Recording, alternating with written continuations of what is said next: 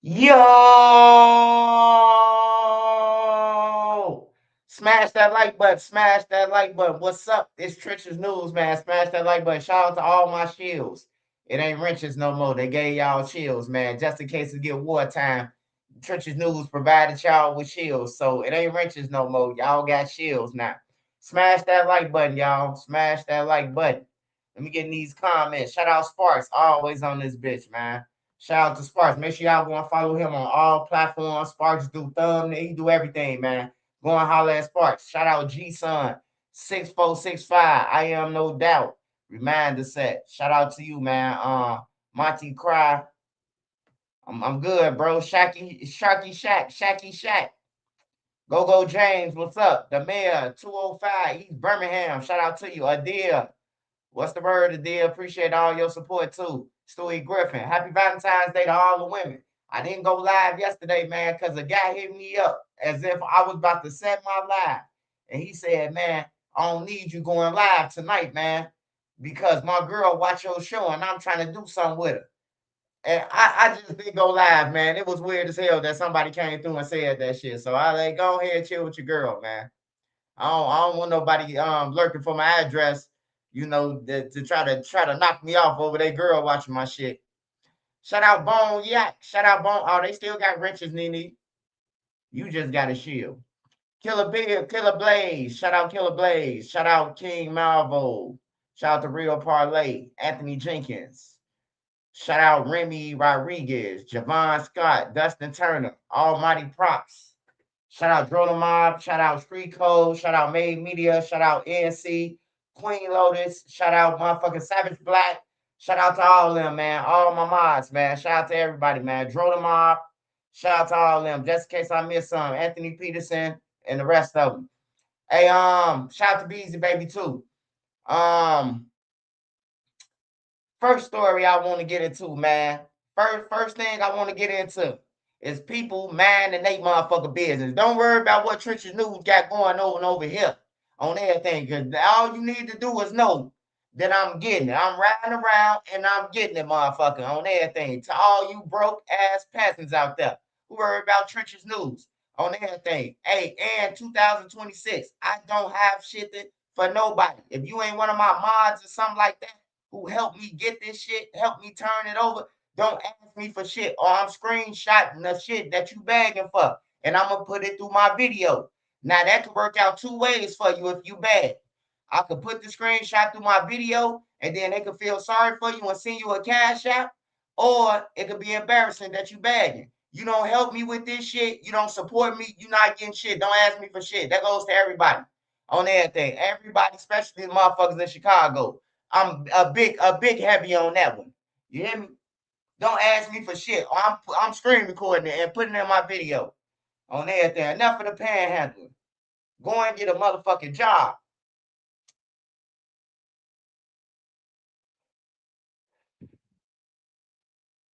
I think Chicago is soft. The gang life is crazy in Miami. Hey man, you can think whatever you want to, man. Hey, look, I ain't gonna underestimate Miami, or I ain't gonna underestimate a small town in Wisconsin, goddammit. I ain't underestimating shit. These niggas is killing. 9-year-olds is killing their moms over tablets, nigga. I don't know where you been at. It's hectic everywhere. Everywhere people die.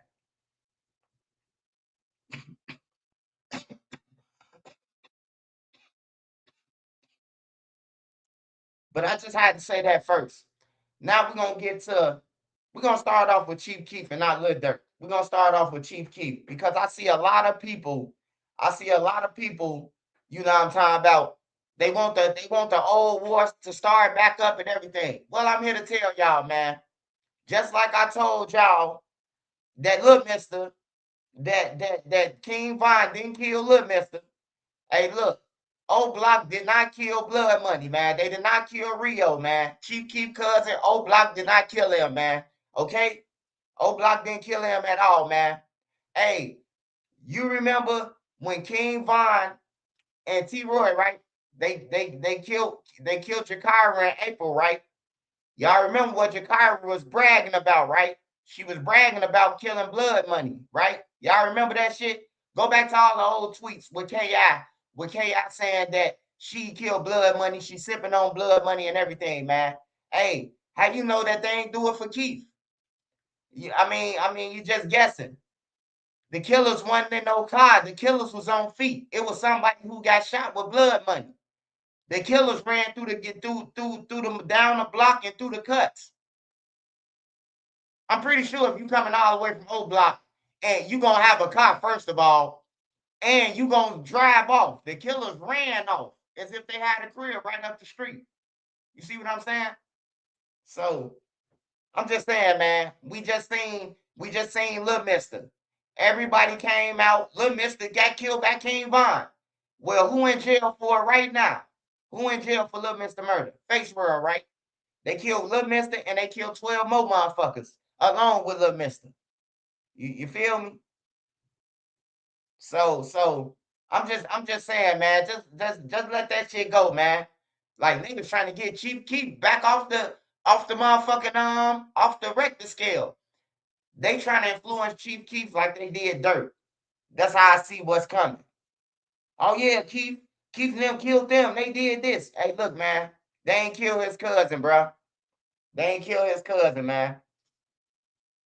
If they killed this cousin, if they killed this cousin, right? He wouldn't even let murder. He wouldn't let murder hang around him or nobody. Murder still with him. Murder from Tay-Town. That's what I'm saying, man. A lot of shit that y'all don't know, that the internet don't know, that if you ain't BD or really in the streets to know, then you don't know, man. It's a guy that be with Lil Durk and he be with Keith now. Right now, still out of jail. You hear me? Like the nigga from Tay-Town, Breezy, who talking, man, he ain't shit, man. Murder Man. Murder Man could go over there, kick it with Keith today, and then fly and see Lil Durk in jail. And ain't nobody gonna say nothing about it. Nobody.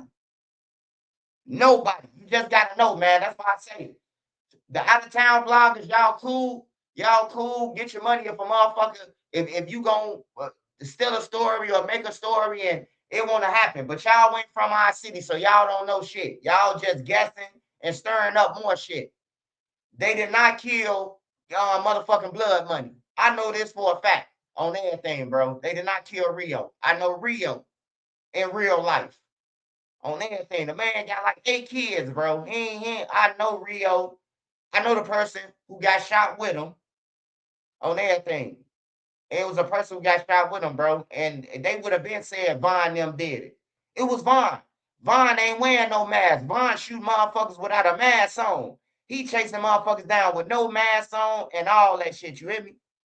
Like for real. He reckless. So dude would have been like, oh man, it was O Block. He's still alive. You know? Like y'all cool, but y'all ain't cool, man. Y'all cool, but y'all ain't cool, man. This Chicago shit, bro. Like, I don't even care about the 63rd shit no more. Like, I just wanted to dismantle them anyway. The FBG boys, cause they ain't shit. They ain't shit without Duck. Duck gone. They ain't shit. They always was snakes anyway. So fuck them. I ain't gotta ever report about 63rd on anything. I've been on more blocks than the average motherfucker who could say they've been on some blocks. You know what I'm talking about? And I'm gonna get to that in my content soon too. What happens and you know what I'm talking about, introduce more people to y'all who been in the streets, who got out the streets, who life going good now, you know.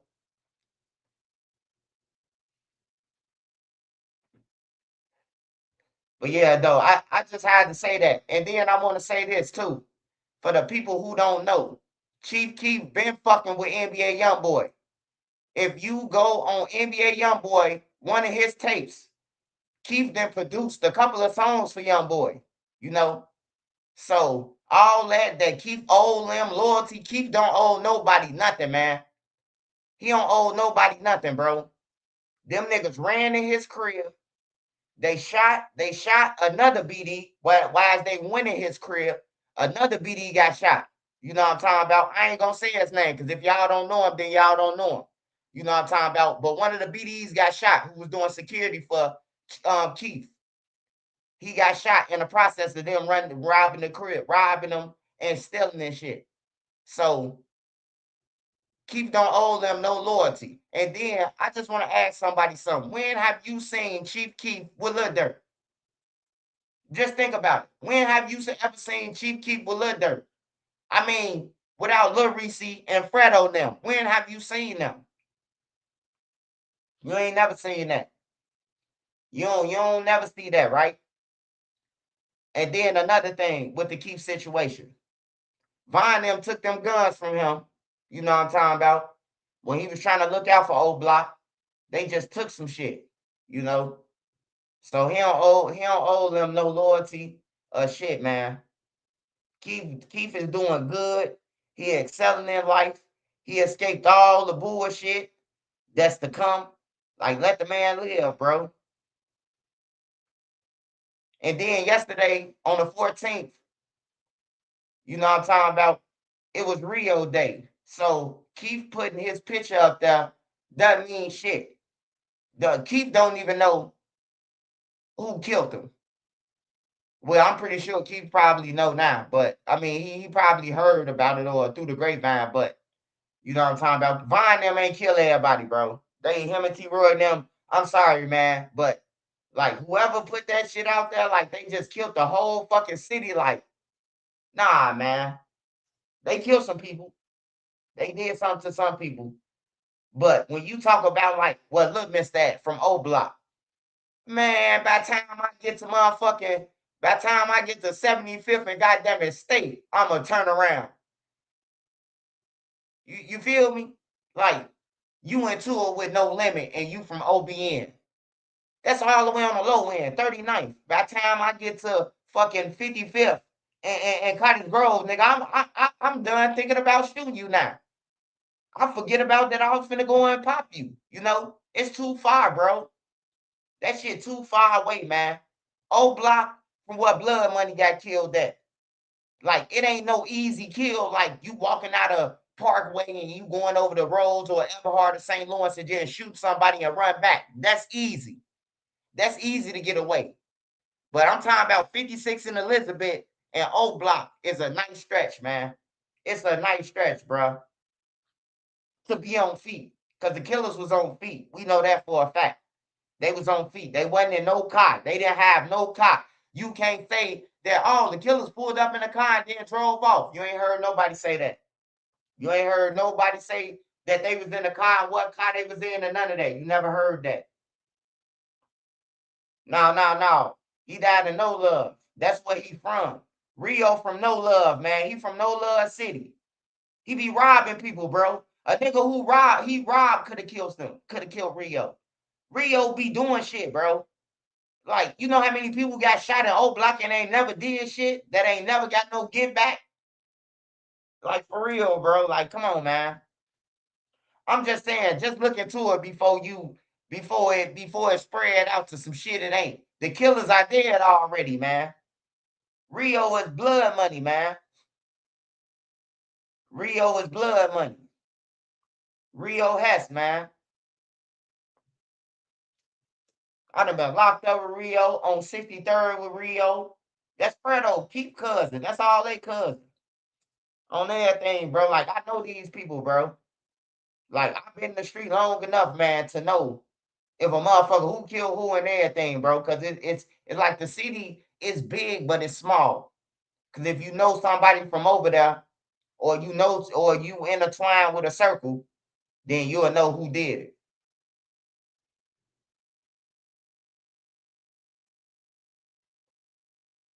So Keith don't owe Lil Durk them nothing, man. I'm just sorry to tell y'all that. For the people who saying that Keith bogus and all that shit, man, hey, look, go and suck a monkey's. You hear me? Go and suck a monkey. He making the city look bad because he's doing some song with. He ain't making no motherfucking city look bad, man. Dirk ain't got the whole motherfucking city riding with him or none of that shit. You got some people in the city that don't even know who Lil Durk is, probably. You ask a motherfucker from up north, you say a Dirk song, they're gonna be like, who is that? They don't know who the fuck no Lil Durk is. He ain't got no whole motherfucking city. He got some blocks. He got all the poverty blocks, all the blocks that's broke or They gang banging and hustling and get money. He got all their blocks. Nah, man. Nah, hey, look. Most of your fans come from outside your city, man. I'm telling you, bro. Hey, if that's the case, then if he had the city, then that means Dirk could have went everywhere. You only see him on 2 blocks, Tay-Town, and that's it. That's all you. If he had the whole city, he'd be all over that motherfucker. He know he can't chill on 4-6 on Zoom them shit. Motherfucker gonna come through every way and chop that motherfucker down. He know he can't sit on certain blocks, bro. No, man. See, y'all talking about the city on selling shows, man. I'm talking about on some street shit, man. See, that's how I know a lot of y'all just fans, man. Y'all fanned out. I'm talking about on some street shit. You talking about on some ticket sales, man.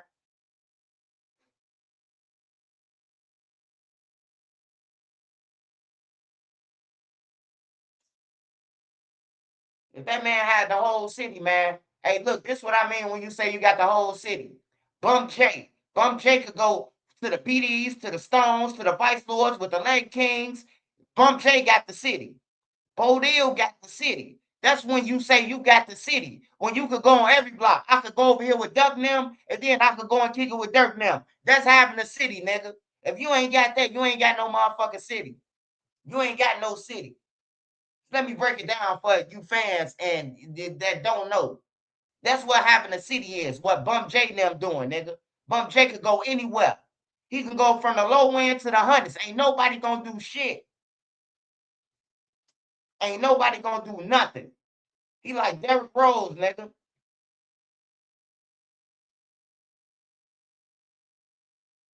Dirk and them can't do that, man. Dirk and them sit around too long, they enemies gonna chop them down, man. They enemies gonna come and spray that motherfucker. They can't do that, man. So that's what I mean when I say you got the city. That's when I say the whole city behind you, you know. But anyways, man, let's get on to Lil Durk, man, because Lil Durk in more trouble, man. He's in more trouble. Well, he got more trouble for himself. And I think that it's time for Lil Durk to pull a tech.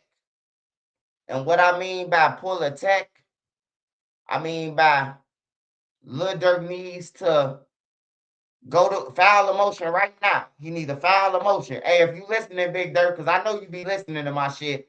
I know the same people who y'all know, man. They be saying that you be laughing at my shit. But look, if I was you, Big Durk, this Trenches News, I tell Lil Durk, I tell your son to fire Drew Finland right now. And why are we firing Drew Finland? For ineffective counsel. The man went on No Jumper. I mean, he went on DJ Academics. He went on motherfucking Vlad,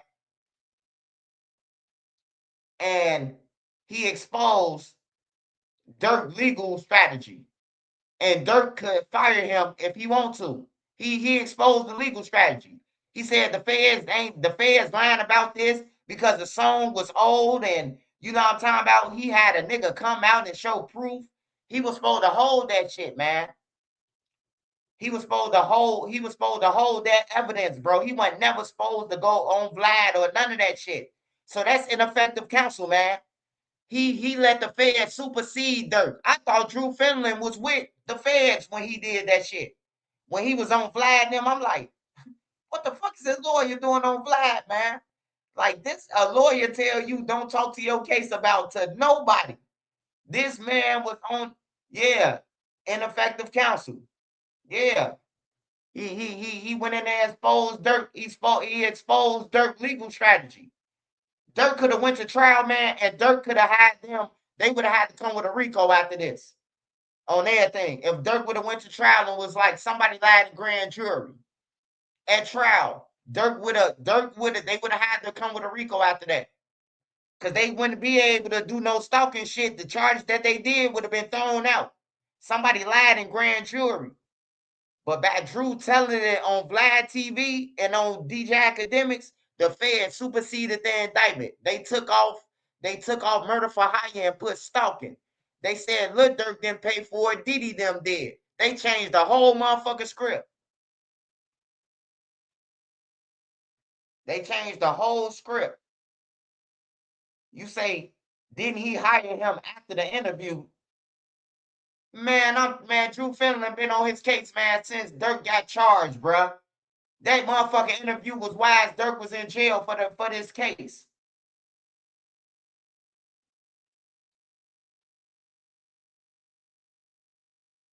Yeah, that's where he got killed at. That's where Blood Money from. He from over there. He from No Love.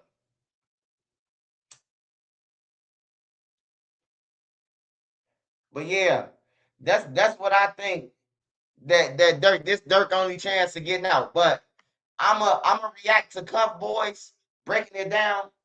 I'm gonna react to him, man. So make sure y'all smash that like button, roll up your weed, get your tea, honey, whatever you drinking, man. Go ahead and get it, cause we finna get into it and break it down. Dirk ain't getting out, man. I'm telling y'all, he ain't getting out, man. Hey, look, bro. Before all this shit with Vonnie and them started doing the order of protection, bro, I had talked to him, and a man said that he was getting 25 years. He said he was getting 25 years for flipping on Dirk, bro. This came out Vonnie's own mouth. 25 years for flipping on Dirk. This after his dead, he got on my channel. After his dead, he got on the channel and put it out there. I sent them $300. The people who was on the phone. It was a girl. He said that he flipping, man. He flipped already. Them niggas ain't got him a lawyer. They trying to throw him under the bus like he the mastermind. I'm telling y'all, bro. That's when I knew Dirk was cooked. When I heard him say it himself, bro, that he getting 25 years, bro, for flipping.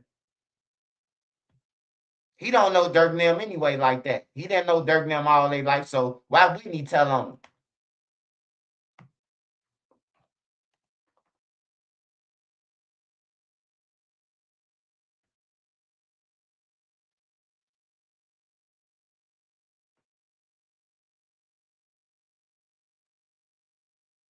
All right, boys, music.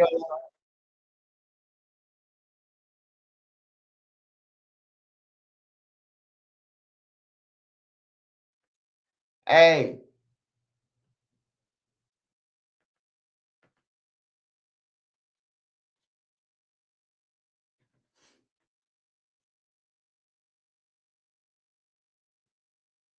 hey, like I said, man, we finna get into it. I'm finna react to Cuff Boys.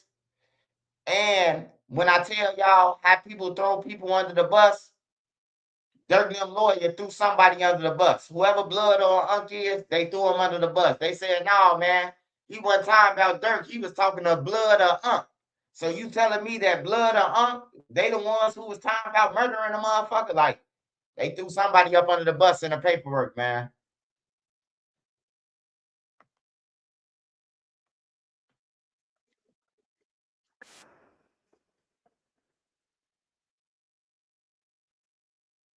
Shout out Cup Boys, y'all. The records at creditrecords.com. Judge, he's given a history on what's been filed. Come on, man. What the fuck going on? Pissing me off. All right, here we go. We got Michael W. Fitzgerald, United States District Judge. He's given a history on what's been filed and everything, what he's going to rule on. The government initially indicated that it intended to introduce evidence surrounding an incident that occurred in 2022 in Chicago. At the hearing, the government withdrew the evidence for consideration. The 2022 in Chicago is the murder of Stephon Mack, which I'm pretty sure one of the killers got caught texting asking about OTF paying them for the killing. So they think Dirk is also involved in that, but I guess the government's Hey, long live Angelo Roberts. His mom passed away. Condolences to his family. Hey, but look, I ain't that goddamn old, man. I heard stories about Angelo and shit like that, nigga, but I ain't that goddamn old, nigga. Goddamn, nigga.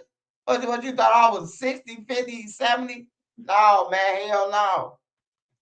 But hey, respect though. I respect to him. intended to introduce evidence surrounding an incident that occurred in 2022 in Chicago. At the hearing, the government withdrew the evidence for consideration. The 2022 in Chicago is the murder of Stefan Mack, which I'm pretty sure one of the killers got caught texting asking about OTF paying them for the killing. So they think Durk is also involved in that, but I guess the government's not going to show that to the jury. Banks first argues that these notices provided by the government were not specific enough under the 2020 amendment, but as Banks himself acknowledges, the heightened requirements of this amendment are meant to prevent trial by ambush. Banks cannot claim trial by ambush given that he is litigating this motion well in advance of trial. The court is rejecting Durk's argument for now. They're saying there's no trial by ambush because they're already acknowledging it now before trial. And then Durk also argues in here that the government could later change why the evidence matters. The court says because the government disclosed the evidence early, it can't later pretend it had a totally different theory all along. The early notices lock the government into its relevant theories, reducing the risk of gamemanship. Bottom line, the judge here is saying the notices that they were given are good enough for now. Now, Rule 404B is basically evidence in the past. The government can't use unrelated past acts to show that he's like a terrible person or something. These two fall under Rule 403, which is the surveillance footage and witness testimony related to the murder of King Von in Atlanta on November 2020. Public pressure from fans of Banks and OTF demanding that Banks exact revenge for Von's murder. Those are just probative value versus unfair prejudice, Rule 403. Another item of evidence that seems to fall outside of Rule 404B are the comments made by Banks on a podcast. While it's undisputed that Banks was the one who made the comments, the quote would seem to fall outside of Rule 404B because it does not appear to be propensity evidence. Evidence consists of the following exchange. He was asked if he was triggered by slide for Von comments, and Banks responded, "For some reason, I just don't see them. Comments no more. For some odd reason. Might be the water." We hear, though, it's unclear whether the government indicated this evidence was subject to the strictures of Rule 404B in the September notice. When the government now concedes it falls outside of Rule 404B, Banks. Hey, I want to stop it real quick because I know a lot of people be saying that, oh man, that don't mean shit because he ain't said nothing. Hey, look, bro. Hey, look, I'm just going to say this one more time. Long as you got a motherfucker who committed the crime, say that Lil Durk did it to the jury, your ass getting found guilty in the federal system. Hey, I don't care what nobody tell you or none of that. If you got, hey, that's why motherfuckers cop out. Because soon, hey, look, this is why people cop out in the feds. This the reason why their conviction rate is so high. Because if you got a witness, 99 times, 100% time, they got witnesses. So if you go to trial, they gonna hang your ass. And the witnesses tell, hey, look, the jury hit a witness. Hey, look, I was there. I shot Lil Pab, and yeah, Durk was supposed to pay me $50,000. Hey, look, man, Durk going down, man. I'm telling you, bro. And same with this water shit. You don't see the comments no more. Hey, look, to white people, to older people, to civilians, to educated people who civilians, bro, they gonna know what. You don't see the comments no more. That mean he gone. You don't see them trolling no more about it because the situation was handled. You hear me? Like for real, bro. I'm telling you that when the jury hear this shit, it's different between us saying, oh man, that ain't nothing. But to some people who don't like crime, who go against that shit, who don't want to be mugged and killed and robbed, they want to put people away who talk about killing their cousins and shit. You hear me? That shit ain't normal to them. So we're gonna keep on playing it though.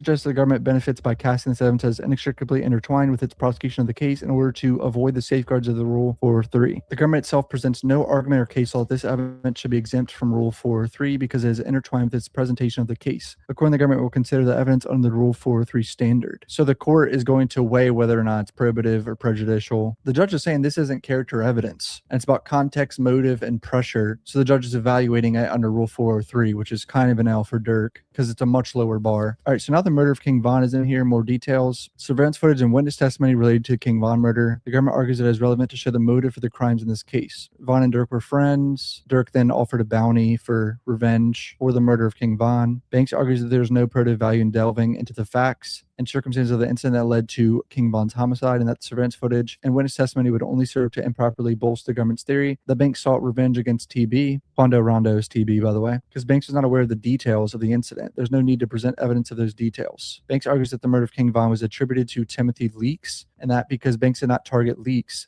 killing of King Von does not bear on Banks' purported motive in this case where Leaks is not a victim. Durk's lawyer was like, hey, they didn't go after Timothy Leaks, the guy that actually shot King Von in the parking lot. So basically, what Lil Durk saying, right? He's saying that shit. If I would have went out to somebody, I would have went out to Timothy Leaks, which is Lil Tim, because Lil Tim is the one who killed Vine. That's what he just basically said. If you break it down to the lamest terms of the streets, that's what the fuck he basically just said in the motherfucking thing, man. Like that's crazy, man. That's crazy to even drew them to even let that shit go in there. You hear me? Like that's wild. Smash that like button too. Smash that like button, man. Hey, Trap God, tell me in 2 more minutes what the like button look like. For real. or whatever. This evidence seems plainly relevant to the prosecution of the case. Indeed, the fact that Quando Rondo and King Von were involved in an altercation prior to his murder is a foundation for the government's theory of why Banks was motivated to put a bounty on Quando. And Banks has only argued that his evidence would result in a mini trial to establish these facts. Government indicates this evidence will be coextensive with the presentation of its case. Judge is saying here, anything about King Von's death is relevant to the case. Not good for Durk, for the jury to see all that. It's just more violence for the jury to see and make it look like he's getting revenge. Public comments from fans. This one was interesting. If you're new to the channel, please hit subscribe. I appreciate the support. Back to the video, boys. Government argues these comments are relevant because they show Banks face pressure from the public to avenge King Von's death. Durk says it's inadmissible hearsay and that it would add delay to this case because it would require testimony to authenticate the comments. Court agrees with the government that Banks' own statements indicate that he was aware of these types of social media comments. Starting something new is terrifying, I understand, but now is the time to start your business with Shopify. With hundreds of ready-to-use templates, Shopify makes building your website so through all the campaigns to try to get your business tool you're using on the other website, all very confusing. Academics is a reason this shit is coming control over question about slide for Von comments. These comments may be omitted to show the effect they had on Banks and the motion is denied. Oh, no, not good. So now the jury's going to see, oh, his fans were pressuring him to avenge King Von's death. OTF structure and Banks' control over OTF. Government wants to admit several evidence regarding the structure of OTF. Instagram message showing Banks telling another rival, I got them hunting you. That was discussed via text message to allege other OTF members. Text thread showing Banks telling other OTF members he was going to pipe it up in response to messages about a feud with another rival. Voice memo from OTF member redacted discussing OTF structure. Oh my god, a voice memo? Which OTF member?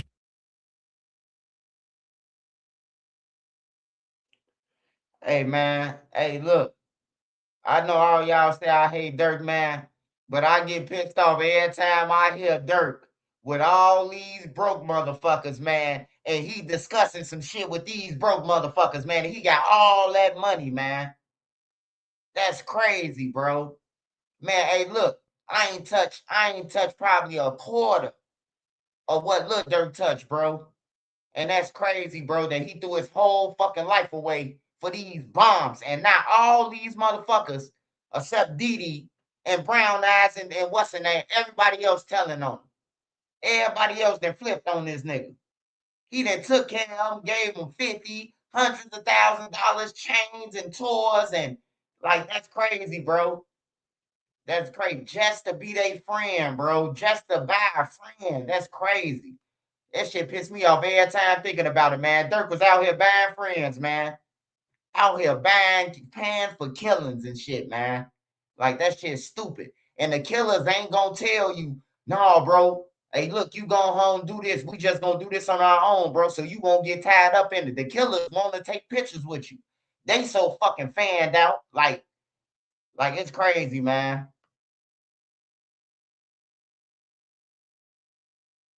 Talking about OTF structure, bro. I feel like I remember who it was, but yeah, no, I forgot it. All right, so the I got them hunting you message. The government acknowledges the recipient of this message is another rival of Banks. Screenshot of the Instagram message was sent via text message to Wilson, redacted.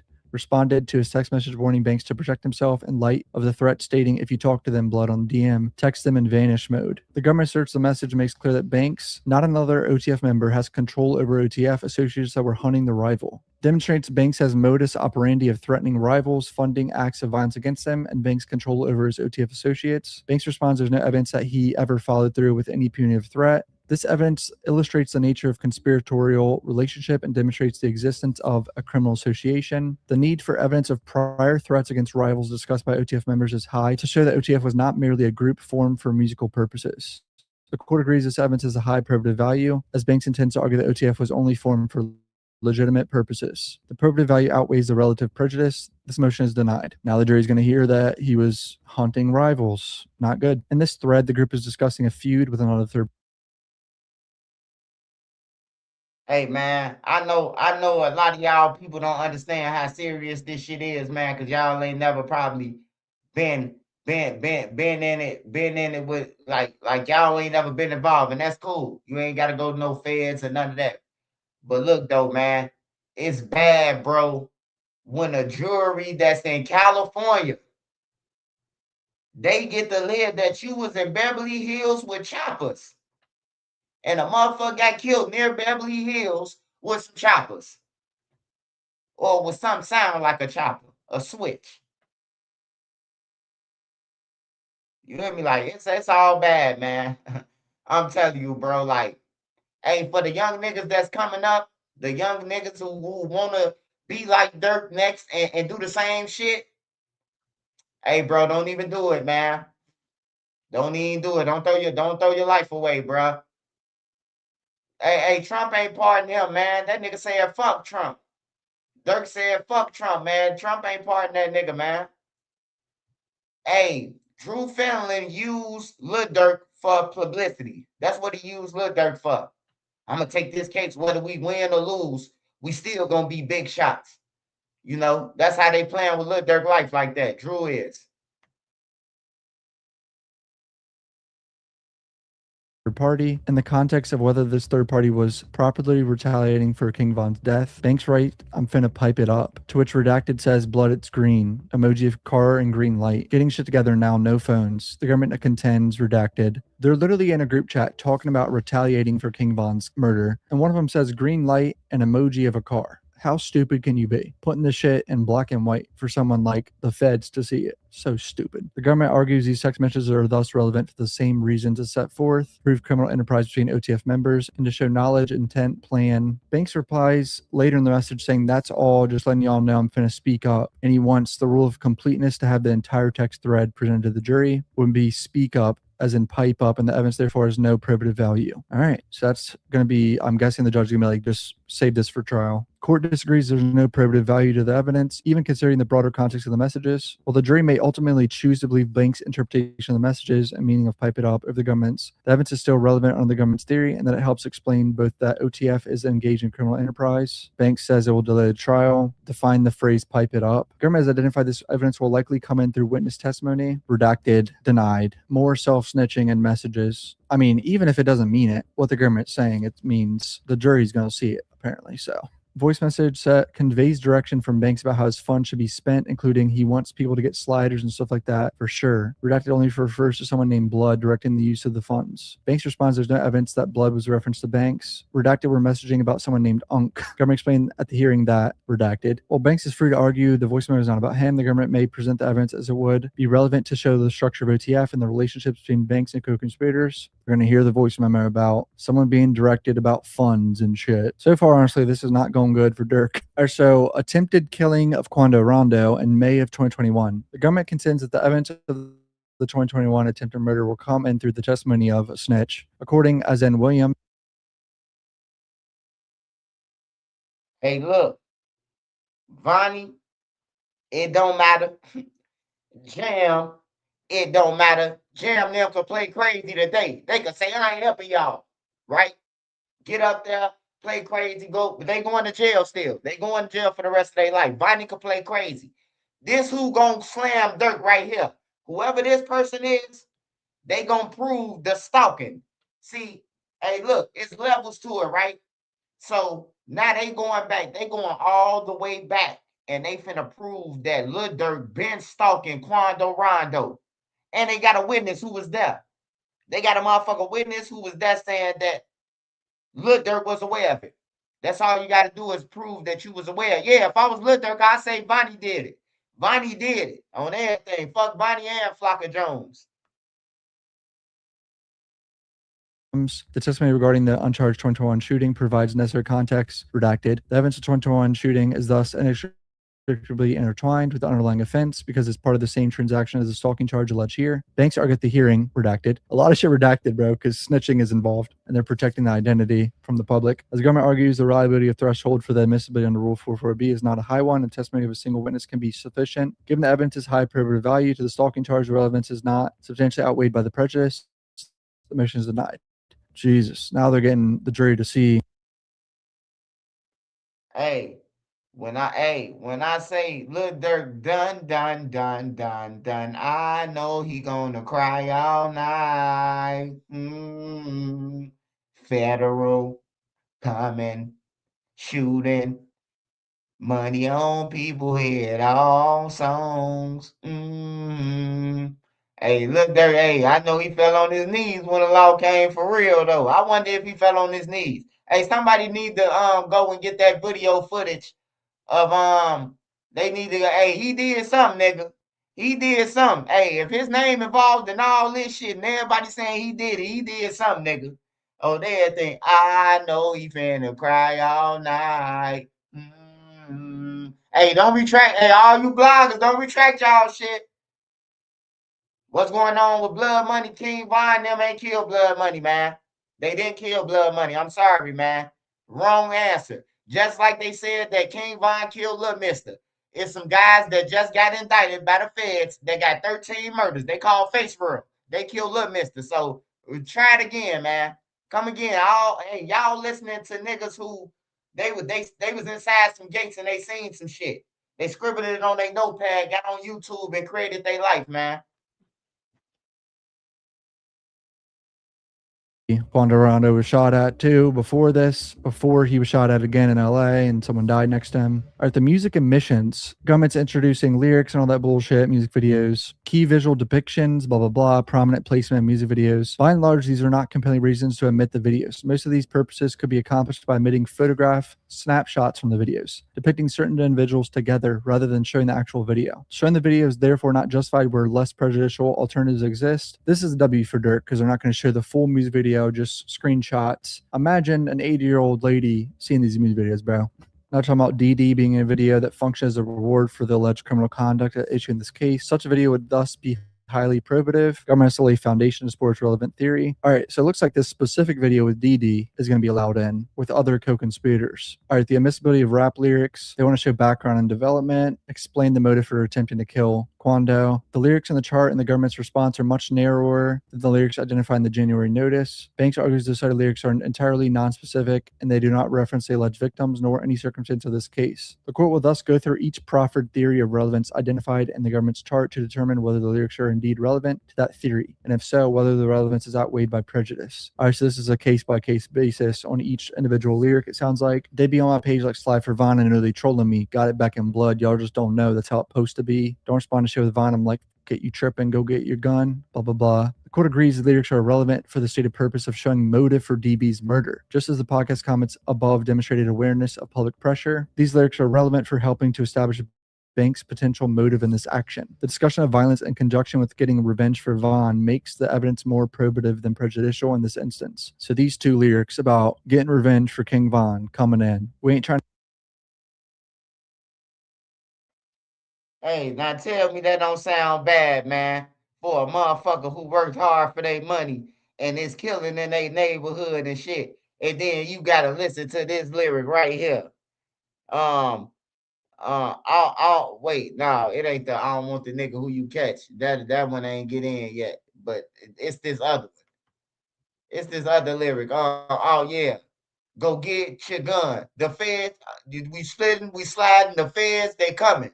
You know what I'm talking about? Like, man, that's like you disrespecting the feds. You saying the feds coming. Like, bro, I'm telling y'all, man, it's a different thing. Like, people, I know y'all fans and y'all probably looking at it like, man, that don't mean nothing. Man, to them people who gotta listen to this shit, who don't believe in murder, cause murder ain't normal, man. Killing people ain't normal, man. Niggas making this shit normal. That shit ain't normal, man. Just for a nigga just to be bow and be up out of here. Man, I just smoked a nigga over a pack of cigarettes. Like that shit ain't cool, man. That shit ain't cool, man. That shit dumb as hell, bro. For real. A nigga ain't touch your mama, your grandma, your family, your kids, something like that, bro. It ain't worth it, man. Cause that's who gonna be there when you in jail, man. I'm telling y'all right now. That's the motherfuckers who gonna be there. The people I just named, just your family. All the gang ain't gonna see you shit.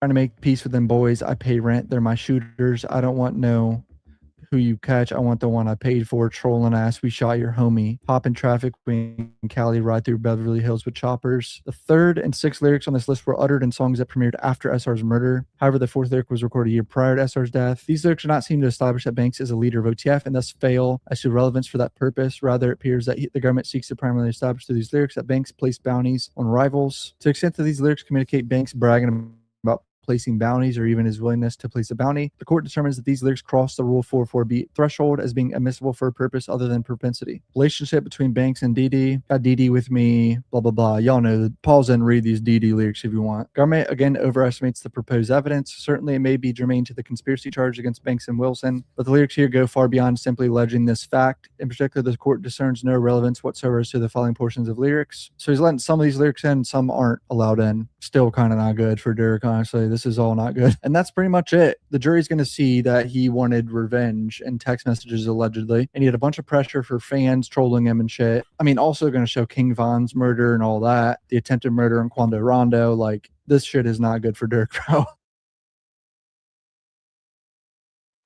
So they finna go all the way back to the beginning. They finna go all the way back to the beginning, and they got a motherfucker who was in a car, who was part of the shooting, saying that, yeah, I finna get to that, Dustin, turn to the peer pressure, because everybody talking about Trench's News hate him, but it sounds like his fans got him in the feds. It sounds like they're using what his fans did to help him get there in the federal system. Y'all should be disappointed in y'allself, all you motherfuckers.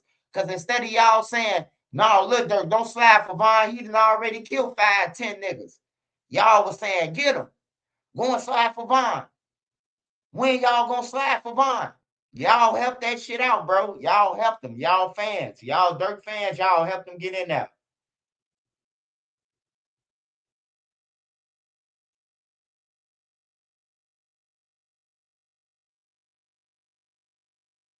You should do a subscribers day one day. Yeah, one day. Giga Manyan. What's good?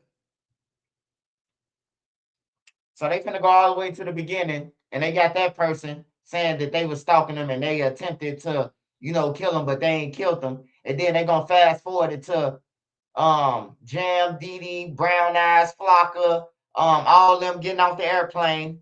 They got Bonnie pulling up, picking them up. They got Boogie driving. They got Bonnie in the car with what's the name? Bonnie on the plane with Durk. Like, bro, how the fuck? What Drew gonna fight, man? I just want to know this, man, because Drew, he ain't won shit. Everybody been getting on the internet. Drew won a big L for Lil Durk. He ain't getting no L from the jump, man.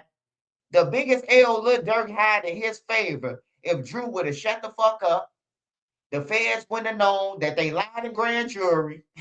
They made a big mistake that you can't do in a federal system, bro. They made the biggest mistake. Used grand jury testimony and somebody lied, one of their witnesses. All he had to do was wait till Lil Durk go to trial. And soon when they open argument, Your Honor, Your Honor, excuse me, somebody lied in grand jury testimony. We have proof right here. This song was made way before Lil Durk even got killed them and all that shit. The judge would have had to shut down the case. The case would have had to stop. It would have had to freeze because now somebody then lied, and this shit was sent all the way to Washington D.C. before it came to this judge. So somebody made a mistake. But by Drew going on there and talking, the feds was watching his ass like, oh yeah, that's the wrong lyric. Take that out. Oh, Lil Durk didn't pay for it. So basically, Drew, he sounded like he's saying Didi them. Okay, we just gonna make it stalking on there, I think, because they did it before.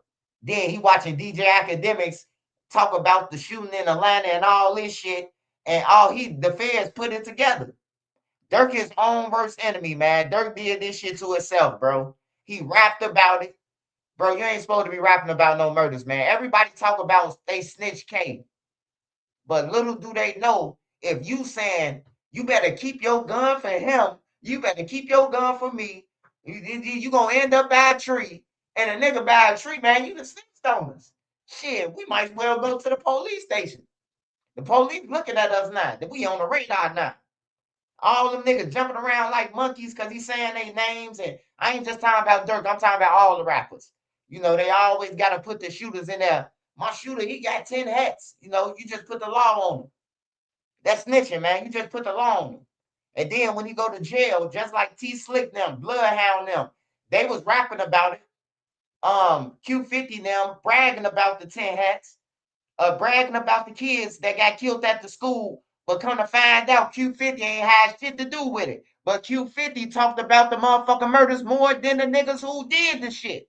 Now it's two dudes in jail fighting a double homicide from downtown, from some students, some high school students that got smoked outside over some fake watches. They in jail now. But Q50 them was rapping about it every day. They was rapping about the shit every day. Q50 them. We got 10 hats. Ask Shorty them what happened in the high school. Vert them, all them was saying that shit. They ain't had nothing to do with the shit. Or they'll be in jail right now.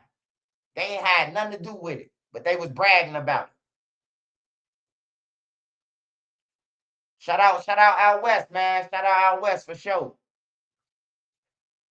I wish these days, man. Some days I be thinking about out west, man, and going out west with my cousin them and shit like that, or going out west to get some weed, or going to get the pills on Walnut or whatever. Whenever I was out west, you know, man, like when I seen y'all get money out there, bro, and y'all was able to stand out there, like I'm talking about this one out south, you still couldn't stand outside all night. You gon' at a certain part of the years, like you couldn't stand outside out south, bro. Your shit was getting light up. Every party, everything. '07, '06, shit was getting light up, lit up. You hear me? But out west, they was cooling, bro. Like I just wish Chicago could go back to that shit, man. I wish Chicago could go back to like the chill zone, bro. When like, bro, like as long as y'all don't come over here, we ain't gonna fuck with y'all, you know. And then hold niggas accountable. Hey, bro, you going over there shooting at them for no reason, bro. Whoop his ass, unarmed. You can't be with us. You ain't no vice lord no more, or you ain't with us no more on everything. And then tell the ops, hey, look, we ain't got nothing to do with him. He want to shoot at y'all go at him. Everybody ain't finna die because this little stupid, dirty motherfucker. You hear me? Like niggas gotta start holding other niggas accountable. Niggas is waking up to they homies killing somebody, and then they get smoked. They don't even know that they homies now riding around stealing cars, killing people at night. They find out when the nigga get killed, and the ops laughing about it. Y'all shouldn't have killed my homie. You hear me? How many bloodlines being killed off? Well, I know Divine them and all that shit. Like majority of them, these kids, they got killed off. Like Vine them age and T Roy them age, everywhere. They got wiped out. Everywhere where drill was, the town got wiped out of the kids, man. It wasn't just Chicago. Philly be getting wiped out.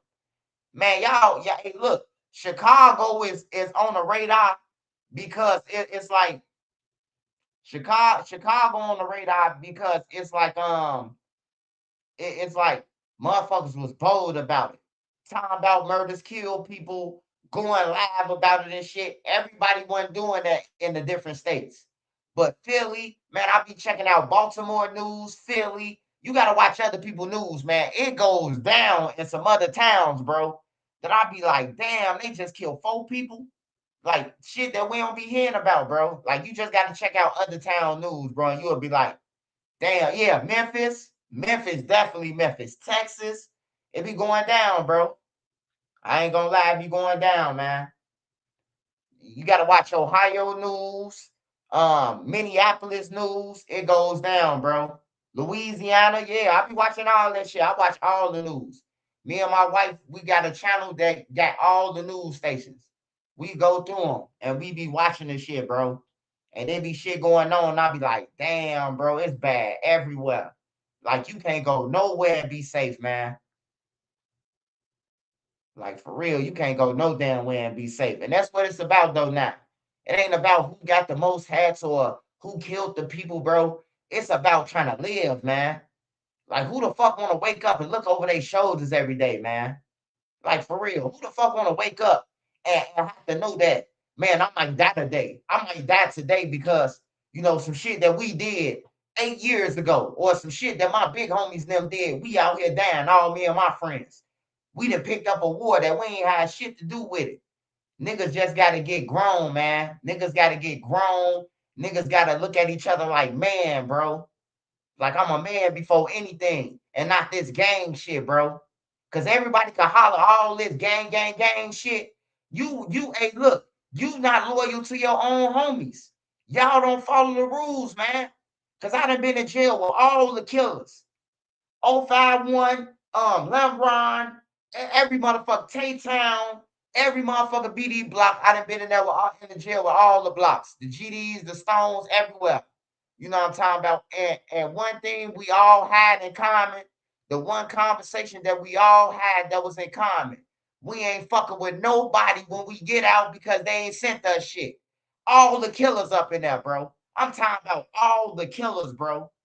Niggas who up in there for motherfucking 20 and better. I'm in jail with, bro. Ain't nobody sending them shit. On that, I'm working in the kitchen, hustling, taking care of motherfuckers, hitting motherfuckers. Huh, bro, here go 10 burgers, sell these. You get you some merch. You hear me? Because if you bring it back a bacon cheeseburger and shit like that, that shit costs. That shit costs real money. You know what I'm talking about? So, I was hitting the old killers, who from the blocks. It don't matter what you is. You could be a BD star. I don't care about that shit. I just look at niggas like, bro, you put your life on the line. You done kill 3, 4 niggas for the hood, bro, and they can't send you no money. Motherfucker can't send you nothing. Not $10, bro, for some soap. Niggas, hey, look, the killers in jail living off state pay, bro. It's killers in jail living off state pay right now. I swear to God, bro. Niggas be online talking about free my homie and all that. If you go to jail right now and be like, man, they be saying free you on the internet. Man, fuck that nigga. He ain't son me nothing. I'm telling you.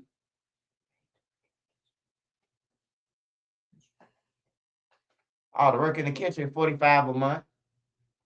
I was getting $45 a month, but I was stealing so much, goddamn. I was stealing the shit. Hey, you ask anybody, man, I'm telling you, man, I'm coming back. Man, how the fuck you get? Man, I got a hundred piece of chicken on everything, bro. Who want it? Niggas coming to my door. Hey, send this cash out to my mama. Tell your people to send this cash out to my mama. On everything, bro. That's how I was getting my money, bro. Hey, old school always told me, and my daddy told me. My daddy was a criminal going to Stateville and all the joints. When I was a baby before I was born. So one thing that he did tell me when I was on the phone with him, he said, man, I got $200 for you, man. But I want you to know the hustle don't stop because you got knocked. I say, man, what the fuck? Then my mama tell me when a guard say move some, shake some, don't forget to shake your leg. I say, mama, don't ever say that shit. Don't ever say no shit like that to me. That's some jail, prison shit. You hear me? Like, don't ever say that, mama. She like, what? That's what they gonna say. Shit, I did 3 years because of your ass. I'm like, yeah, you did. You did do 3 years because of me on everything. That officer here, bitch. That's why he ain't no police officer no more. I'm glad. Shit, I celebrate. Gotta stop being niggas first, then go to being black men. Yeah, people gotta start looking at each other like men. Women gotta go back to being women, stay in your fucking place, cause the women all over the place. Women be in male business and gang membership business, but then when you attack them, they're she a woman. Like, nah, bro, if you want to be part of this shit, like if you want to be part of this internet shit, you want to be over there with the ops and shit, you get the same treatment as the ops. Like we ain't gonna look past that either. Cause that's what the females doing. They acting gangster and tough and shit. And then when they get caught in the blender, motherfucker like, nah, she a woman. But she engaging with the bullshit. She over there with the ops, talking about dead people and all that shit, helping them out, trying to play both sides. You know, can't look past that shit. They getting smoked just like them. I'm on their ass, on everything. I respect all the women. But if you try to come for my child, hey, look, I'm on your ass. But I try not to even say nothing to you a woman, bro. I just let you go on here and on. I'm eating. I'm eating good, man. My family's straight. Like, we good. We don't want for shit, man. God blessed us, man. And I'm able to get to the homeless and some more shit, man. Many days. So it don't matter. I'm gonna catch my blessings, man. You just worry about your shit. Make sure your shit straight. Don't worry about Trenches News, man. That's to everybody. Like, don't worry. You don't worry about somebody who that got more than you. So just worry about yourself and do for yourself. Or try to get there. Did you see the Hardaway brothers interview? Yeah, yeah, yeah. I was in Danville with one of the Hardaway brothers. Yeah, I was in there with him and shit. Motherfuckers was asking him about that shit. But yeah, they was kids though. They got sent off to kill Yummy. They got sent off, man. And then the cold thing about it though, what nobody ain't looking at with the Yummy situation, the niggas who sent the hey look, this how cold the game is, man. And this why I say get out the streets. The nigga who sent them to kill Yummy, when the police came, he said that they killed Yummy. You hear me? Like you done sent them to kill Yummy, and then you done told the police once your trap house got raided that they did it. You know what I'm talking about? Then they end up doing 40, 45 years, some shit like that, 30 years straight, 30 some years straight. You know, they was kids though. The BD sent them off. The niggas who do it, it always been like that though, man. The streets ain't never, hey, look, it's only rules. That's why I did whatever I wanted to do when I was in the streets. When I was running the street, I did whatever the fuck I wanted to do with no consequences on everything. Cause I knew that niggas set rules and it's only certain people. I seen only certain people get violated. Like these guys, they could do whatever they want to. They could pop one of the guys. They could do donuts and boom, boom, boom, boom, boom. Nobody say none of them. But if the average Joe, Lil Ray Ray did, hey, Lil Ray Ray, check it out. Hey, man, then we tell your ass don't be shooting, but you don't even be down here every day, and you don't even hang out here every day. Lil Ray Ray out here every day. You hear me? But that they want to come make some rules. Like, get the fuck out of here, man. Fuck out of here. Lil Ray Ray, keep shooting. Streets don't love nobody, man. Streets don't love nobody, man. It never did, man. Don't believe nobody if they say the streets love you. They don't. It don't. Don't love nobody. Ain't nobody rich out this shit. And everybody who be saying street shit and be glorifying it, they broke. They broke. The people who be glorifying the streets, they broke. Look at, I ain't talking about the rappers who just happen to get rich, who just God just happened to bless them and they don't even know that it's from God to get your stupid ass on before you die and they still don't take advantage of it.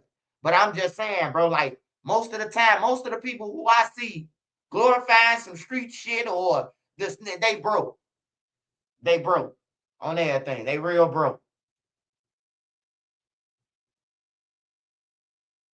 So how you gonna make me believe that the streets is what's happening and you ain't got shit? How you gonna convince me that the streets is good and all good and they love us, but you ain't got shit? You been standing out here for 10 years and you ain't got shit. And you telling me the streets love us. Come on, man. If the streets love you, man, yeah, you would have everything in the motherfucking world, man. If the streets really loved you, man. I'm telling you, because you got to think about you saying the streets love you. You know what love mean? You know, especially if you say unconditional love. Shit, streets don't love nobody. Them niggas had all that money when I was a kid in the projects. I see motherfuckers walking around like zombies. I'm talking about my homie and them mama, my mama, some more people mama. You hear me? Like I seen motherfucker mamas out there doped out, cracked out, all this shit. Ain't nobody thought about going to pay for somebody to go to college to be a financial advisor and start buying real estate. Man, them niggas was making $90,000, $100,000 a day. I'm talking about each building. One building making $200,000 in a couple of hours. Then nobody think about it. Then nobody think about it. Then nobody say, hey, look, graduate from high school, we're going to pay for your college. We make this shit every day. You hear me? Like, nobody thought about that shit, man. That's why I say the streets don't love you. All them niggas was for theyself. They had all the cars. They kids stayed out in the suburbs. This was Sock Village and all that shit out there. All that shit back that way was good. It was a good neighborhood back there. Back towards South Village. Wasn't no killing there back there. You know, you probably Riverdale was a little bad still, but a lot of them little suburbs back there, Max in Illinois and all that shit was like Sweetville back then. What I'm talking about. When I was a kid. Like, there wasn't no gang members hanging around out there and shit, you know. Crazy, still posting on corners like the early 2000s. Yeah, yeah, yeah. Hey, that's bad business, man. Imagine selling something nobody's supposed to know you have it. My dad had a hood day. I'm from Chicago. He from Vegas, and he showed me about 15-year-old gang members who used to be millionaires in the streets. Now they work in their kitchens. Yeah, bro. Hey, the ones that I see, the ones that I seen had the money in the buildings. They drunks. They on the bus stop begging for change now on everything, bro. But they was the ones who was balling out, laughing at people. You broke, nigga. Y'all niggas ain't got no money. Now they broke. The tables have turned. That's why I say everybody got their time to shine, man. Don't rush. You know, don't rush it. Everybody gonna have a chance to eat. Everybody gonna have a chance to rise, man. And what you do when you get your chance. Don't hate on nobody because they at the top and you ain't. Don't hate on them. You know? Okay, you gotta stop hating on people, man. But I don't care if they hate on me though. You know, I'm used to it, man. I'm used to getting stabbed in my back by people I help. I'm used to all that shit now, man. I wear a bulletproof vest now, man, with plates in the back, just in case somebody stab me on my back, man. And they don't know I got a vest on, man. You know, so I'm just used to it. I don't mind it though. Like I say, man, when I get off the internet, you know, it's like it's kind of like Steve Urkel, Family Matters, man. You know, after I get off when I get on here, you know, I'm swiping joy, and then when I get off, I'm back to my real name and my family, and we watching Survivor and motherfucking and fantasy, whatever that shit we be watching, the other shit, the challenge and all that shit, the ropes course and shit, giving the kid them boxing matches and shit, like. Try to take your mind off this shit, man. Cause if not, this shit'll eat you up too. You know that dirty money won't last long. No, it won't. It won't.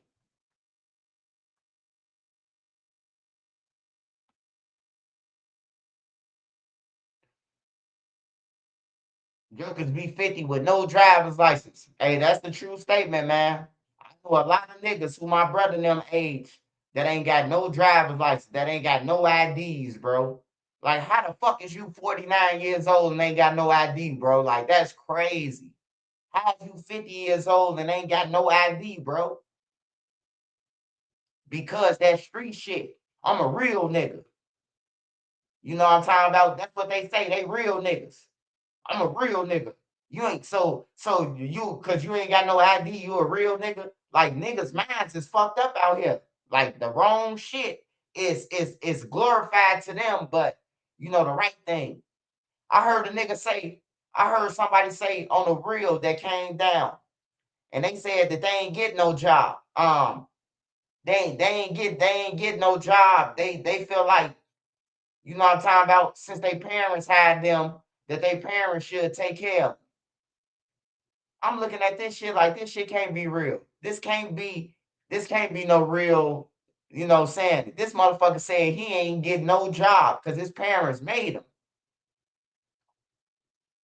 Hey, I recommend y'all, man. It's cool to be friends with your kids. That's all good and gravy, man. But then you gotta draw the line, man. You know what I'm talking about? You got to draw the line. You can't be partying with your kids. You can't be smoking with your kids. You know what I'm talking about? Like draw the line, man. Draw the line in the sand, man. Cause that's why this society is fucked up right now. Cause the parents be with the kids and be with the bullshit. You know, I see that too. I noticed that too. I seen some people fighting in McDonald's, and I heard the mama say, "Hold on, y'all stay right here. I'm finna go and get my sons." You know, that's an automatic death threat. You hear me? I'm going to get my sons. So now the people in McDonald's like up the pipe. I'm like, bro, this shit crazy, man. When a mama could have just been a mama and been like, hey, look, y'all leave my son alone, he gonna leave y'all alone. You know, the parents with the shit. I'm finna go and get my kids. Yeah, the parents be at the same party with the kids, man. They be at the same motherfucking party with the kids, man. Like, damn, man. Hey, go and be a granny, man. Go take your ass to the house on motherfucker what? Fuck is you with the kid at the kids party for, man? Like, come on, man.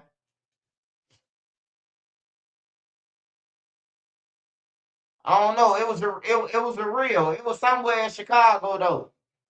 It was somewhere in Chicago. And they had came up in there and the lady said, I'm going to get my son. She say, stay right here. I'm going to get my son. I'm like, damn, shorty them say up the pipe. And then it had went out. You know, it be some fucked up cameramans out here. It be some fucked up cameramans, man. They got one job to do and they still fuck up the whole video, man.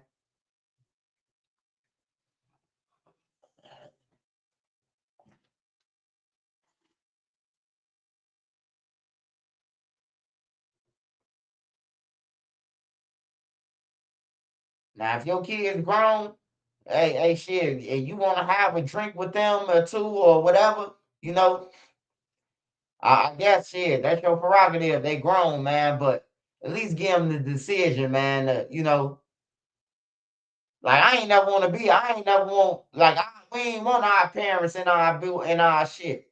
Like we ain't want our fucking parents at our parties or nothing. Like you ain't invited. What the fuck? We trying to get our rub on. You hear me? We trying to make our engines jump. We don't want you at no fucking party.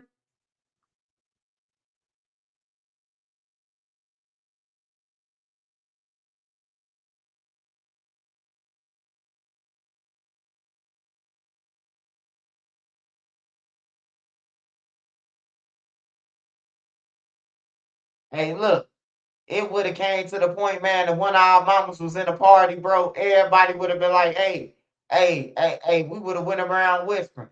Hey, bro, we finna change the location. Yeah, motherfucker going this. We would all just start bouncing one by one. Everybody leave. Everybody leave out one by one. We going over to Steve's house. Yeah, ain't nobody trying to grind on shit in front of Mom Dukes, man.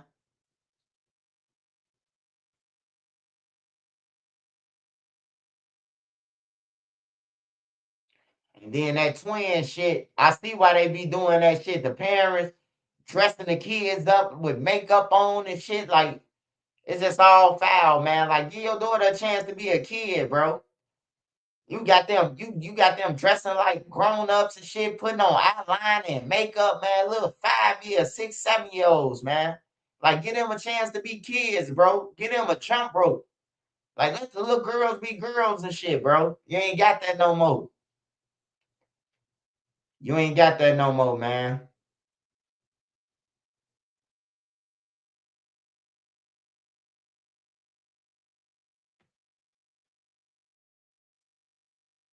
All right, let me see.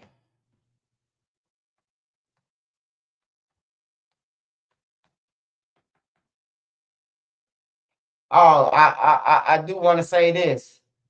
Hey, the basement parties was fire. Hell yeah, the basement, all the parties, bruh. Hey, I'm on the red line. This motherfucker lit. Yeah, the red line. I seen them cutting hair, doing nails and doing massages and shit. They done turned the whole red line train into a motherfucker business, man. I ain't never seen no shit like that. It's some kids too. They doing hair, they doing haircuts, they doing all that shit, and they got a radio on that motherfucker. I say this shit crazy, man.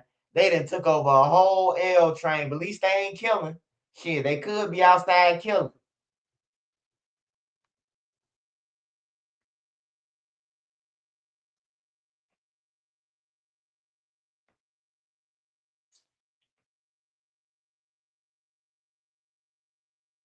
Hold on, y'all. I don't know if y'all remember this, man, but Swipe, you saying the birds burnt up? No. Yeah, they burnt up now. Ain't no more birds no more. Ain't no more burbs no more. That shit Chicago, Sock Village and Matson, Illinois, and all that shit, man. Them nigga, all that shit Chicago. It just stay the suburbs, man. All them motherfucking people from Chicago, bro. Harvey, all that shit, man. Ain't they go to Cook County Jail? You from Chicago to me. Like, I don't know what these other motherfuckers be talking about. He from the burbs. Then why you hang out there? Why you live out there? Why you hiding out there? You hear me? Yeah, it's burnt up out there though. It ain't safe out there. Harvey ain't safe. Country Club Hills ain't safe. Phoenix, Illinois ain't safe. Ain't none of that shit safe. Chicago Heights, Ford Heights, ain't none of that shit safe. They killing all through that motherfucker. In between. I'm telling y'all, man, it ain't the burbs no more. Hey, but look though, this guy right here, man, I don't know if y'all remember. He got caught stealing a rotisserie chicken and a loaf of bread. They finally caught him, man. He shot like 4 people though over a rotisserie thing, the little rotisseries that come,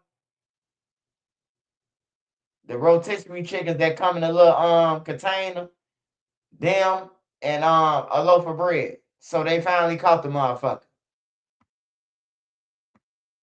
And a man is now in jail for a shooting at the Jewel in Bronzeville. A judge ordered 19-year-old Elijah Theodore to remain detained on the charge of attempted murder. He was extradited from Phoenix, Arizona, back to Chicago last week.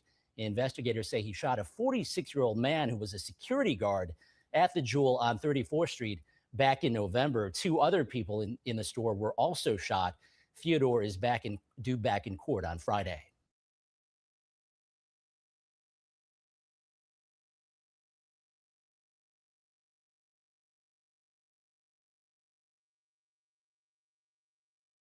That nigga got 4 attempt murders, man. Over a loaf of bread and a rotisserie chicken, man. Niggas throw their life away. That's on the low end too.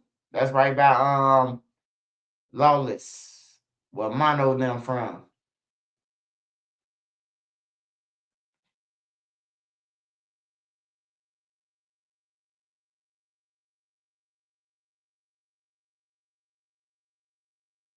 Damn, what the fuck?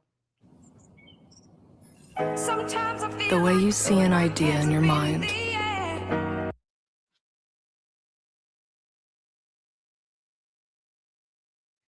Hey, I might go buy one of them rotisserie chickens at this point. Hey, I ain't gonna lie. Hey, them rotisserie chickens be hidden. Nene will get one and then she'll refry the shit, like recook it. Cause it don't really be done no more. They just be letting it sit. So you gotta get that crisp to it. But yeah, I'll fuck up one of them rotisserie chickens any day. Shit. Nene be getting that shit. But I would have paid for the rotisserie chicken if I was there for dude, bro. Like that's crazy, man. Dude murked his uncle over a honey bun. Now I ain't gonna lie, man. I ain't gonna lie, bro. I used to say, the man, hey, the parents failed us, man. That just period, man. I can't say it no other way, man. Even though my mama got off drugs later on in life and she ended up taking care of me in jail. They still failed us, bro. I was in a group home. Most of my friends that I know that's gang members or killers, they was in a group home with me because their parents was off drugs and shit. That epidemic, man, in the 90s with the crack and the heroin, bro, that shit was like it was bad, bro. I'm talking about on the low end when the buildings was up, motherfuckers was walking around like zombies, man. You go in the hallway, bro, you see a motherfucker with a needle stuck in their arm, lay it out on the stairs, dead, bro. Like you saying this shit like it's normal, bro. Like New Jack City for real, but you really seeing this shit in real life.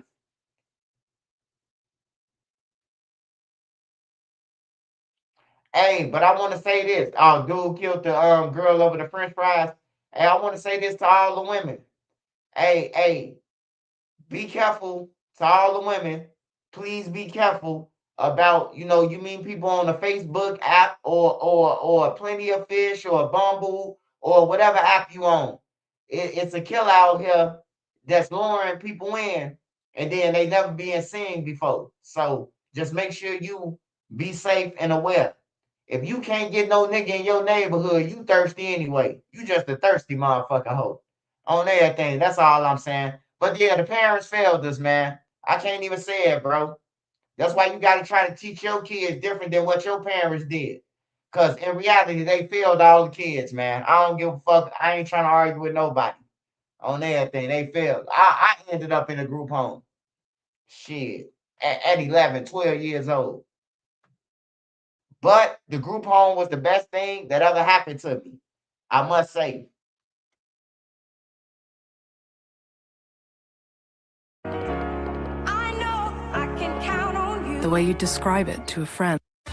Good evening, everybody. I'm Roop Raj. Tonight, women looking for love, instead trapped and attacked by a man who they say seemed normal. 3 victims so far and counting. Fox News' Jessica Dupnack is live now with one woman's terrifying story. Jessica. Well, the suspect here is being held on a $1 million bond. And Roop, you know they don't hand those out easy anymore. Police say that speaks to how dangerous this guy is. Now, let's put a face to the story here. Let's take a look at a picture of 31-year-old Daniil Sandridge Jones from Detroit. He's charged in connection to assaulting at least 3 women. And the common thread is that he met them on Facebook dating. At first, we're told he seemed normal, but after a couple of dates, the women describe him as snapping. Then he allegedly attacked. All of the crimes apparently happened at Sandridge Jones' East Side Detroit home. He threw a brick at one woman's face and then at her car, choked and beat another woman, allegedly. And in the case of 27-year-old Jakayla Archie, he stabbed her multiple times in the neck and made her drive around at knife point throughout the city of Detroit. She had no idea what his plans with her were. I definitely thought I wasn't going to survive. Like, at all. I never thought I was ever going to make it out of there. It was to the point where I started praying and things of that nature. And when he found out that I was praying, and when he heard me whisper God, he was like, you believe in God? You believe in God? I knew that he had did this to multiple women prior. I just had a feeling like you had to do this before because he was too comfortable.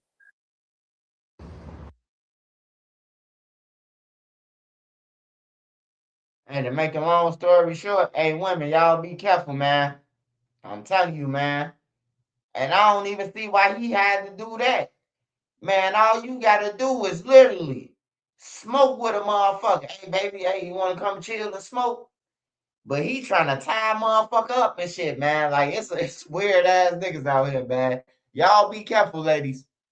If Trenches News don't tell you nothing, be careful, man. Be aware of your surroundings, man.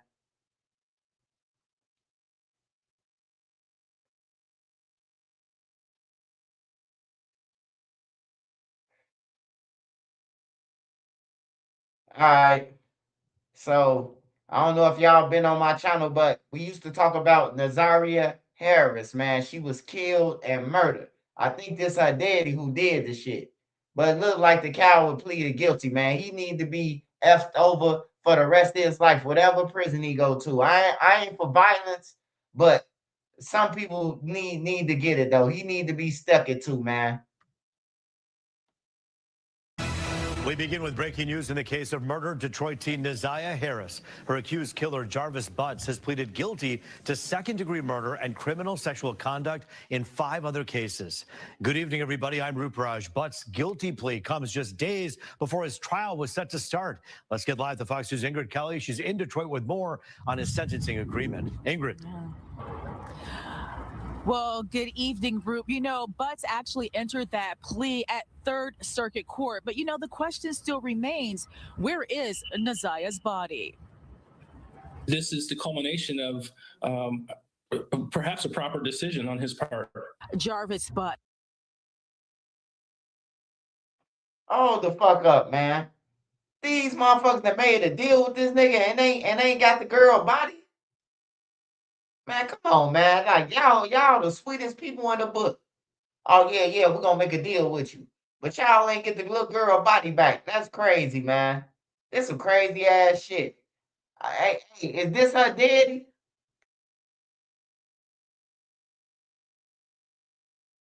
The man charged in connection to the death and sexual assault of 13-year-old Neziah Harris pleaded guilty to murder and a number of sexual assault counts during a pretrial hearing. Here's legal expert attorney Todd Perkins, who was not affiliated with this case. Wayne County Prosecutor's Office is the Office of Community Prosecution. They wrap their arms around families before they would make an offer in this type of case, and I'm sure they did that in this case. It's alleged Butts developed a relationship with the teen. Last year, Butts was bound over for trial in connection to Neziah's disappearance. She was last seen getting off a school bus on January 9th, 2024 in Detroit. It brings closure to the family, and I believe the family got something out of this in the sense that they had this great traumatic loss, but they have someone who makes a statement and also gives information to the prosecutor's office and law enforcement to bring that closure about. Yeah. Back out here live, Attorney Perkins, he actually spoke to. Well, Cairo say, man, we need to be putting all the noodles on them. I got 1,000 ramens. No, I'm just playing. Just in case fans listening. Hey, this ain't no props. Hey, I'm just playing. I ain't got nothing on him. God will take his ass out.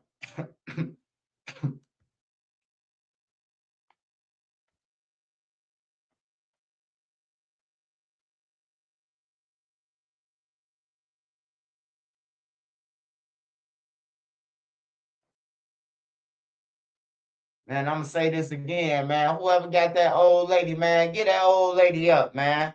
Y'all playing with niggas' mamas and man, this real evil than a motherfucker, man. This real evil than a motherfucker, man. And when you get some money, move your family, your immediate family out with you, man. Like move your mama, move the people who somebody think they could grab from you. You hear me? Because your friends will be the ones who, hey, that's his little brother. They could be on some Uncle Ice shit. Hey, that's his little brother, man. Give me a blunt. Yeah, man. Let that motherfucking lady go, man. I don't give a fuck what color you is. I don't care what color you is, man. Right or right. Right is right. Wrong is wrong, man. That shit wrong, man.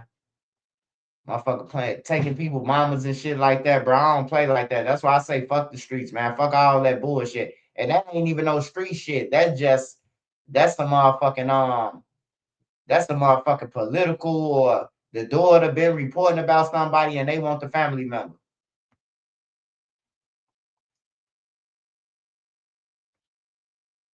What else y'all saying out there? We talked about the blood money. We talked about Chief Keef. Money Duke, Money Duke, Money Duke. Hey, look, I'm gonna say it one more time, man. Money Duke ain't got nothing to do with what O Block and Blood Money them had going on, man. Money Duke got killed, man, because he took some shit from a real member. That's why I say some of y'all just need to stay out of some business that's above your motherfucker pay grade. Money Duke took some shit and said that nigga basically, nigga, I'm O Block, nigga, I don't get no fuck. He backdoored the motherfucker for they shit. They told him to give it back. He said, nigga, I'm O Block. I run this shit, whatever. And then they got killed. Shit. That's what happened. But they ain't got nothing to do with no blood money, man. I know y'all want Chief Keef them to be a part of some shit, man. But Chief Keef them ain't got nothing to do with that, man. That was a nigga. He was from over there, but he don't know nothing about what's going on with Keef them. Like he an older member. So they took some shit, you know. He wanted his shit back from Duke. Duke said he a boss. He got on some gangster shit. And then he got killed, man. Just telling you the truth. It was youngin wasn't supposed to get killed, man. But I guess they wiped them all down, man. They tried to kill everybody who was right there with them, man. Just in case you was able to say they did it, they wiped everybody down. You hear me? Yeah, that's the truth.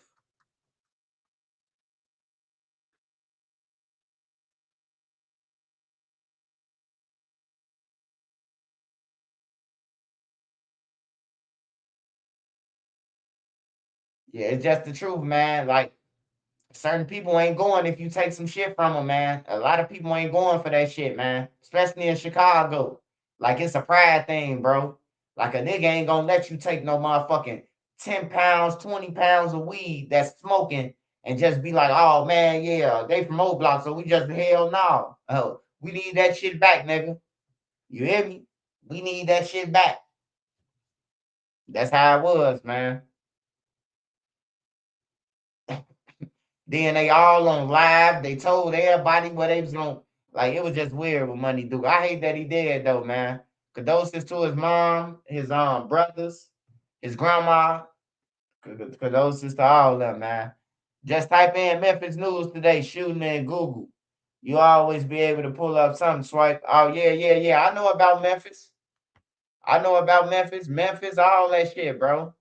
I told you when me and Nene was in Memphis. It was two shorties. It was two shorties that did a shooting on Beale Street.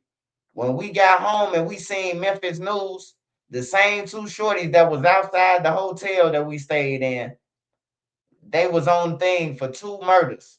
On everything, bro. Memphis be going down.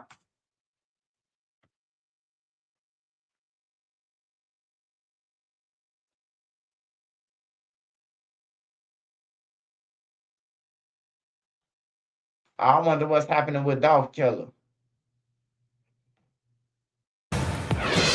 More than 4 years after Young Dolph's murder, the criminal cases against the men charged with his death are almost done. But there was one more delay today. Good evening, everyone, and thank you so much for joining us tonight. I'm Darcy Thomas. The third and final defendant charged in the Memphis rapper's death was expected to plead guilty today. Instead, his case was pushed back for 6 more weeks as both sides are trying to iron out details. Fox 13's investigative reporter Kayla Solomon joins us live tonight. Kayla, the DA's office gave a hint as to what still needs to be sorted out. Yeah, Darcy, the district attorney's office clarified that there is a guilty plea that's been agreed on, but they're still trying to iron out details with the Tennessee Department of Corrections on Cornelius Smith's housing. That's the last thing that needs to be signed off on. Now, Cornelius Smith, along with Justin Johnson, were both charged with the physical November 2021 shooting of Dolph outside of Makita's Cookies in South Memphis. And Smith testified against the other shooter, Justin Johnson, who was then convicted of murder. Hernandez Govan was accused of masterminding the murder, but a jury acquitted him last summer. Today, Deputy District Attorney Paul Hagerman and Smith's attorney, Michael Scholl, told us they're ready for this chapter to be closed. He's ready to be done with the matter and move on with his life, but we want to make sure everything's done correctly and appropriately. So he's fine with whatever time we need to do to iron out what we need to iron out. The first trial, they got a little bit of closure too with regard to Mr. Johnson. Second trial with Mr. Govan was hard for them, to accept the result, but it is what, the jury did. This has been a long process to try to hold these people responsible. Now that new court date for Cornelius Smith is scheduled for March 30th. That is when we hope to see the end of the Young Dolph murder saga play out. Darcy. It's been many years in this process. That is Fox 13's Kayla Solomon live downtown Memphis today.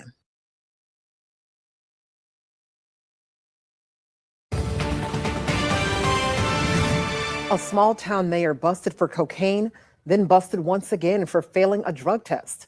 Well, now that mayor is fighting back, trying to clear his name and sue for millions of dollars. Fox 13's investigative reporter Kayla Solomon walks us through this federal lawsuit. Mayor Jamie Mayo arrested on cocaine charges, but the small town mayor says it was actually the deputies who committed crimes. He's suing.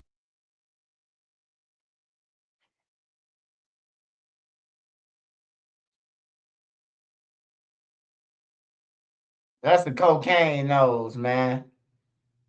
That's the cocaine nose, man. His nostrils too wide, man. He did it, man. He look like he high right now. Look like the Monopoly man.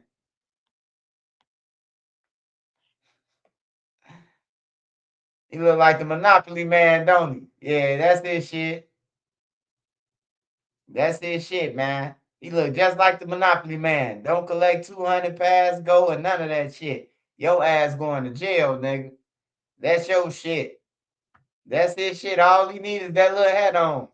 Committed crimes. He's suing Tipton County after he says he was deprived of his civil liberties, claiming they searched him illegally.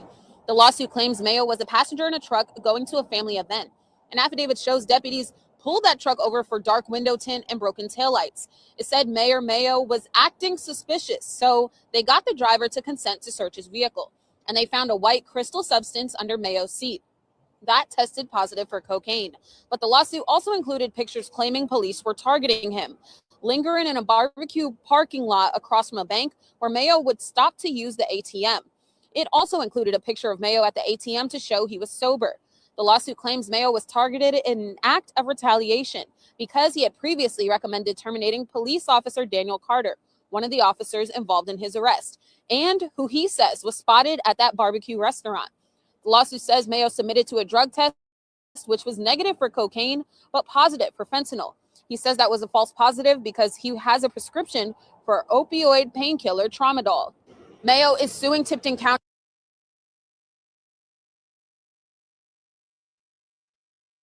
Man, lying like a motherfucker. He lying like a motherfucker, man. He can't be protecting the town off cocaine, man. Get your ass up out of there, man.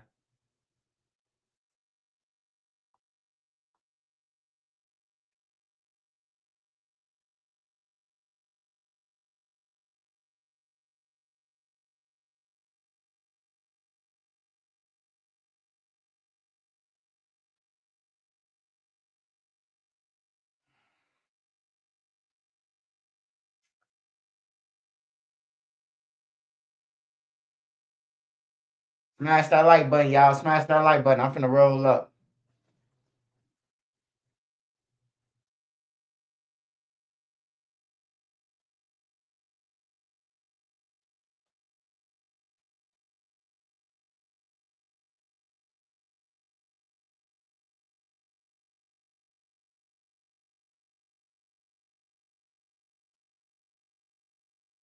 Oh, takeoff killer, takeoff killer. Okay, okay, okay. When takeoff killer go to court?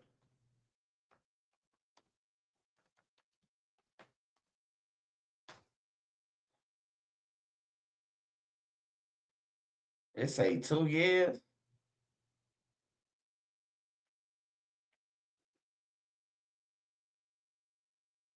8 months, 3 years.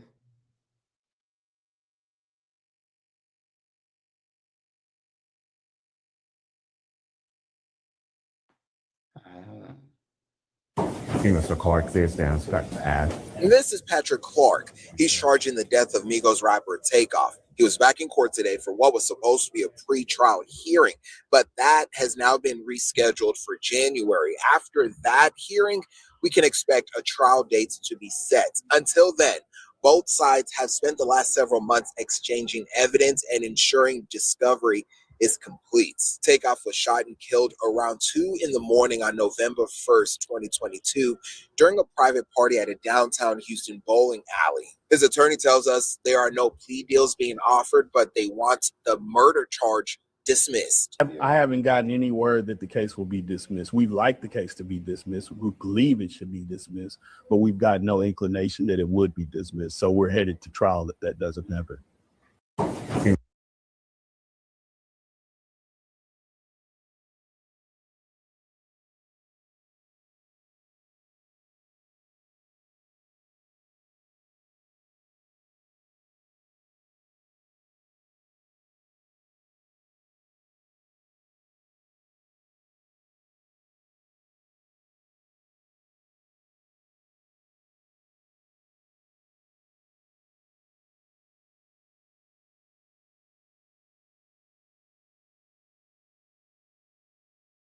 And yeah, I wonder whatever happened to fucking Duke the Jeweler, man. We ain't heard shit about Duke the Jeweler. It's like he from Chicago, so we like they just stopped looking for the killer or what? They backdoored Duke the Jeweler like a motherfucker, man. I never respect Boosie after that. after that shit. Boosie gonna play like he ain't know who Duke the Jeweler was. And a man was standing right next to him on video talking to him. Looked like they was talking to him about jewelry. He said, I don't know who Duke the Jeweler is. Like, you know who the nigga is who had on all that motherfucking ice, nigga. They played Duke the Jeweler though, man. He was at the wrong place, bro. You can't be everywhere like you in Chicago, man. There's killers everywhere, man. Like you might feel like you good cause you from Chicago. Nah, bro, a nigga will kill you, bro. That Chicago shit don't hold no weight in no other state, man.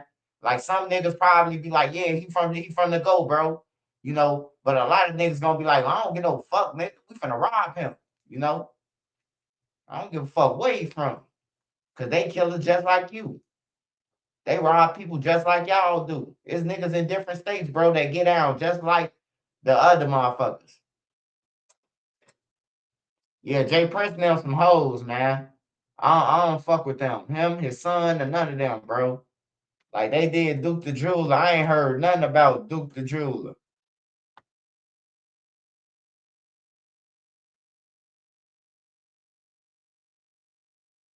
I ain't never hear this shit. I know this old, but I'm gonna check this out. I ain't never hear this. That's why they kept saying Offset wanted to go. They couldn't leave. You would think I ain't finna let you leave. That's why you arguing and squabbling. Cause y'all really want to leave. Homie, it's so much, homie. These ain't right, man.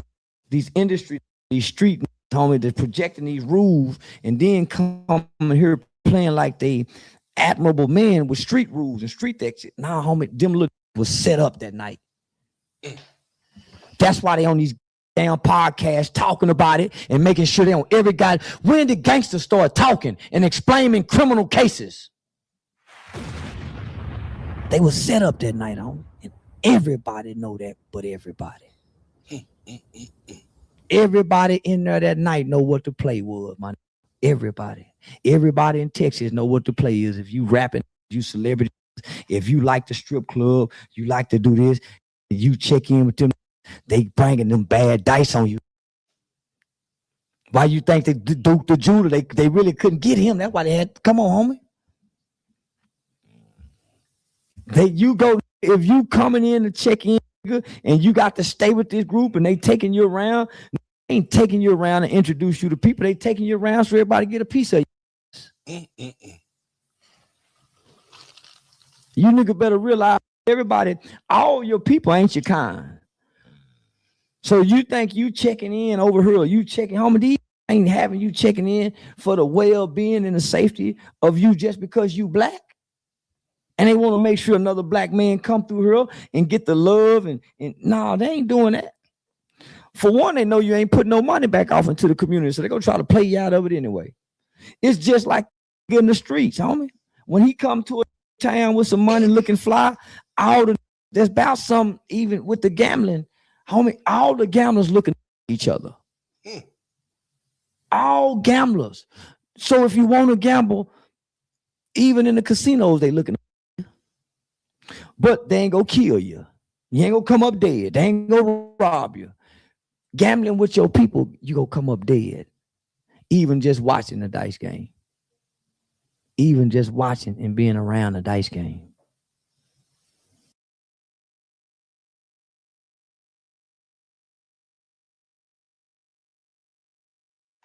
Yeah, I believe that shit, man. I believe that because if you see that video of Duke the Jeweler, you gonna see Boosty, all of them looking at him like he fucking fresh meat on everything, bro. They wanted them chains. Then they said he was winning in a dice game. He had his own dice. He wouldn't shoot with their dice. They had trick set dice or some shit.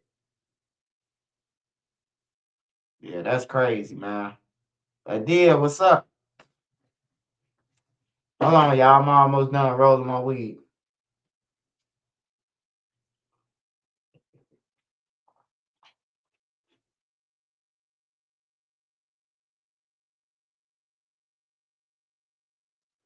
Pineapple Phantom gonna have to give me a deal, man. Hey, Pineapple Phantom, Y'all gonna have to give me a deal, brother. That's the only shit I drink. I love. Especially when it turns to slush.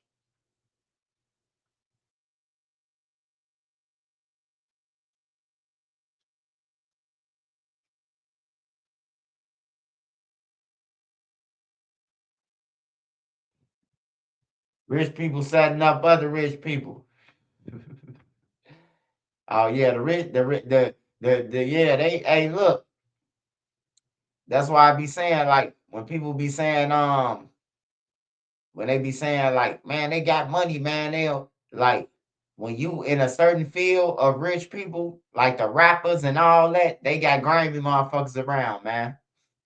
They got grimy motherfuckers around that's just robbing people. Like King Von said on the video.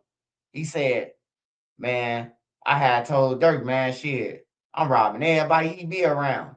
You know, that's just bad for business, man. And y'all still let him come around after he told y'all this. Von said he robbing everybody, man. That be around Lil Durk, all the rappers. And they say he was robbing people. He was robbing people at the shows. Every show he was taking bags and shit from people. That ain't good for business though, man. All right, somebody say Philly crime. Hey, I wonder what happened. I wonder what happened to what happened to the little boy from Philly. It's some guy from Philly. What's his name? What's the little basketball player? He was a fucking basketball player and a killer. The fuck is his name, man? They said he's supposed to give the kid something.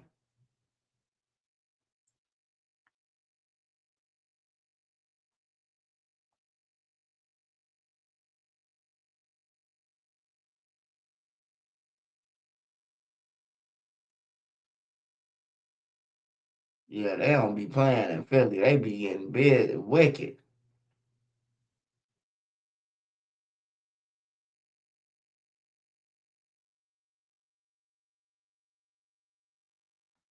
Hold on, I'm gonna go back to Philly.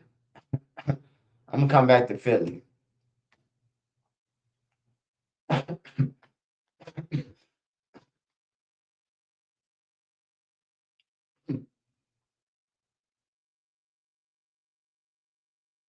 No. Noah Scurry. Noah Scurry. What the fuck going on with Noah Scurry? I thought Gilly the Kid said that they said he killed his son, man. Think Gilly the Kid might be going to jail or something, man. Noah Scurry, man. I couldn't believe it, man. The first basketball player, killer, a book nerd. That motherfucker, he was the jack of all trades. This little motherfucker. See, they ain't said nothing else about him. That 1 year ago.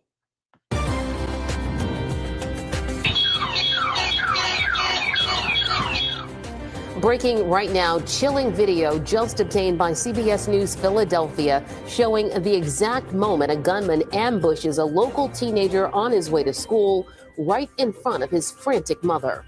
And new today, police get a major break in this case as they recover a Jeep that they believe could be connected to this very brazen murder. Good afternoon to you, everyone. We're also streaming live for you on CBS News Philadelphia. I'm Natasha Brown. And I'm Siaf Lewis. CBS News Philadelphia's Carrie Corrado has. Well, we've seen rapper Gilly and also podcaster and everything else, excuse me, as the Eagles hype man dancing to blow the whistle. He's been on the stage when they had their official send-off for New Orleans. He's been in the locker room dancing with the players. But you may remember he suffered a horrible tragedy 2 years ago when his son was murdered. Gilly had just gotten a little closure, and he says police told him who killed his son. So Gilly's son, Devin Spady, a 25-year-old rapper known as YNG Cheese, was shot and killed in a triple shooting in Olney in July of 2023. Gilly says the shooter was 17-year-old basketball star Noah Scurry, whose own killing made headlines just last month. And in a recent interview with Shannon Sharp, Gilly says his son was not the intended target and just happened to be in the wrong place at the wrong time. Scurry was shot to death on January 14th while on his way to Samuel Fells High School with his mother. And police say Scurry was killed one day after a rap video was posted to social media. And here's a screenshot of it where Scurry was dressed in a Joker mask and holding a gun. And Scurry was also a victim in a previous shooting in May of 2023. But there is video of this, and I'm sure you wouldn't want to hear me say it. So hopefully we'll get to play the video where Gilly talks about what it's been like and hearing that news and the fact that we're losing our young people and how they're being raised. So I hope that we'll actually play that video because I can say the words, but to hear it from his own mouth is a little more Well, it was impactful. shocking to everybody that was watching it, including the interviewer, Channe. Yeah. He goes, what? It was just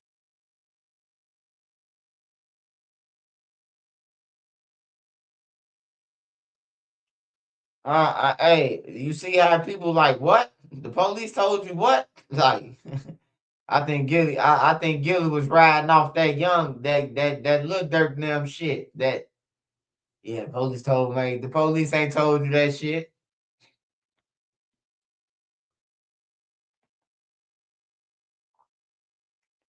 Yeah, man, the kids just wiping out each other. But he a little Joker. He a prime example of like shit. He was smart, had good grades, top of one of the top of his school or the district. Shit, basketball player could score 20 points and then kill a motherfucker. He got a lot of shit going on.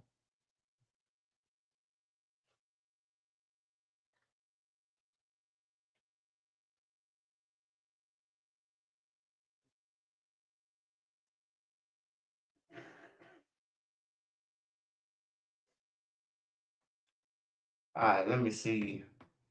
What else on here, y'all? I ain't been on here. What else y'all want me to react to, man? Give me some shit. Don't give me no shit when they playing no music in there.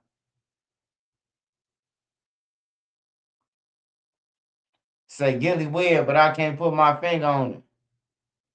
Yeah, he was a straight A student, man. He was a straight A student, man. He had the grades he was top of his district, bro. He was one of the top of his district in grades. So either everybody slow or he a smart motherfucker. Or he in the class with all helmets. You hear me? With football shoulder pads on at they desk. But yeah, they said he's smart, man.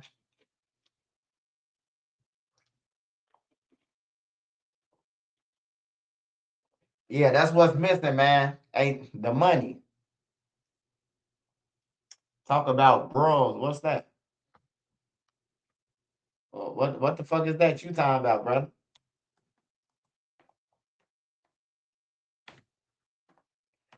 Oh yeah, Big U put in a motion. Big U say he want to see all the witnesses. Who the fuck gonna show you the witnesses and you just dragged the motherfucker in the desert, nigga. You took the kids' toys and had the crib sell them. Ain't nobody showing you shit, nigga. You going to jail, you big bald head motherfucker. On everything. Fuck Big U. Hey, I love California, man, but I'm finna give me a shirt that say fuck Big U. I gotta start my hoodie line. Bonnie did it. You know. I'll alter it if you want free smirk on now. Hey, but yeah, man, fuck Big U. Big U, man, he want to see all the witnesses. He want them to show him 70 witnesses that they got, all their names and everything, nigga. You gonna see when they show your ass that trial. Talk about Bro Rilla. Hey man, I can't keep on talking about Bro Rilla, brother. Bro Rilla used her family to get on, bro. I don't respect people like that though, but shout out to her, and all that shit. I don't respect people who think your family owe you something. They don't owe you shit. Like if a man work hard, if I bust a rap today and become a millionaire, if I take care of you, then yeah, you know what I'm talking about. But I don't owe you shit. Like I don't owe you shit, bro. Like for real, people need to stop panhandling, man, and go and get a job, bro, before it's too late. Cause them, I'm telling you, motherfuckers off all these drugs when you get 50 and going on 60. You gonna need that motherfucking healthcare plan. You gonna need all that shit. So stop focusing on the wrong shit and focus on what you need to be focusing on, because you're gonna need them pills. Them pills gonna cost 3 times as much as they do right now. That loaf of bread gonna be $5, $6. Them eggs gonna be 20 for a motherfucking 18 piece. You hear me? Like for real.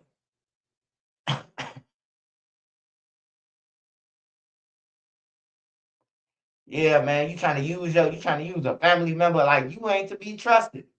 Like, I don't trust no motherfucker like that. You ain't to be trusted. Motherfucker can talk about a snitch all day. You ain't to be trusted though. You will sell your own family out. Yeah, if you get into it with your own family or put your own family out there, throw them under the but like I don't want to fuck with nobody like that. Cause if you don't fuck with your family or love your family, how the fuck you gonna love me? You know what I'm talking about? You can't love me if you would do this shit to your own family. Some motherfuckers who got your last name, you can't love me. That's a motherfucking lie. Keep the love shit. You don't love nobody, keep that shit.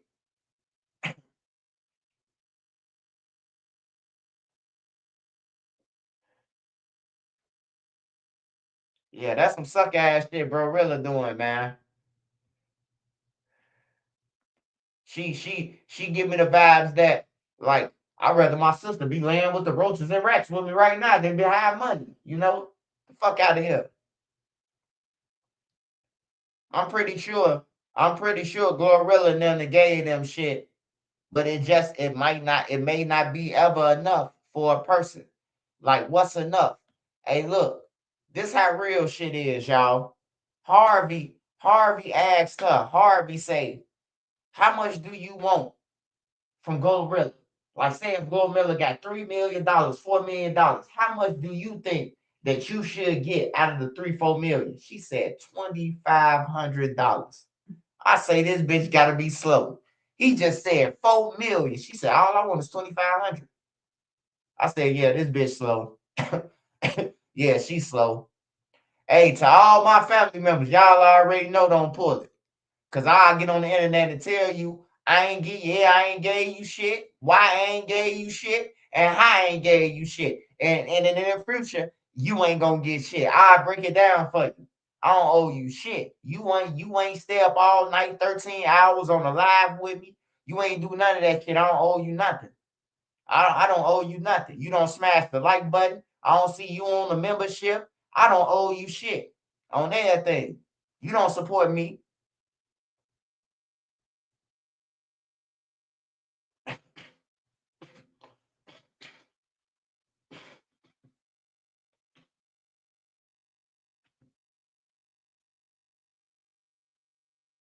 Yeah, yeah, yeah. And see, and that's what people don't know.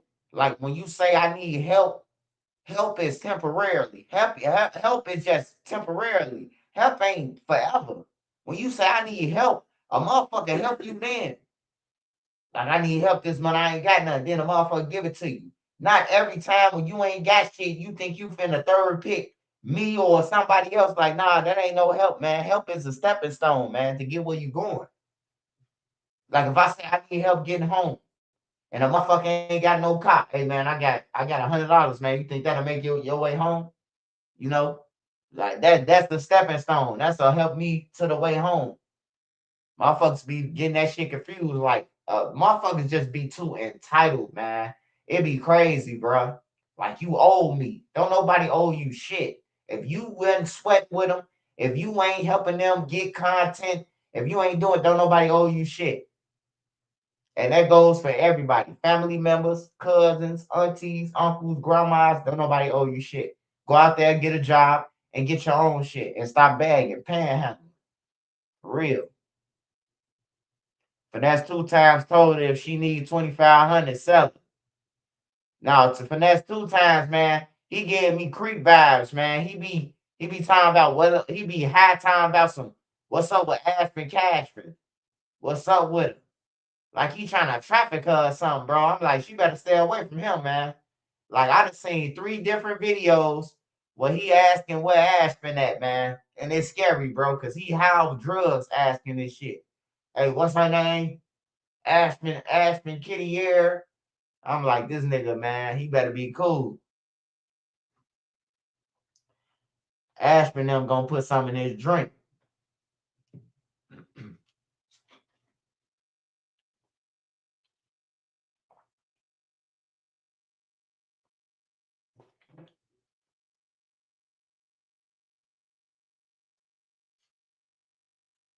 Hey, yeah, I'm glad you said that because I'm finna put that. I'm finna make a voice message. You have reached Trenches News. Hey, look, I ain't got shit for none of y'all. So if you calling for money, I recommend that you go to a blood bank, a temp agency, or or go and find you some copper or goddamn it some junk and take that shit to the junkyard, man. Beep. Oh, that thing I'm finna make that on my voicemail, the back of my voicemail. You have reached Trenches News.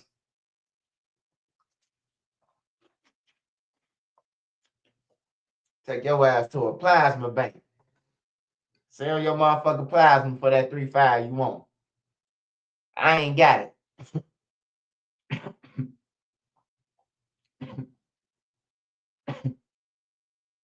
Finesse locked up. They arrested him in San Antonio. That nigga get locked up every other day and back out. I seen him and Suge got out so many times. I'm like, I ain't reporting about that shit. They go to jail every day, man. They go to jail for some crack or something. Something they going to jail for crack pills, a gun, and then he got Sugar taking all the cases and shit. like one day Sugar ain't gonna be able to take a case and she gonna have to go and do time.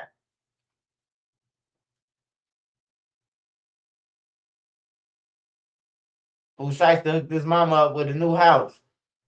Oh yeah. I respect people who do that shit. Make sure you take care of Mom Dukes. You only got one mama, man. Once mama gone, it's over with. The family split up and everything. Niggas don't get up with each other, you know. Yeah, the oldest kid be trying to get the money off the funeral. It's all bad. It's all bad, man.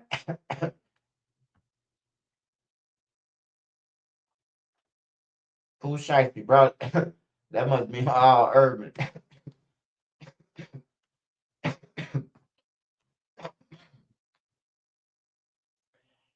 Hey, DJ Vlad snaps on Jay-Z. Hey, man, I talked to Vlad, man, last night. Vlad say he was just trolling, man. Vlad say he was just trolling. He was trolling Tory Lanez them team.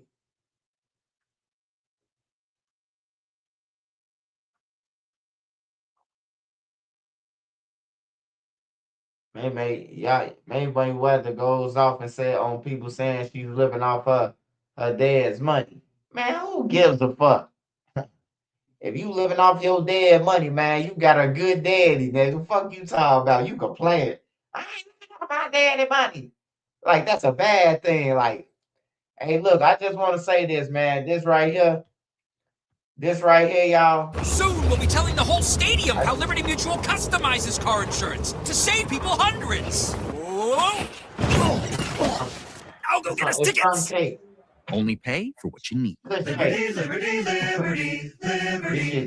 Booking.com has all kinds of stays because a city hotel is right for some, but not quite right. Suck ass job ruined the plane. Suck ass up. Suck on the plane no more.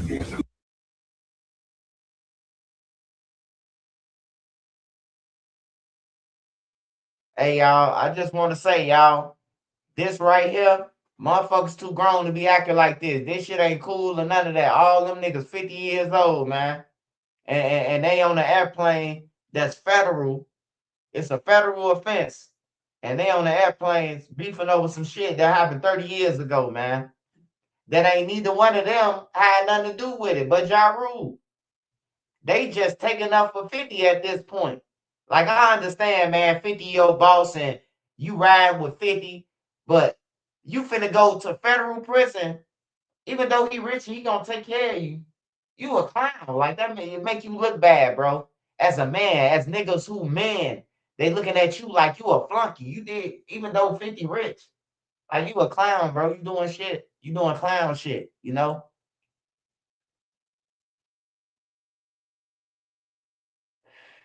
Y'all look at this shit clown shit, man. Like niggas need to just go ahead and get on stage So together. Tony Yayo and Uncle Murder are on a commercial. Yeah, Tony Yayo, man. Like I be fucking with him, man. You know, but it's like they just a clown. They be on some clown shit a lot of times.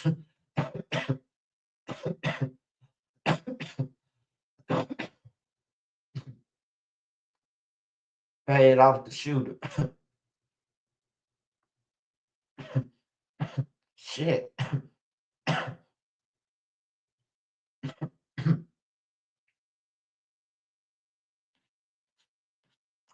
Hey y'all, I got a question for all y'all. I got a question for all y'all. Got a question for all y'all. In a verses. I know y'all know what a verses is, right? So in a verses, do you think that T.I. can fuck with Lil Wayne in a verses? I need a lot of y'all to answer too.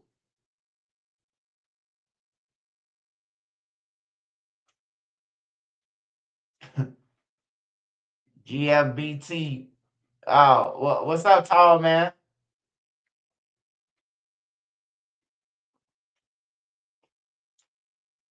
They said no. They said no. See, they saying no. Okay, okay. I'm gonna wait a little bit. I know this. I love Lil Wayne, but I think T.I. just be talking a little bit too much, man. He can't fuck with.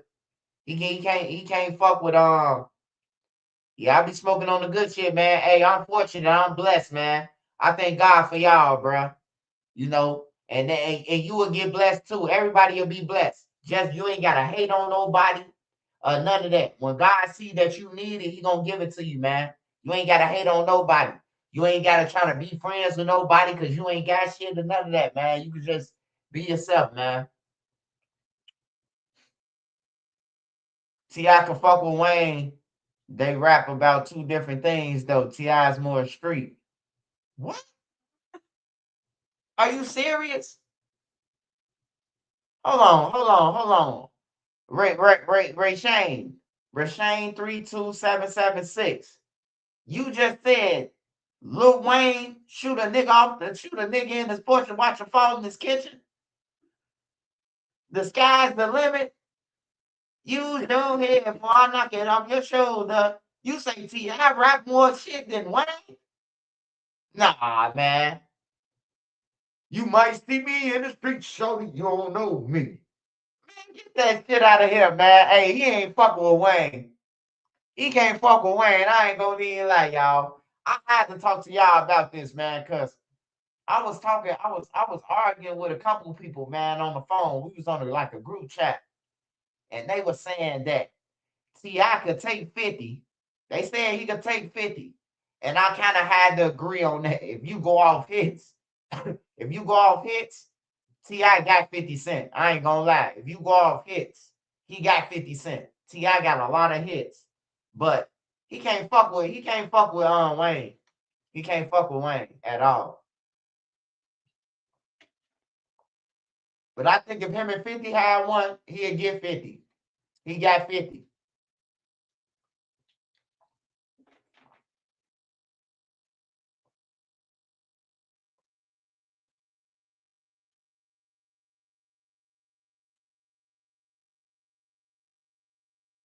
Oh yeah. Yeah, Mr. Carter. T.I. ain't fucking with 50. You say T.I. I'm talking about T.I. got way more hits than 50, man. Man, T.I. got hits, bro. I'm talking about we having a versus going off hits, bro. We ain't going off no motherfucker. You sold no vitamin water, nigga. T.I. got hits.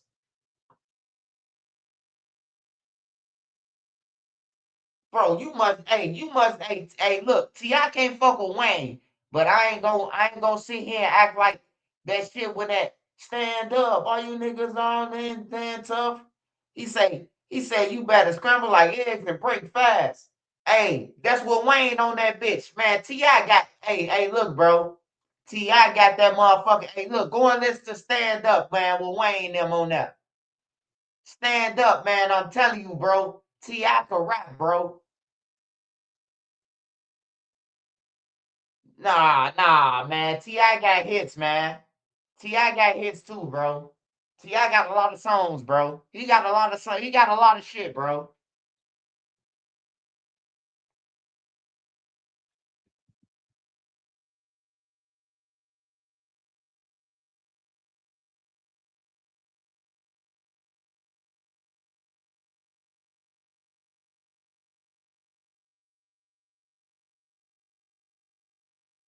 I mean, what else 50 gonna play besides Get Rich or Die Trying? That's what I'm saying. What 50 gonna play besides Get Rich or Die Trying? And he ain't gonna be able to play all that. Get Rich or Die Trying, and what else? Man, T.I. got hits, man. I ain't no hater, bro. I ain't no motherfucking hater, bro. Y'all better go and check out T.I. He got a catalog, bro. T.I. got a fucking catalog, man. On everything. We ain't just gonna sit here and act like we ain't talking about T.I. Man, Bad for Mercy was some bullshit. Anything got to Get Rich or Die Trying, bro. The Massacre was it. After the Massacre, man, 50 fell off, man. After the Massacre, 50 fell off, man. On everything. I used to listen to 50, bro. Until after the Massacre, bro. The last shit that he had was She Loves Me Not. The Fiends Need Me. I Ain't Around, They Bones Ache. Detox Rehab, Cold Sweats, Watch Them Shake. I used to listen to 50, man, but T.I. got hits, though. Don't sleep on him.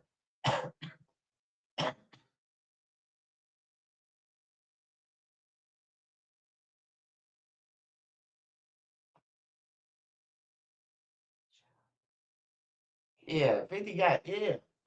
But damn, ain't that, he ain't got too many. Look, now, look, what T.I. got? T.I. got, man, T.I. got so much shit, bro. I'm telling you, man.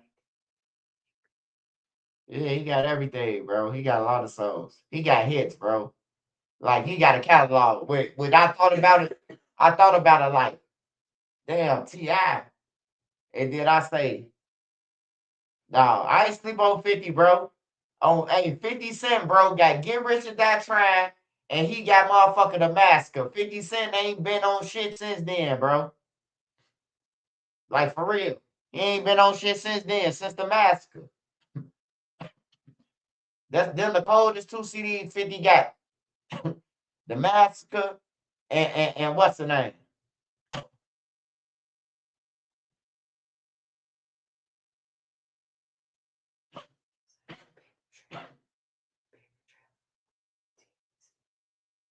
All right, so what about who y'all think can go up with Wayne with their catalog?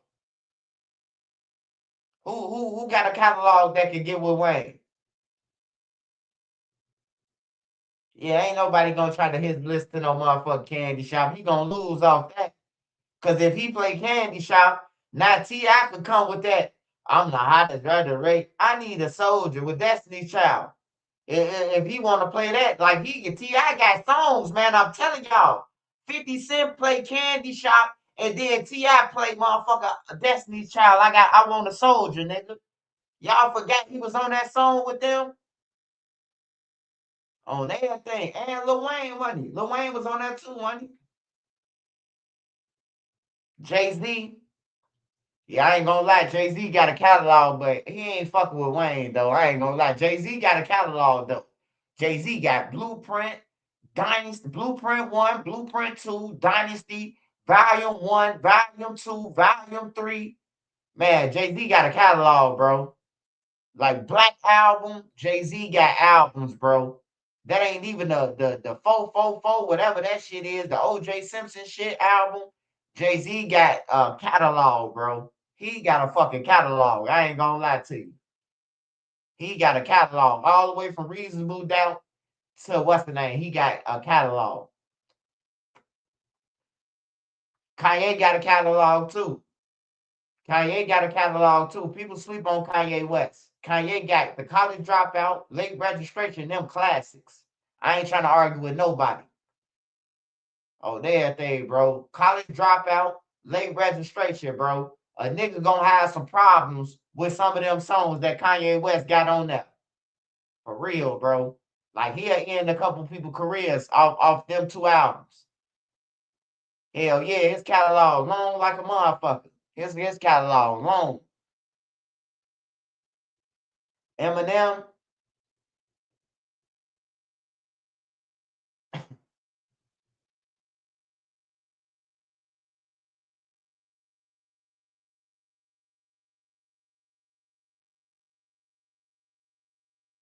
Hov the only one.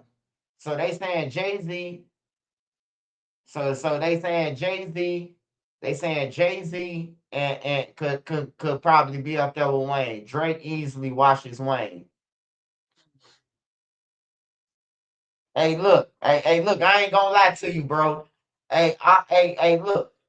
Like I've been listening to Drake since Drake first came out on the award show with the boot on because his foot was fucked up with I want the money, the cars, the clothes. I just want to be successful.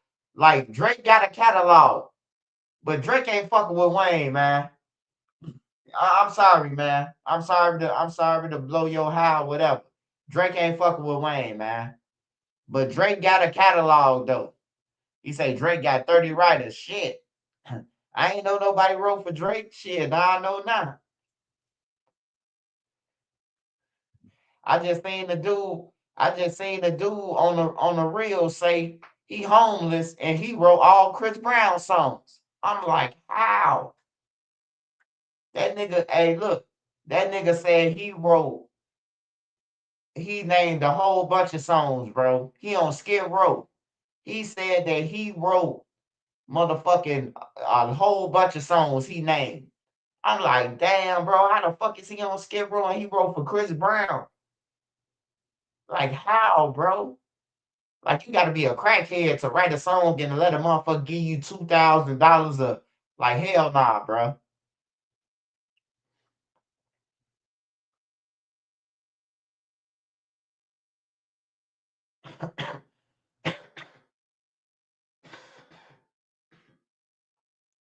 Drake got a catalog, man. But I don't think like YB can fuck with Wayne. Nah, man. Stop it, man. Stop it. I know y'all like YB and all that, bro. But YB ain't he got a million songs, but his million songs can't fuck with none of Wayne's songs. I don't give a fuck what you talking about. The best song that young boy can get some props for going against Wayne, he might as well put Nevada up there. He might as well play Nevada, man. Cause Wayne gonna wipe him out after that.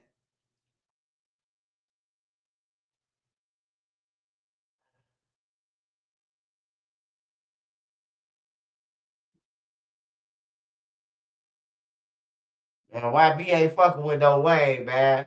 I don't know what type of drugs y'all on. You gotta be crazy the motherfucker, man. Yeah, they young. They gotta be young saying YB better than Wayne.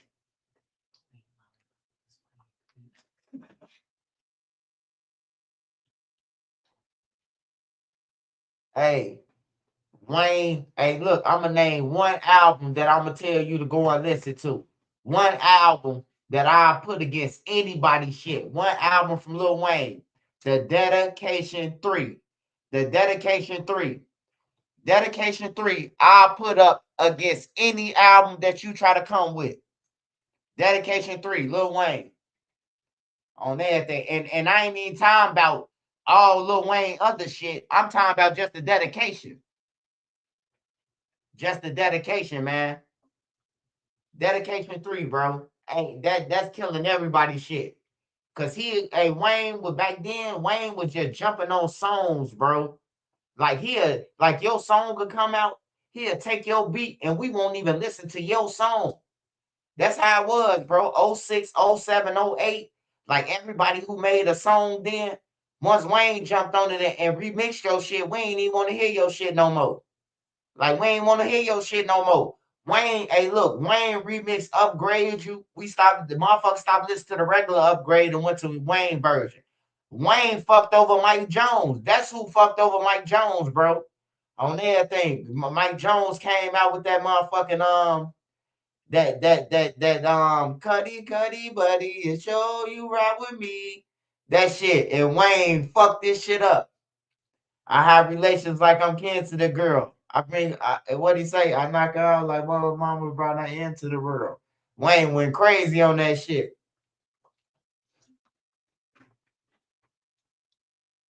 Wayne fucked over a lot of people though. He took their songs, man, and just remixed it. We stopped fucking with all the regular shit. He was fucking them beats up, man. I'm telling you. Yeah, 06, 07, that's all we was rocking was Wayne, bro.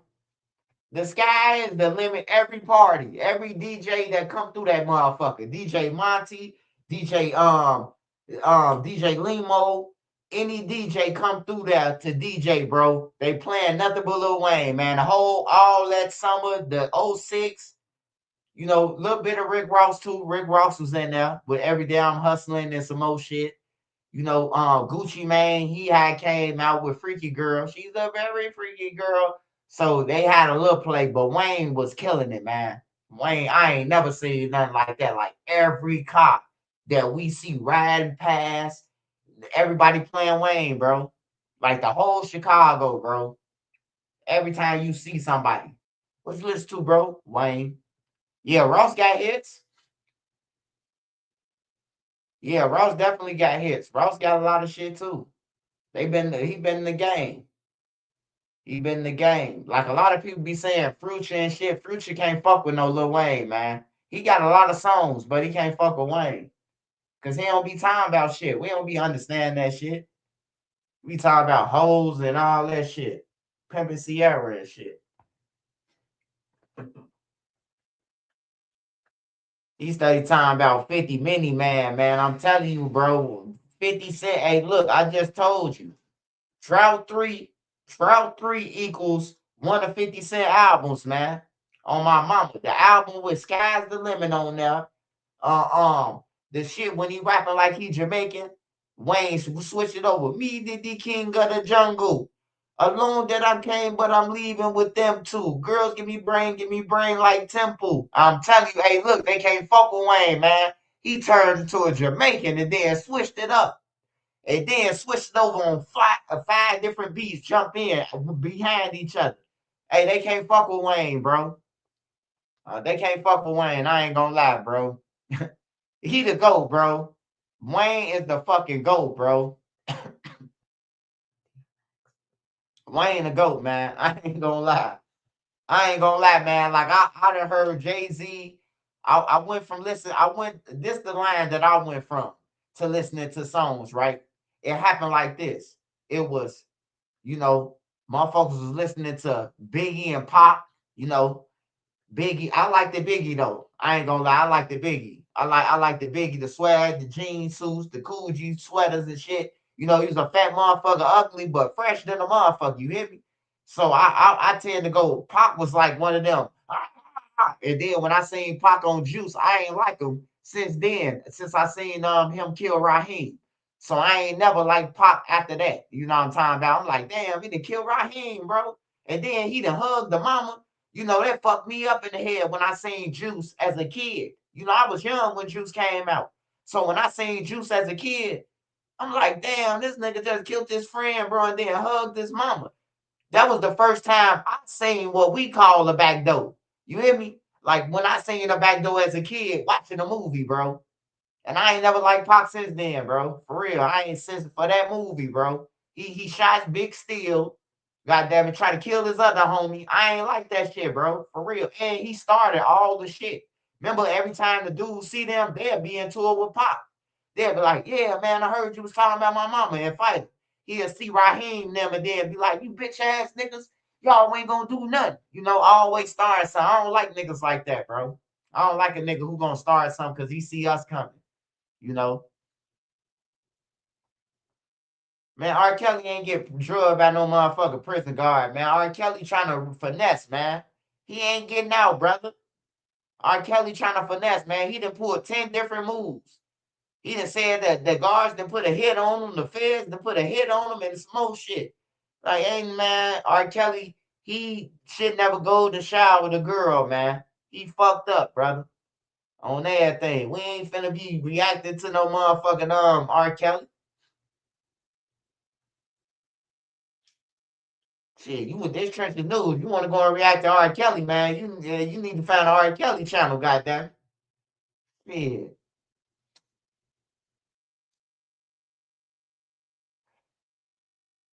See, everybody be cool with that shit. But I be trying to look at shit all around the board. What if that was my daughter? You know?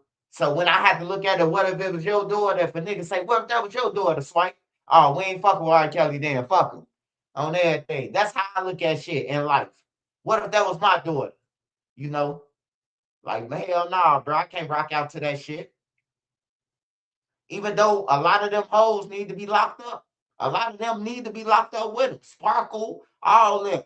The girl clearly said, the young girl said, my auntie told me to get on his lap, rub his bald head, and say, you my god daddy, or you my god daddy, and ask for a record deal or some shit, whatever. The girl said this shit. The girl who he, you know what I'm talking about, go in the shower with on. And then Sparkle got on there. We watched Sparkle and she lied. I didn't tell her to sit on her lap. I didn't do that. I had her mother and father in the room. You know, like they sold the girl, bro. They sold the little 13-year-old man to R. Kelly. Yeah, R. Kelly trying to finesse the prison, man. He ain't getting out, man. They don't care if somebody trying to kill you or none of that. You in prison. Only thing they gonna do is put you in a cell by yourself now. He gonna make it worse for himself. He ain't gonna never be on population.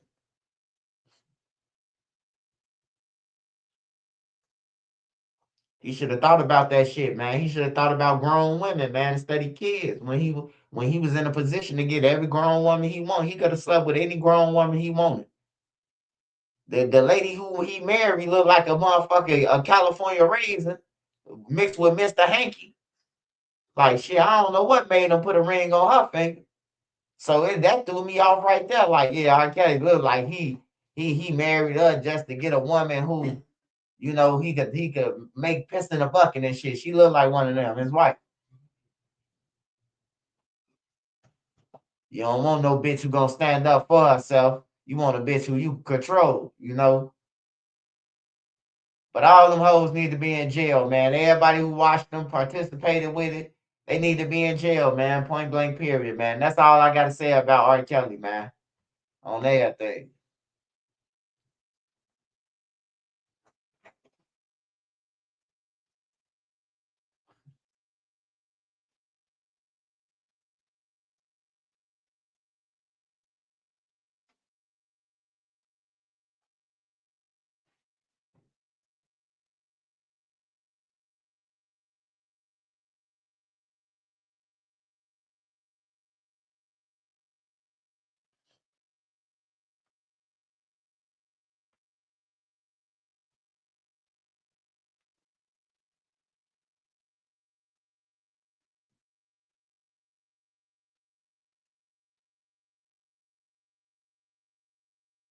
Hey, he said, Mr. Hanky. Oh yeah, yeah, that's the Christmas pool. I used to watch all that shit, man. I used to have every episode on the DVD of that shit. Mr. Hanky now. Jay-Z too. Nigga, fuck Jay-Z. Jay-Z was right with R. Kelly. Jay-Z and was beefing over R. Kelly. He been beefing over R. Kelly before they did Best of Both Worlds. They was getting into it about Aaliyah. They wanted to share Aaliyah, man. On everything, all R. Kelly got to do is go to the federal government and be like, man, I'm finna give up everybody. You hear me? And give up everybody. Oh, you gonna see a lot of people going to jail. Still don't let them out though, but you know, get the rest of them motherfuckers off the street.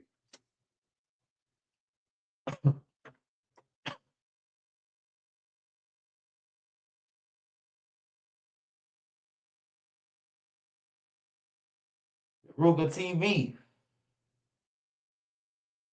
Hey man, hey look man, hey y'all, do not block Harvey World, bro. Harvey World been on my fucking channel since I did the KTS video, which is my first video.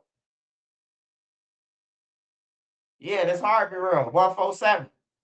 Harvey World been on my channel, man, since I had on the Batman the shirt. They keep on saying draws, man. It was a fucking t-shirt. Yeah, I know Harvey World. I know who you is.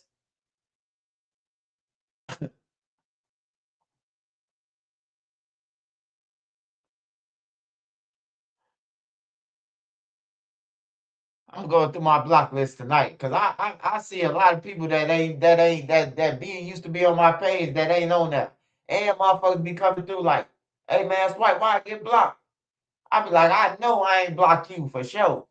You hear me? But then again, I don't know. But I know for sure that Harvey World ain't never did shit. Like I don't know how they got him mixed up. Hey, my bad, Harvey World. I'm gonna get your other page unblocked too. I'm gonna go through that motherfucker tonight before I go shut my ass. I gotta see something.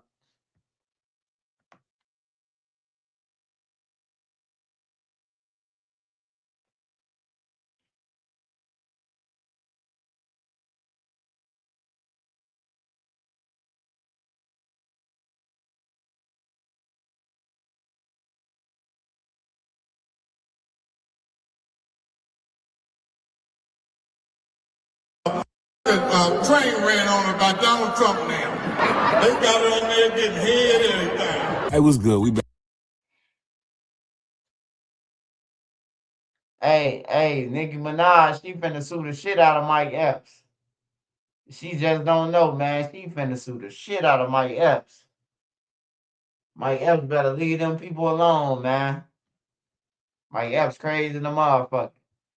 Hey, they say my boy Cat Williams got locked up, man. What Cat? Me and Nene just watched Cat Williams, man. No, they said Cat Williams got locked up in Portland. What the fuck Cat Williams do, man? He got into a fight with a 10-year-old because he was taller than him.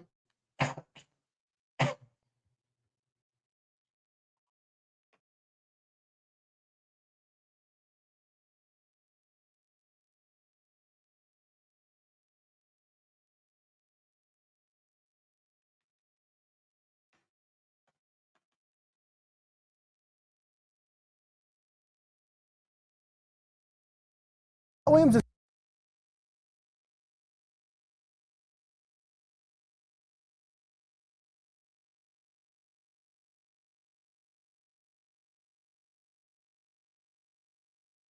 Hey, did Cat Williams get locked up? They say Cat Williams locked up for assault.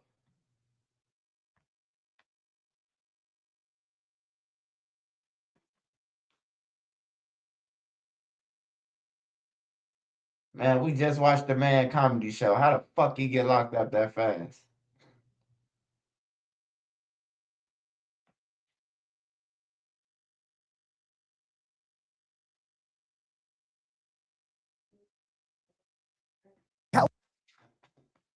On Google.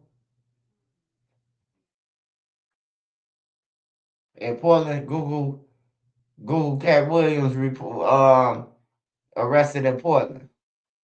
Cause that's where it say he was arrested at. I can see it, but it keep on blanking out my other screen. And I don't want it to knock me off live.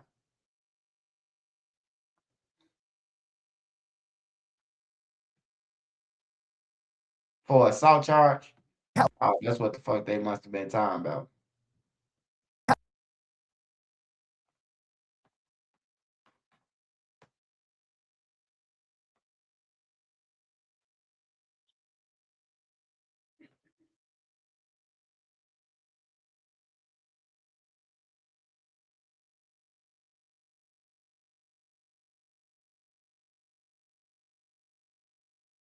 And we do want to go now to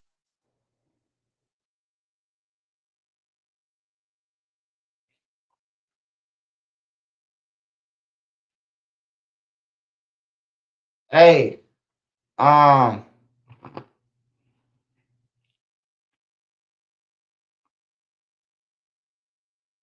I gotta come. I gotta come there because I want to eat at I want to eat at the lady restaurant, man, that she got, and you can sit outside and eat and shit. I forgot her name, bro, but she be on YouTube hustling, man. She got some big ass catfish I want to try. Bring my honey and my hot sauce. You know, I gotta try it. I like catfish too, especially. Got some catfish. I love it.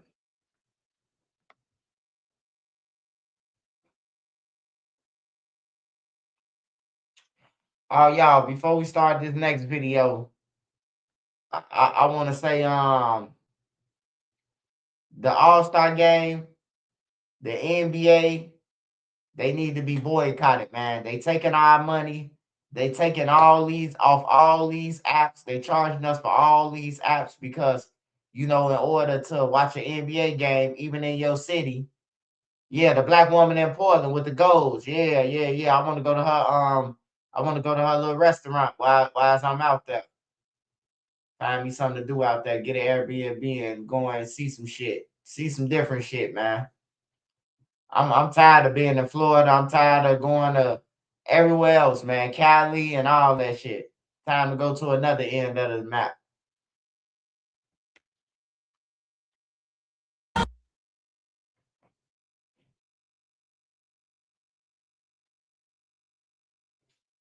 Oh, but what I was saying is the All-Star games and shit, the NBA, it is so garbage. It's garbage than a motherfucker, man. I have never been so disappointed at the fucking NBA games. You know what I'm talking about? It's like it's rigged up. The NBA players look like they don't want to play. It's just all bad, man. It's just all bad for the NBA. And then the All-Star game, it wasn't even a fucking All-Star game, man. They had 4 games, 12 minutes apiece, and that shit was bullshit, man.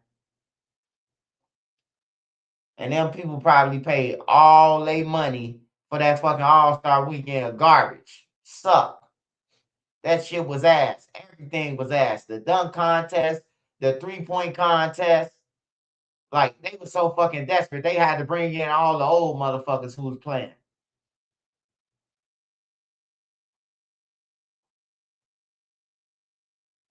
Appreciate it, D Block Ogden.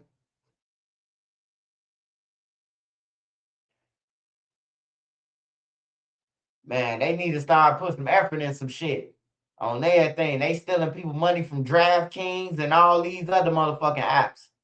For real, man.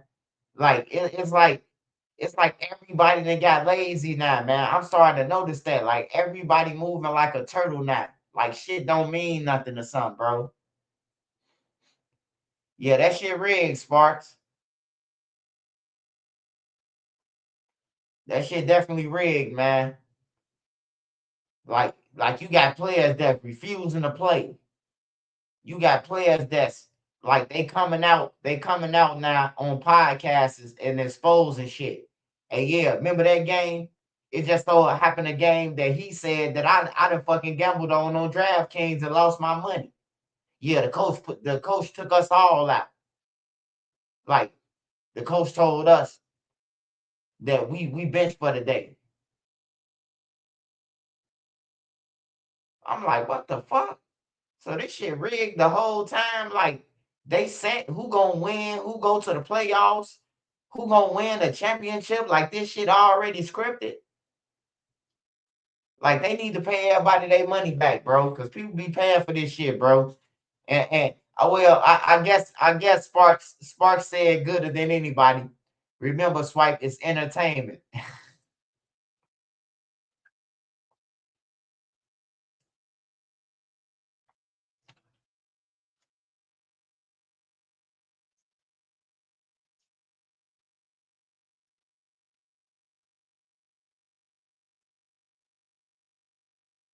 Yeah, once Kobe left, yeah, it's been over, man. It's over with. They charging us for these high ass Jordans and all this shit, and then Come to find out, the child only paid $10 for these motherfuckers. I'm ready to go over there to Vietnam, goddamn. I'm ready to tell Nene we finna fly over there. I'm finna go in the store where they make the Gamma Blues and all that shit and give me some pairs to bring my own shit back. Since motherfuckers want to play like that, I could go over there, chill on vacation, eat me some ramen noodles, because we ain't eating shit else but rice. We don't trust nobody cooking for us. So yeah, I'm thinking about going over to Vietnam myself, where the Nike factory at, and going back my own shit now. Shit. And send my shit back over here in a box.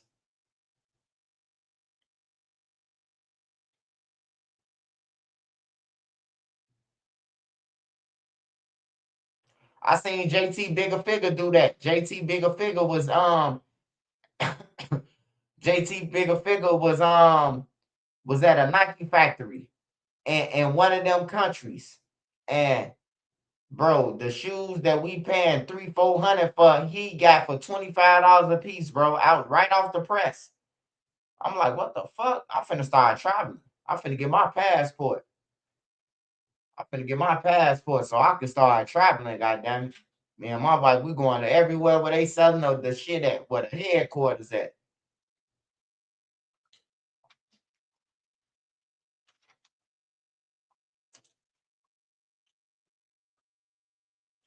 Oh yeah, man, I'll be at the Cubs game, man.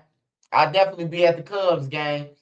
I ain't going to all of them, but I'll be to a lot of them, man. You see, the sweater worked out for me, man. Wearing that sweater in my video, the 2016, man. See, I got noticed by a Cubs person, you know, and now I get to go to Cubs games. You hear me? Just off wearing it on my YouTube video. See, a lot of people be laughing. Change your background. I got tickets, nigga, to the Cubs on everything. I ain't playing either, man. Free tickets, man. I can go whenever I want to. For real.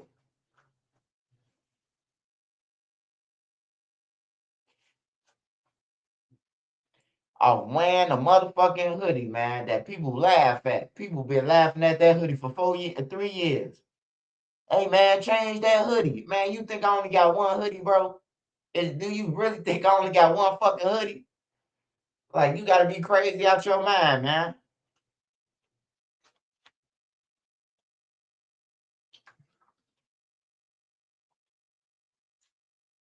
Nikes are made in China, but now they got factories. They got different factories. Like, they got a factory in Turkey. They got a factory in they got different Nike factories. Like, they got different factories. Vietnam got a Nike factory.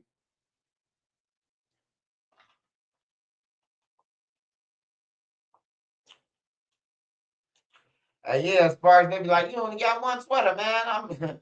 Come on, man. If you think I got one sweater, man, then good luck on life with you, brother. On everything. Cause I'm straight, man. I'm straight. I'm blessed. My kids are blessed. You know, we just blessed people, man. So I just stay blessed, man. Cause usually the people who talking, man, they probably only got one sweater. That's why they concerned about one sweater. You know.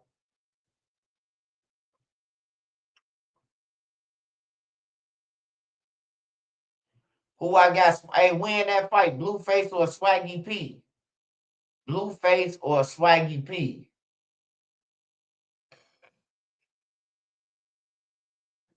I ain't gonna lie, man. I want to say Swaggy P, man, cause y'all probably think Swaggy P, he just some pushover because he's some basketball player, bro.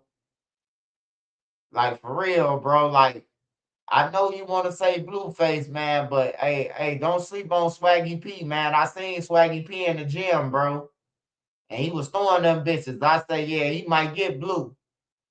I don't know, man. That's gonna be hard, bro. Cause you might be looking at Swaggy P as like, oh man, this goof ass nigga, lanky ass basketball player. He could fight, bro. He could throw him. He be talking all that shit because that's why he be talking that shit to Keon Martin and all them. Cause he might laugh all day and everything, but he got some hands, bro.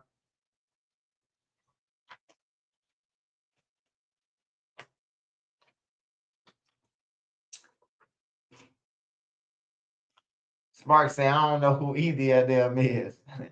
Sparks, you know who Keon, you know who, I was finna say Keon. What's that bitch name, Nene?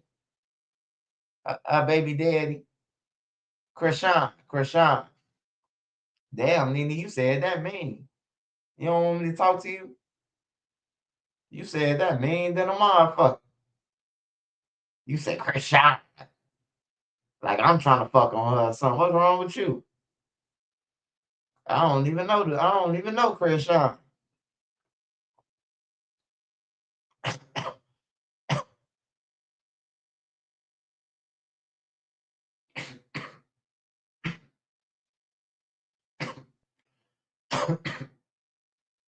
Hey, here go another hater. This notorious Vic ass nigga. You see, the only problem about you, notorious, you got Vic in your name, brother. And Vic in Chicago means you a sweet Vic. Now, change that audio, my boy.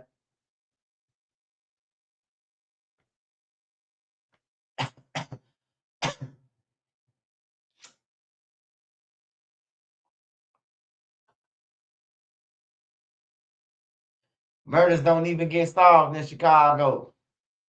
Oh no, murders don't get solved until it's they people. That's when they want them solved, bro. It's all fun and dandy to laugh until it show people. That's what happened in Chicago, bro. Like when it show people, you kill the right person, everybody gonna want you to go to jail. You hear me? Like that's how it is, man. It's probably like that everywhere though.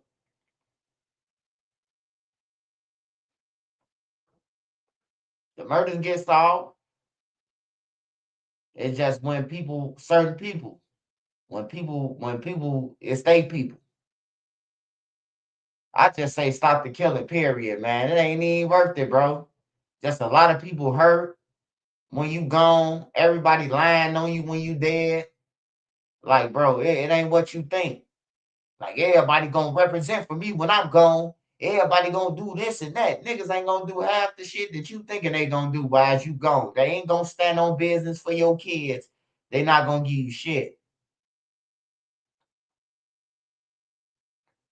They ain't gonna give you shit, man. So, long story short, man, just try to live your life and try to motherfucking do what's best for you and your family, bro. Do what's best for you and the people who you love, the people who gonna be there at your funeral. That's who you do it for. The people who gonna be there to, carry on your legacy and shit like that.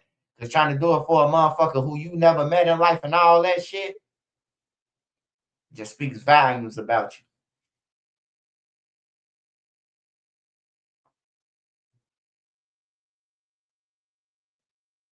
You think Kyrie or Jason Tatum should come back this season? Man, them niggas ain't trying to come back. Them niggas getting a free paycheck, man. I told you, Splashy, bro. They finessing us, man. The NBA, bro. The NFL too.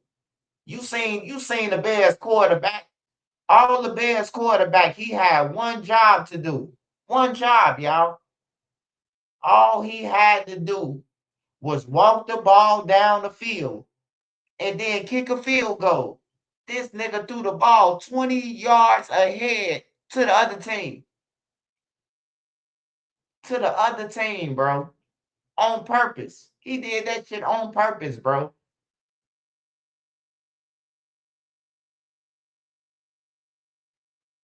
Soon when he threw that motherfucker, I seen his arm come up. I say, oh man, I lost my money.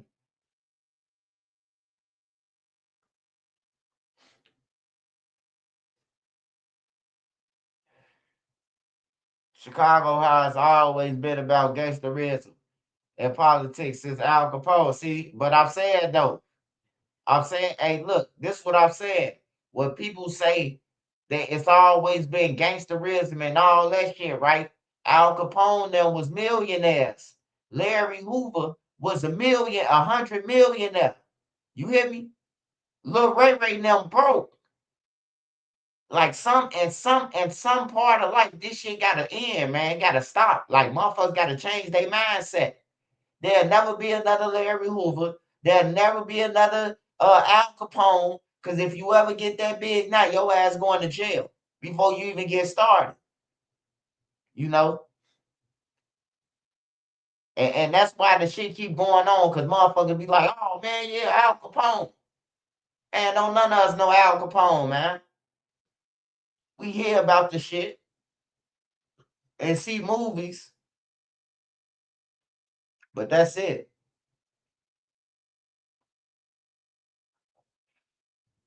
Report on Austin. What's Austin? I don't know what's Austin. It's Austin, Texas, Austin community in Chicago. What Austin you talking about?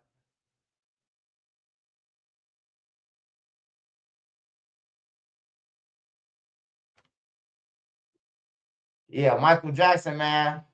They put that shit in front of us so long we was kids on Sparks. Like you know, they made a nigga think he was weird and all that shit. I ain't gonna lie, man. That's all I seen the news people and all that shit, man. They was on Michael Jackson ass about that shit, bro. I remember Macaulay Culkin. I remember him getting on TV. Now, this is my favorite movie in life. This my favorite movie. Like, if I don't watch no other movie, Home Alone, bro. My wife buy me Home Alones every time because I end up losing the shit, you know, or I delete it off my game. So she give me some form of Home Alone. And I seen a Home Alone kid get up there and say that Michael Jackson never touched me. He never put nothing in my Coke can and all that. But they were spreading the rumor that Michael Jackson had put something in Macaulay Culkin Coke can. He's putting drugs in the Coke can. They lied, man. They lied. Macaulay Culkin said he never got touched by Michael Jackson, man. He said Michael Jackson used to protect him. It was like being at a motherfucking amusement park, what his house was, what Neverland was. He would say it's the best thing that ever happened.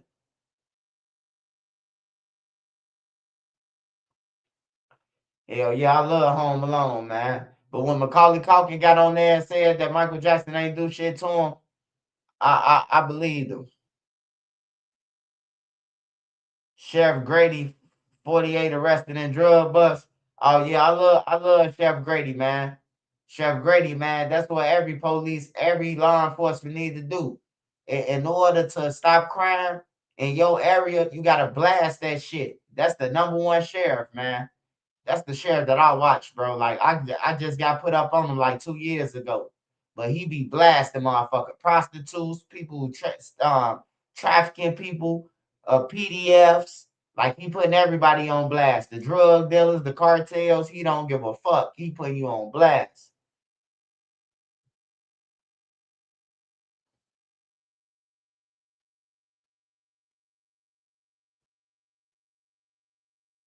Hey, anyone know if Chief Keef's stuff at a dispensary near Chicago? Yeah. You could go to the one on 79th and Exchange. I think they got some Keef shit. Or you could go to the one that's on, I think it's on like Milwaukee. Yeah, it's like on Milwaukee. They got all the shit in there. And then Keith got a little shop too. I think Keith got a shop in Chicago too, though. A little glow game shop.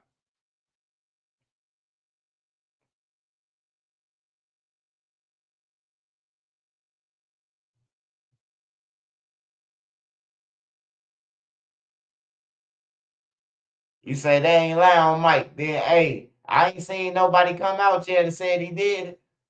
Motherfuckers grown now. If somebody touched your nuts, you gonna come out and say he touched your nuts, nigga. Ain't nobody came out, man. Just like Bill Cosby. Whole time, people never knowing, not doing their homework. The people wanted to try to drill. They wanted Bill Cosby property because his property sit on oil. So Bill Cosby told them people, along with trying to buy the news station channel, the news network, he didn't want to sell his property. Hey, next thing you know, he got 70 old females saying that he did something to him. And the bitches look like Motherfucking Richard Simmons, man.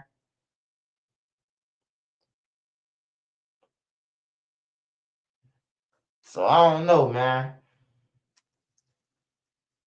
I wasn't there, none of that, you know.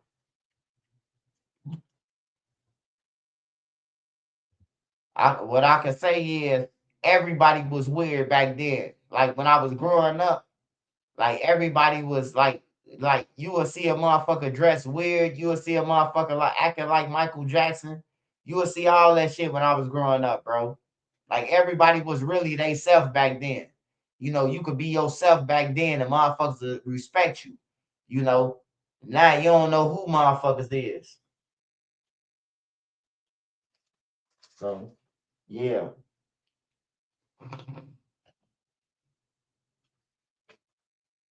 My boy Lil Ye, what's up, Lil Ye? 2 times, man. How you been? How you been, little brother? I know you be at work and shit, man. I ain't been going live every day. I'm finna start getting back in my groove, man.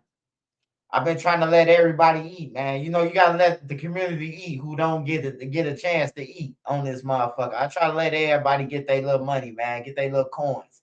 Just don't use my name to get your shit on everything. That's when I got a motherfucking problem. When you try to use my name to get some shit. Or you trying to use my name to further your channel. Like it ain't gonna happen.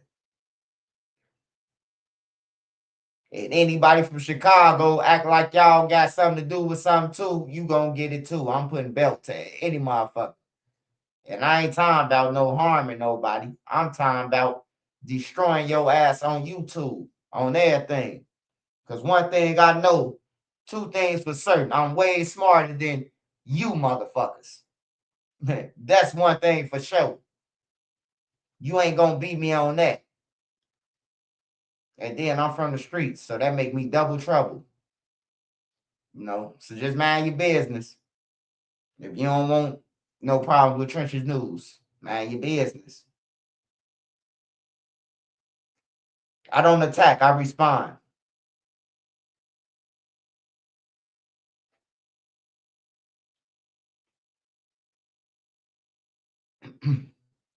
Yeah. Momo, they don't understand. Our generation, when we was growing up, like from the older people older than me to my generation to probably like brick now.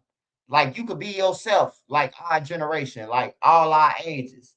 Like it's the like the King Von Duck, the little JoJo's, the little drill scene era. That's when it fucked up. Like you can't even be yourself, man. You gotta be somebody else. You gotta be a character. You gotta be somebody who you ain't, bro. Or try to be somebody. Like I ain't gotta try to be nobody. Nobody I ain't and none of that. Cause I know damn well and they know damn well like I respect everybody. I ain't never been played with in the streets. You can play with me on the internet now, the duck trial shit and all that shit, but as long as you know that they ain't never did shit to me in the streets. And if they did, they would have been said something. I've been on this bitch for 4 years. Ain't nobody ever said that shit. Ain't nobody ever said nothing. Oh, we old swipe when he was out there. They wouldn't even play with me if I was in the street. They play on this internet. But it's a good thing that God got me on a mission to do something else, man. Help save some of these motherfucking kids that's dying and these niggas who think that gang banging is it. Gang banging ain't it. Told you, man. I've been to jail. I got a mug shot list long than a motherfucker, man. I'm talking about I got a long ass list. And I'm telling you, bro, all the times I went to jail, I was talking to my wife about this, looking at this shit. I said every time I went to Cook County Jail, I never got bonded out once. You hear me? Not once. I always went to the fucking joint from there, or I always did time before I got out. Like I never just got out like, oh yeah, we letting you out. Like for real. No commissary, no nothing, man.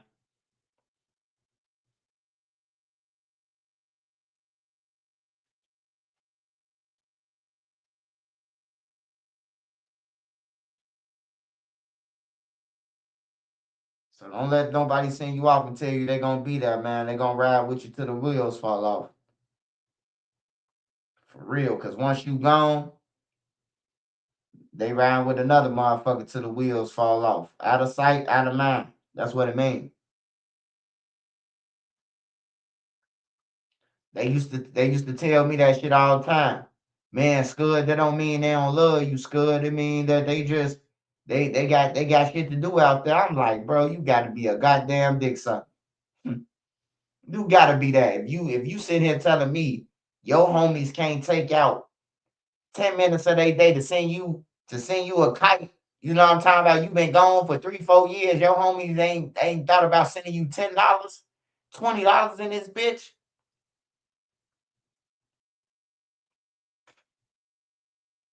And then you got the niggas that soon when they get out, they go back to the same niggas that left them hanging. You know, I'm like Chief Keef when it come to that shit. I ain't hanging with you no more. You ain't send me nothing in jail. I ain't hanging with you no more. You ain't got to worry about me being around you no more.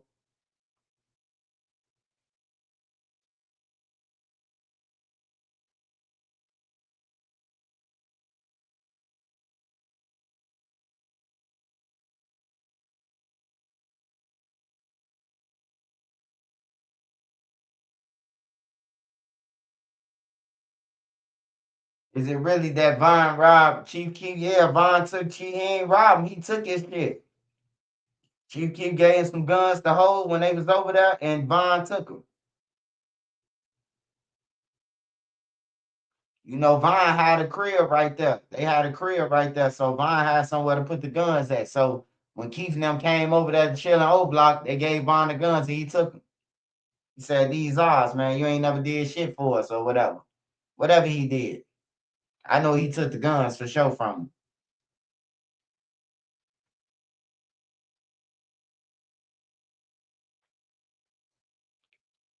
But that ain't got nothing to do with blood money. That shit ain't got nothing to blood money got killed by a whole nother area, man. He ain't get touched by no motherfucker O Block. It's a lot of people who shot up O Block and shot somebody in the leg over there. Since I've been in since I've been on 63rd. I've been on 63rd since 2002. Before all these guys who on the internet or was over there, they wasn't even in O Block or they wasn't on Gyro City. If they was little kids. They was little kids, little babies that a motherfucker didn't even know. You know,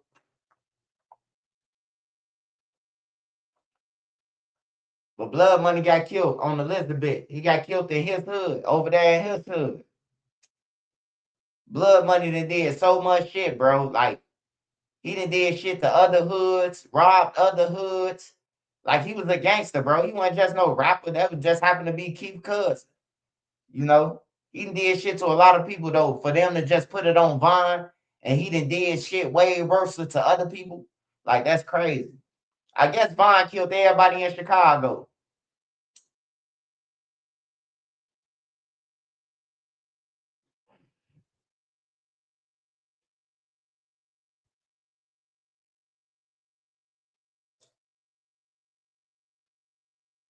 I guess that's what they want to say, man. Vine killed everybody in Chicago, man. Hey, but I can just tell you this: when they do solve his murder, and they say that Lil Junebug from what's her name killed him or somebody else's name, then you gonna know that the internet just stirred some shit up for no reason. Cause he ain't killed Blood Money, bro. Like for real, they didn't kill Blood Money. Period. You got to go back and do your homework, the time and date. Just do your own investigation before you listen to people. Do your investigation and see, all right, was these two people out of jail when Blood Money got killed? Was these two people right here when this happened? When this happened, all you got to do is add it up. Add it up yourself. What was they at doing this time while Blood Money got killed?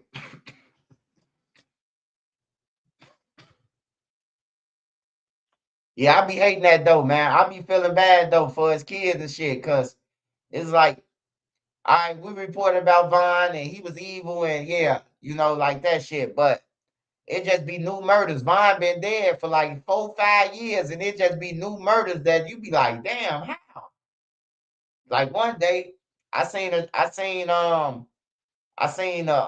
Trap Lord Ross video, and it said that everybody that Vaughn and T Roy killed.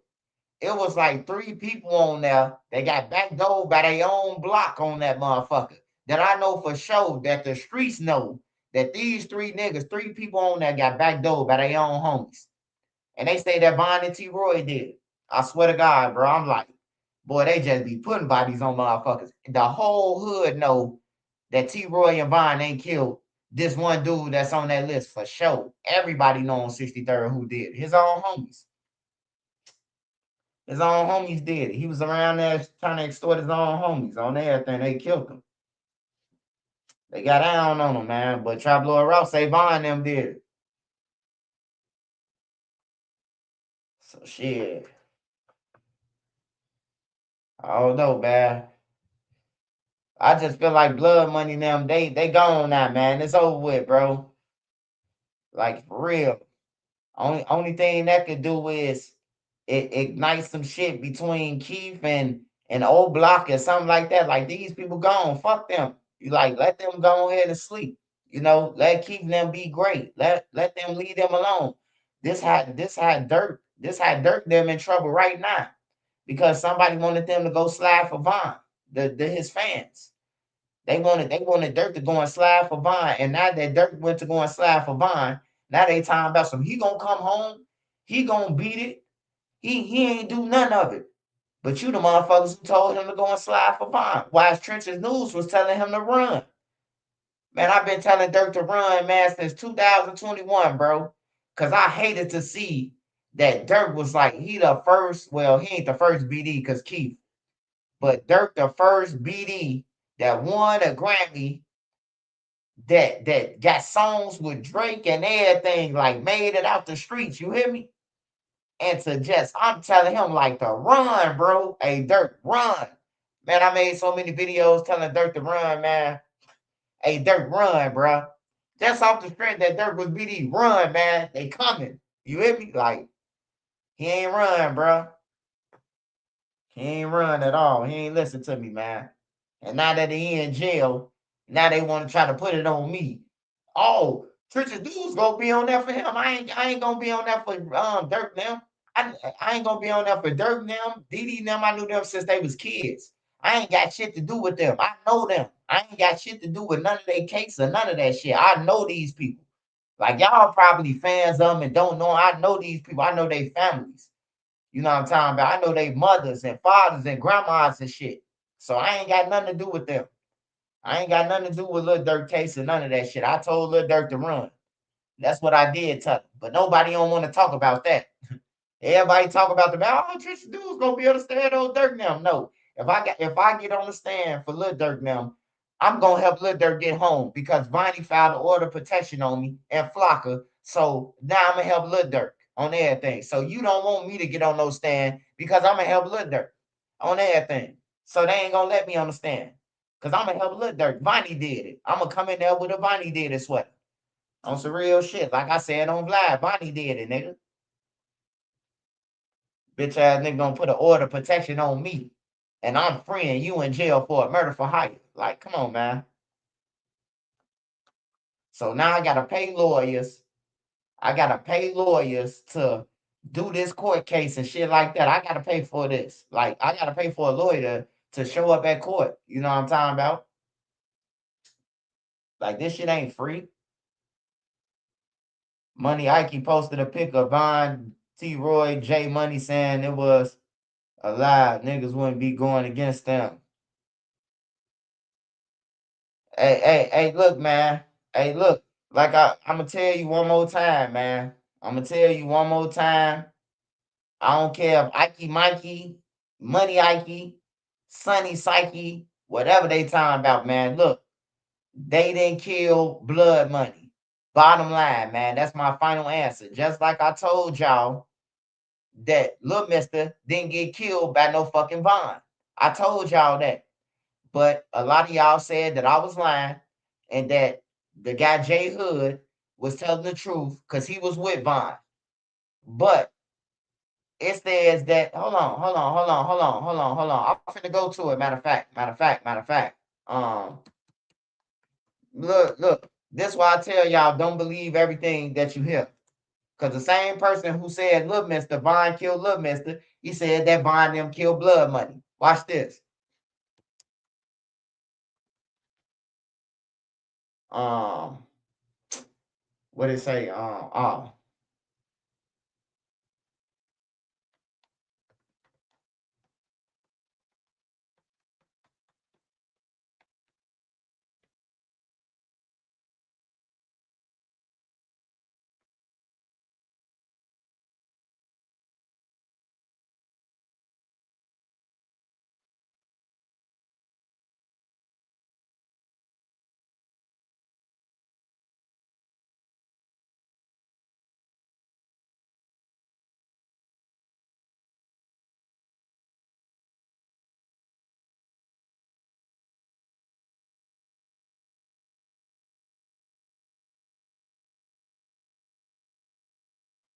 Hold on.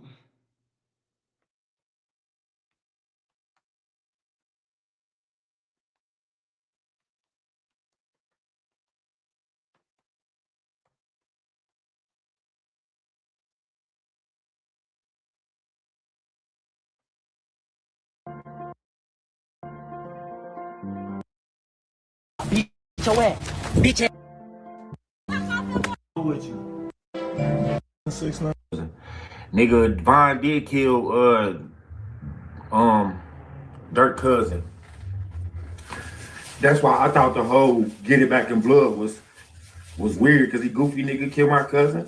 I mean, but y'all gonna say that he was talking about this person or he was talking about that person. I mean, two things.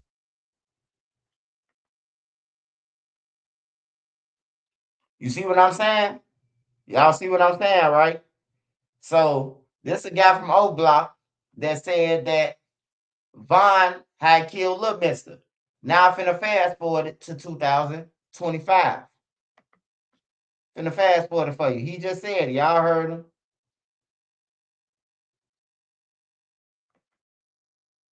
But y'all gonna say that he was Durk cousin. Nigga, Vaughn did kill. She said Vaughn said his homie think he killed his cousin. Nigga, Vaughn did kill Durk cousin. That's why I thought the whole get it back in blood was.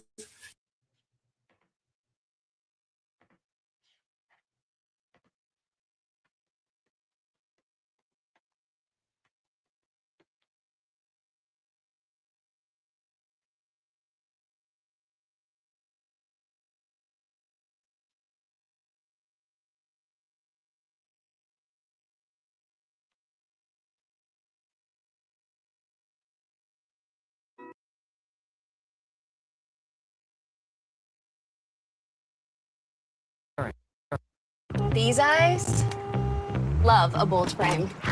These go classic every time. These eyes change the outfit. These are the outfit. Every eye deserves the most. Eric. Judy and Ravi, prosecutors say those defendants for years used threats, intimidation, and outright violence to silence witnesses and maintain the gang's power. This indictment lists more than a dozen murders and a slew of other crimes, including a mass shooting outside a funeral home. The July 2020 shooting sent people running for cover. At least 15 people wounded when gunmen inside a black Chevy Malibu opened fire on a crowd gathered for a funeral near 79th and Carpenter. I remember being out there after it happened and seeing casings all over the street and the sidewalk. They said, this is like a war zone. Father Michael Flaker offered a $15,000 reward after the shooting. Now, some 5.5 years later, alleged members of a Southside gang facing federal charges related to that shooting and a string of others. If there's not consequences, there's no.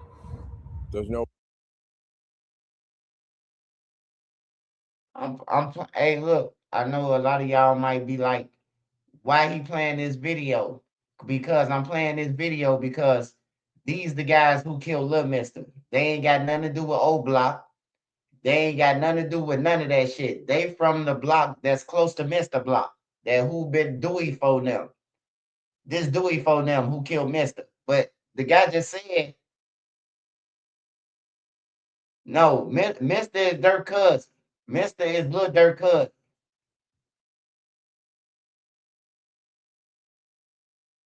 No reason to feel like you're going to get caught, then people continue to do it. A federal grand jury indicting 6 alleged members and associates of the Face World Street Gang on racketeering, conspiracy, and other charges. Prosecutors say for years they committed murder, attempted murder, assault, and other acts of violence against anyone perceived to pose a threat against the Face World enterprise, which engaged in drug trafficking and carjackings. Look, it's right in the sweet spot of what the U.S. Attorney's Office does. It's a classic RICO gang conspiracy. They've done them for years, and this fits right in the mold. Prosecutors say the 2020 funeral shooting was in retaliation for the death of a Face World member. The indictment also charges one of the defendants with the 2019 murders of 18-year-old Brittany Rice and 19-year-old Zenobia Bratley. A man was also wounded in that shooting. It's a long-running criminal gang with a lot of murders to their name, and you can tell that by the charges. All 6 defendants are in federal custody. If convicted, they could face life in prison, and 3 of those defendants could face the death penalty.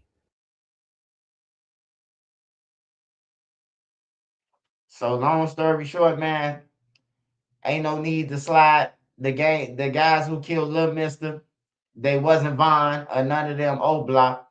It was some other guys. So, that's why I say, don't fall for the blood money shit. The dudes who did blood money and they dead. They gone. Everybody know who did it except the people who ain't involved. Or some people who ain't in the loop of shit, Like Vaughn them ain't kill blood money now, man. That ain't kill blood money. They probably bragged about it or act like they did, insinuated. That's what everybody do. People who ain't killed Zoo, they got on the internet playing like they killed Zoo. They ain't had nothing to do with Zoo, but they played like they did. That's what they do in Chicago. They don't kill people, but they'll troll like they did it. This all work, just put a target on their back for no reason.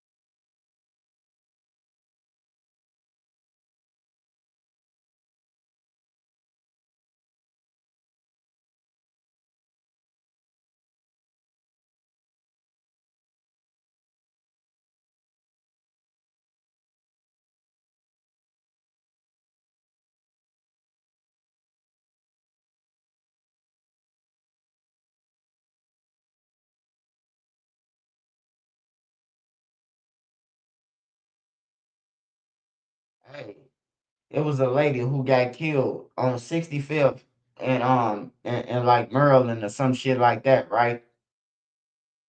So her family had hit me up and they was like, hey, can you talk about that on your channel? Her cousin or her niece, whatever she is to her. So I'm like, yeah. Hey, look, this all I want to ask y'all. Have y'all ever seen somebody go to a church at 4:30 in the morning? I ain't never been to church that early. The earliest I ever been to church was like, I think like Sunday school. They used to have Sunday school like probably like at 8 o'clock, 7:30, 8 o'clock. I don't know no church that open at 4:30 in the morning, man. Besides like one of them big Catholic churches that open 24 hours and they praying,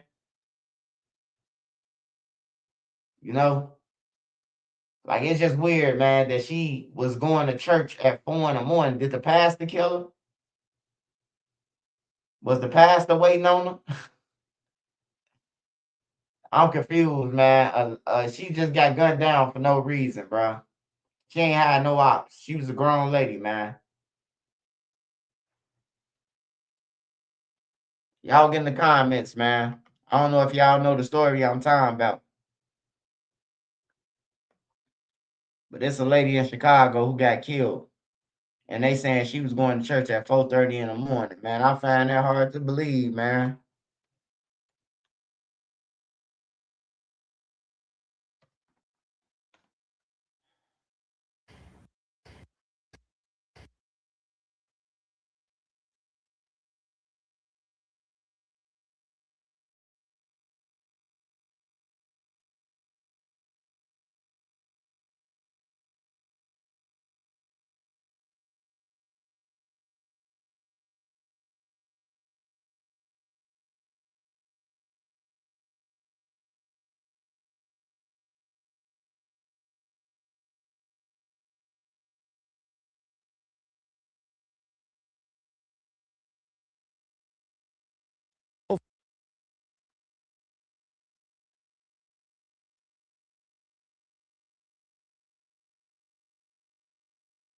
Oh, yeah. See, okay. I'm glad y'all telling me because I ain't never seen it.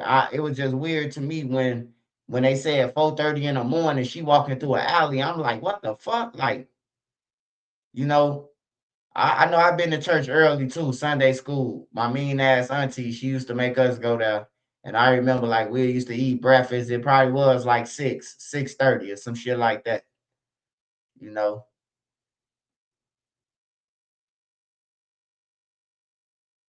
Yeah, that's fucked up though, man. What happened to her, man? Cause though I try to find the video, man. Hold on.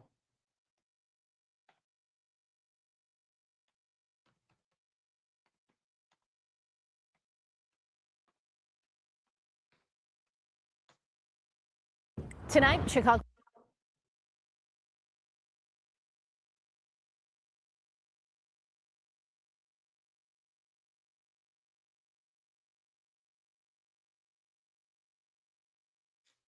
All right, y'all, listen to this Tonight, story, Chicago man. police. It don't make no sense to me, man.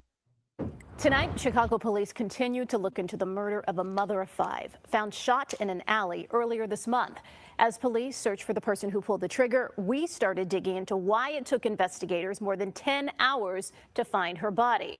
Jermont Terry is always investigating and joins us with the alarming details that he's uncovered. Jermont. Erica, this story is all about a timeline. Moments after shots echoed on January 18th, an off-duty Chicago police officer called 911. Despite the officer telling dispatchers the number of shots and where the gunfire came from, CPD did not find this woman's body until 10 hours later.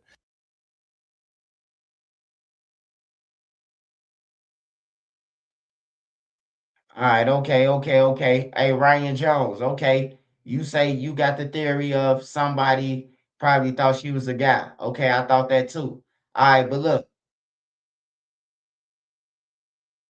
hey, look, I just got a question now. I know y'all just heard about this undercover police officer who's supposed to call in and say he heard the shots. All right, you heard the shots as a police officer. Why he ain't take his ass outside and walk and see where the shots came from? Did he ever talk to the police? It's just weird, man. It's just weird than a motherfucker, man.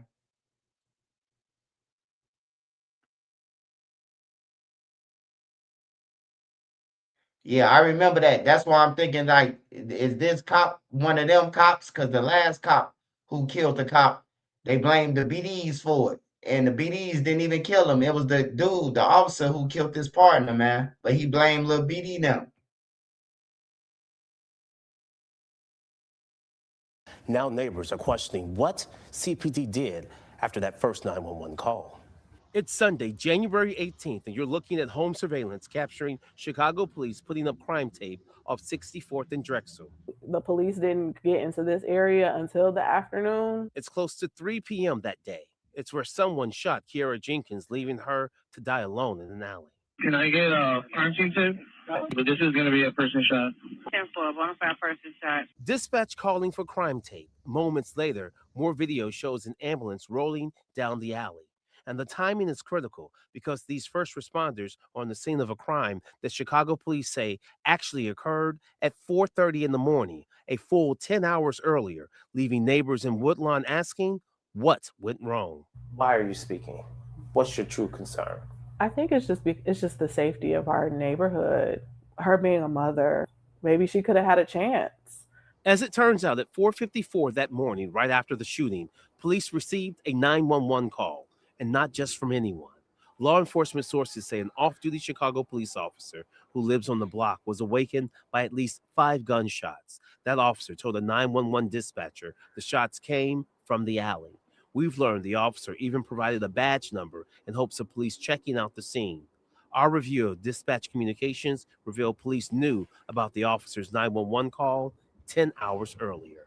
Forgive me if somebody asked this already. Were there any gunshots any hours of 4:30 to 5 o'clock this morning? And yeah, you're forgiven because it was. We had a call of shots fired in the area. 64 and Drexel is the location that came out about 4:54 a.m. That address just 2 doors down from the murder scene and where the off-duty officer placed the call. Something's definitely missing. CPD says they did respond and closed the shots fired call at 5. Hey, I don't know if y'all ever lived on a block where a police officer lived at. I don't know if y'all ever lived through it, but I done stayed. I done stayed on some blocks where police officers was on the block. And when the police heard the gunshot, they was the first one out their crib to see what the fuck was going on with their gun out.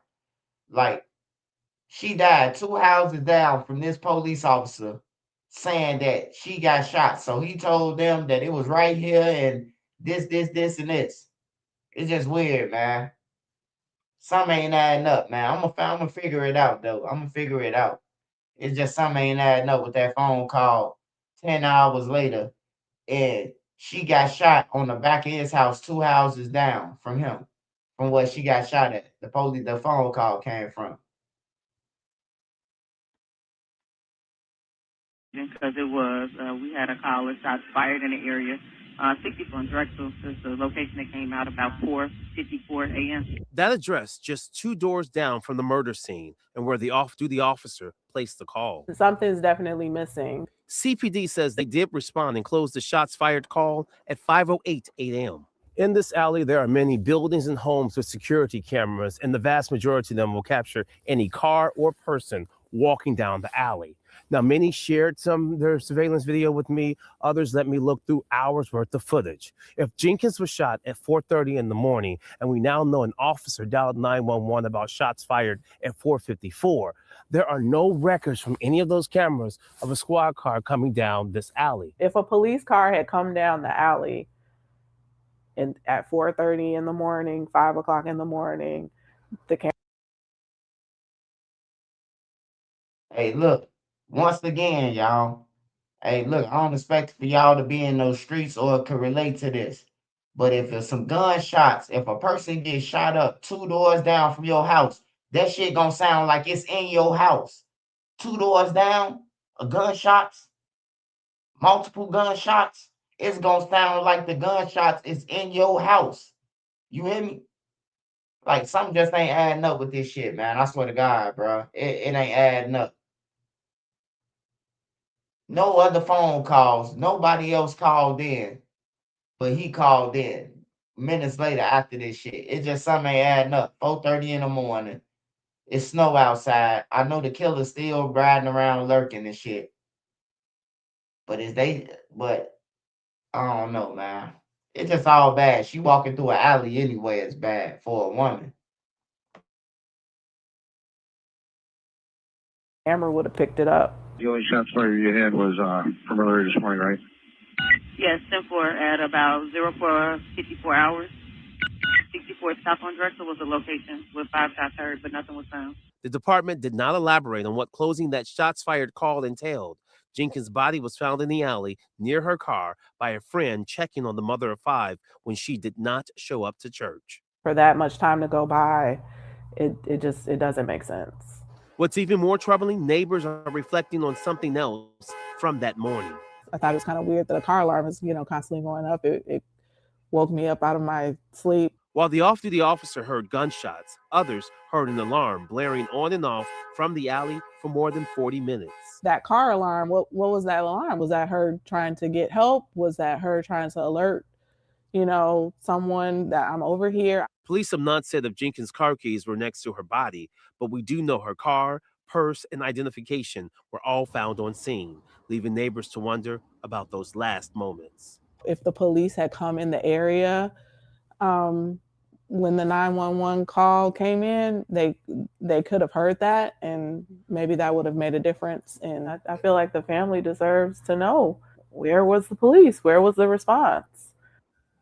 Now, we have put in an open records request for the first 911 call made by the off-duty officer and all police communications.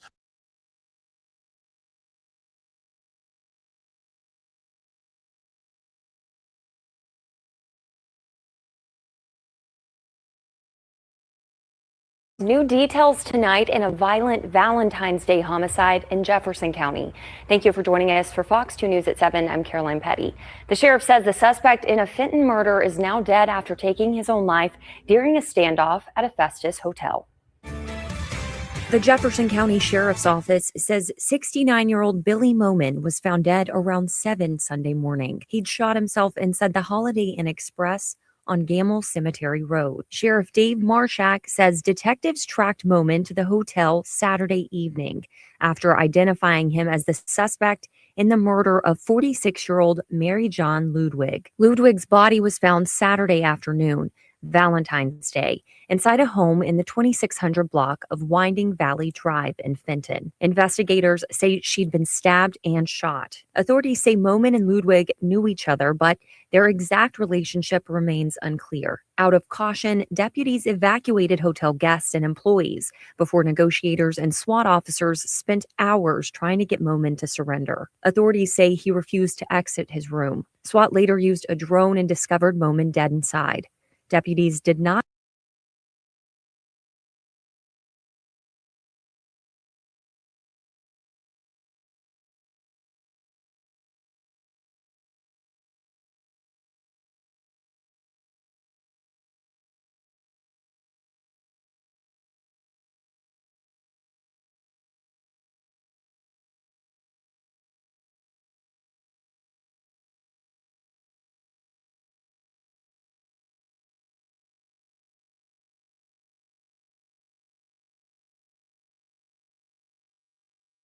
Yeah. That lady, man, that shit suspicious, man. That shit suspicious. When the guy said that the gunshots came from two houses down, two houses down from where the phone call came from, she was laying. Come on, man. Like this shit ain't mathematics, bro.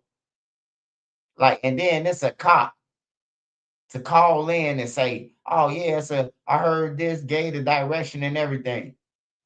But a real cop would have went outside, even when he seen his brothers outside. He would have went outside. Like, it's just weird to me.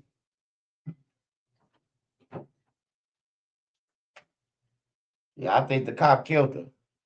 I think the cop killed her, man. I think he killed that lady, man. Two houses down, bro. I don't know if y'all ever shot a gun before, but if somebody shoot a gun outside your house, even two houses down from your house, you gon' duck as if them bitches was in your house. Two houses down, bro. Just in case you guys never operated guns, I'm telling you, two houses down, you're gonna hit. If that lady got shot multiple times, he definitely it's definitely gonna echo. It's definitely gonna echo to the point where now you looking like, damn, they right here. You know, it be their relationships, man. I don't think Lil Ray now did this. I don't, I be on Lil Ray now ass, man. But Lil Ray now, I'ma spare y'all this time. I don't think y'all did this one. I know y'all do a lot of fuck shit and rob a motherfucker for they wallet in the middle of the night like thieves. But I just think that the police officer did it, man. The first one smelt it, dealt it. Y'all know how we used to say in school. You know, when a nigga passed, got the first one smelt it, dealt it. And he smelt it first. He ain't even come outside with his gun. Like, this 2 houses down. You know, check on your property. Look through the house. You know how motherfucker police be in the stands and scared looking around corners and shit with their guns, they trained. He ain't come outside and do none of that. Like, for real, man. All the women gonna be dead though, bro. Niggas gonna be straight full of little J's, man. I'm telling you, niggas gonna have to build bomb shelters, man. For cause niggas, it ain't gonna be too many women left. They gonna kill all the women off, and it's just gonna be straight little J's. Niggas ain't gonna be no laws, cause motherfuckers gonna be just taking women, building dungeons and shit for women, cause it ain't gonna be enough women. It's gonna be a shortage. Killing all the women off. Man, it be some pretty women too, man, that I be seeing, bro. Like, damn, bro, you just got took out by a bomb. You hear me? Like, it be some pretty ass women, man, that be getting killed, bro. I just be looking at them like, shit, sad, man. Some of the women that they shouldn't even gave the nigga no chance. Nigga got 3 eyeballs, half his head missing. He got 1 ear.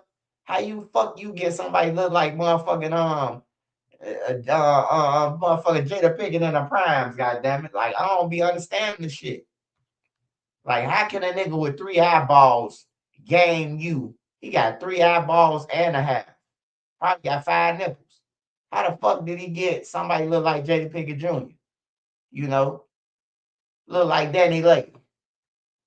I don't understand it, man. Some of these women be thirsty. Nigga got a link card, goddamn it. They sucking golf ball through a straw.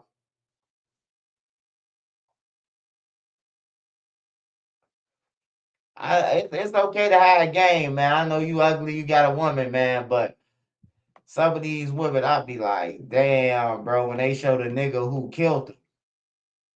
Like, what the fuck is you doing with Millhouse? Tonight, Chicago police Be continue pissed, to look man. into the murder of a mother. Some people don't even deserve, you know what I'm talking about? Like your attention. Like you gotta build like levels to people. You know, that's how you stay safe too. You know, I don't chill over there because I got more to lose than be over there. Like if people did that and knew they worth, bro, it'd be a lot of more people safe and not missing or none of that, bro.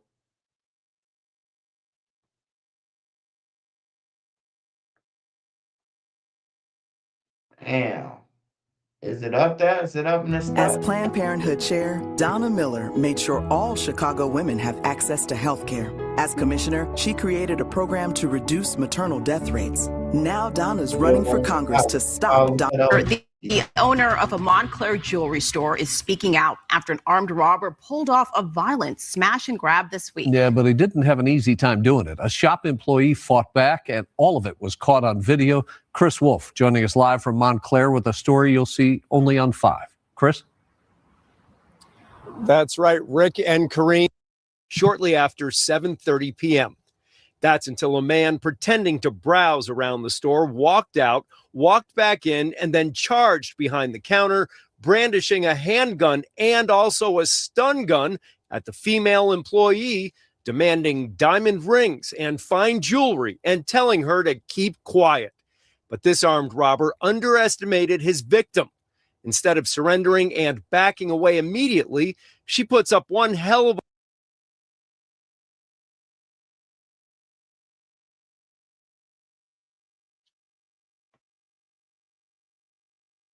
That's what we doing as humans, right? We just gonna throw our lives away, right?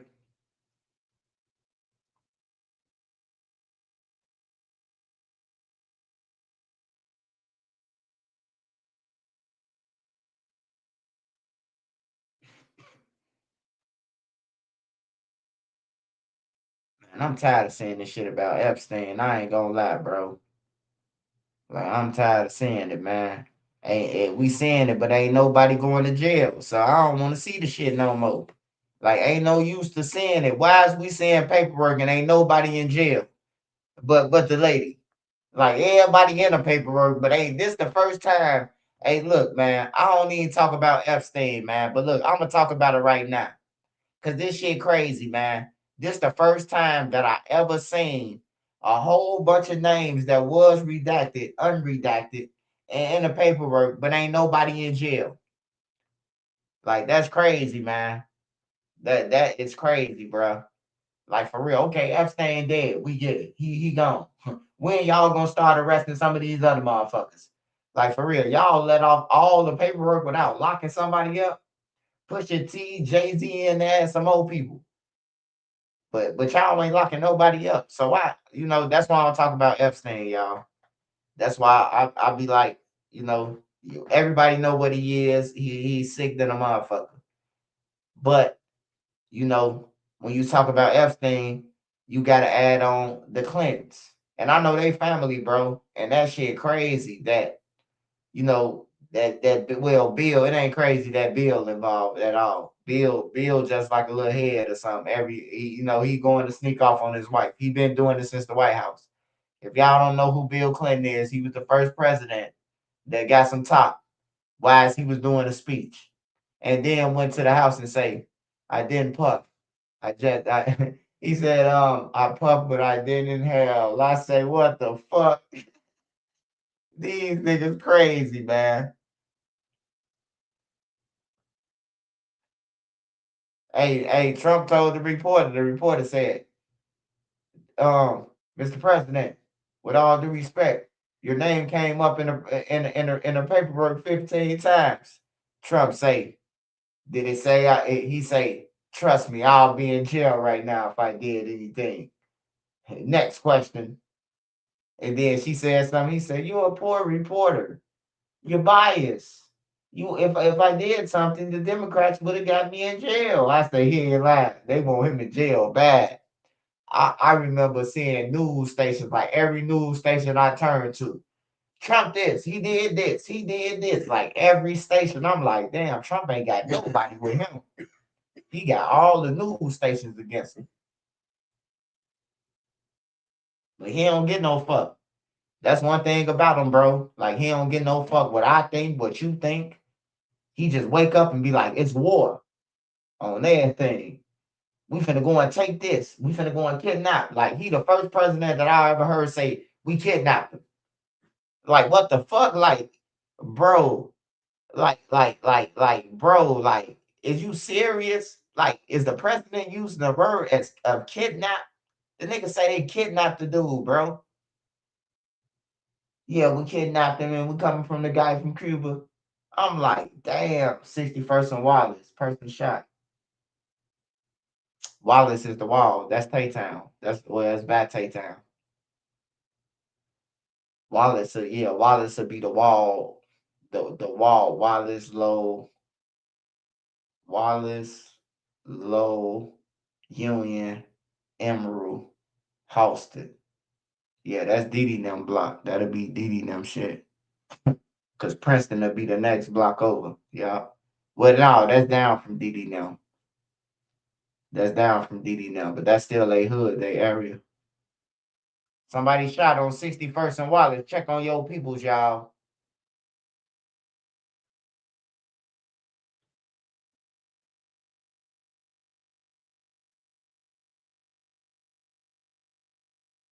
Hey, yeah, that boy Bill Clinton, he something else. He got some top and then expected his wife to hold his hand after that, man. I say, what the fuck?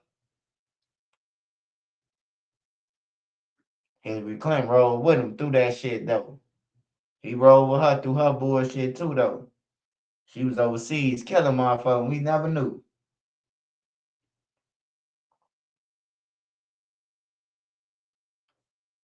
Man, he was the first president to get some head in the White House, man, with a bitch that wasn't his, man.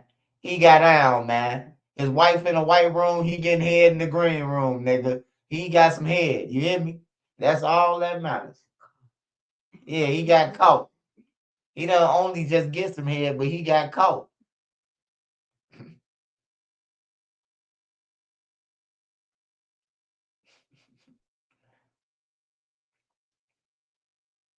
Hey, when Mike Epps made that joke about Nicki Minaj and all that shit, I say, bro, he just don't know Trump now about to come after his ass, bro. They finna try to blackball him off the market.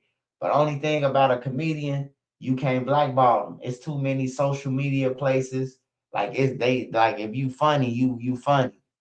Who is Main to Chief Keef? Main is a guy from out west. Yeah, he a guy from out west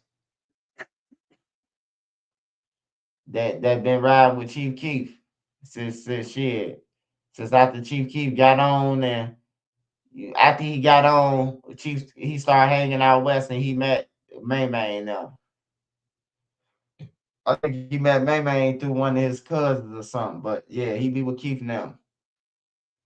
But I tell you this, that still don't change the fact that fucking Blood Money ain't get killed by King Von or fucking T Roy. He didn't.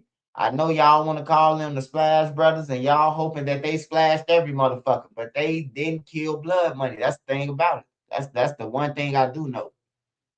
Just like I told you, they didn't kill Lil Mister, and then the feds just came out and got 13 motherfuckers. When they come out that Blood Money, then everybody gonna have to retract their story then. Then everybody gonna say, oh man, what's the name said it? But I'm telling you the truth. See, they don't like the truth. They like the fake shit. I could go along with the whole crowd and say, yeah, Von did. Von ain't killed Blood Money, man. Everybody know this shit in the streets. I mean, he killed Malcolm Stuckey. That's what they probably was thinking about when he killed Malcolm. So they probably was like, oh, he killed Blood Money when he killed Malcolm Stuckey, because he killed Malcolm Stuckey on 57 and Shields, 57, 58, 50. Yeah, that was like 57, 58th and Shields. Well, Malcolm Stuckey got killed at the murder that him and Big Mike was locked up for. So people probably, and that was in 2014. So people probably confused that with Blood Money shit. When did Malcolm Stuckey died in May? Yeah, Malcolm Stuckey. Hold on, y'all. Hold on. Let me do my homework real quick. I'm finna do my homework real quick for y'all. Malcolm Stuckey. He got killed in May of 2014, if I'm not mistaken. Malcolm Stuckey killed. Hold on, y'all. 57 in La Salle, right there, 6:10 p.m. Hold on. So when is it saying that? I can't see it. Hold on. This might pop up. Hold on, y'all. Malcolm Stuckey, Michael Wade charged with the murder of Inglewood, shooting death of Malcolm Stuckey, July 22nd. This one, Big Mike got locked up. Hold on, let me go back. He got shot May 29th of 2014, Malcolm Stuckey.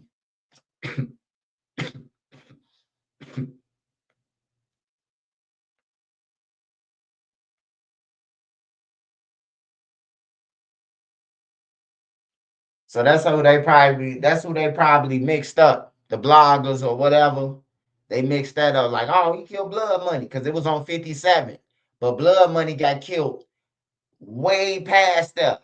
I'm talking about from La Salle all the way to what Blood Money got killed at. Let me count the blocks.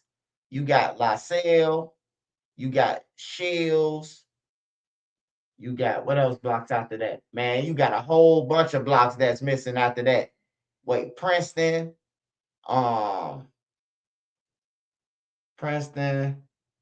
You got what? John Hope, the block of John Hope. Man, you got a lot of blocks, bro. It's too many blocks, bro. Before you even get to Halsted, then once you cross Halsted, you still gotta go to Halsted. Man, Blood Money got killed far away. Like it's far away, bro. Like on feet, it'll be far away. And a car, yeah, it seems like it's right down the street, but it's not. You got to go a minute away. GBE Bands did. Who the fuck is that? Oh, you just out here saying people. You just out here just say people did it, huh? I say Bonnie did it, motherfucker. Bad hoodie. Bonnie did it.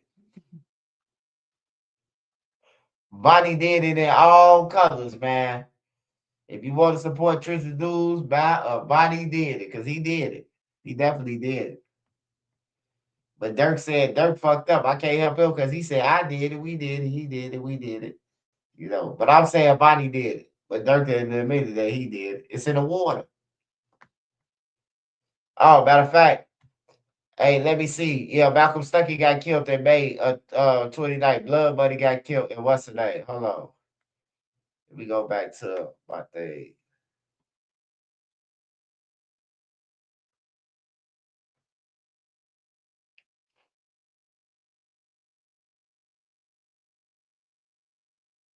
What the fuck going on, DD?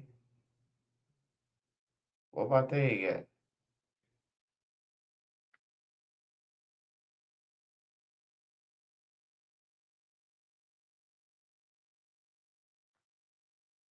Tweet, I be tweaking.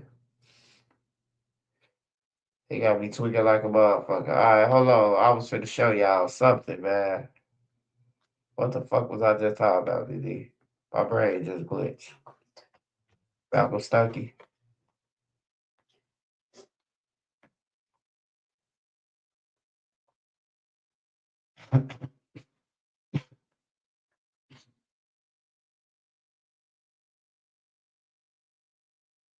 Oh, it's definitely in the water. Okay. That's what I was talking about. The DJ Academics, because DJ Academics, I ain't like the way DJ Academics be trying to call my content cap. Like, for real, bro. Like, I done had people send me shit, and you got all these motherfuckers on your page that don't know shit, and my information is the accurate. See, what people do is, even though they say they hate me, right? I noticed this. When anybody from Chicago go on the platform and these people ask them about shit, just, hey, they look, they say everything that they got off my channel. But say Cheese slipped up. Say Cheese say, yeah, I seen Trench's News say this, Bezu was in an Uber. You hear me? He ain't want to pay that money, so I don't fucking say Cheese. I ain't gotta go on no say Cheese, nigga. I got my own platform, nigga.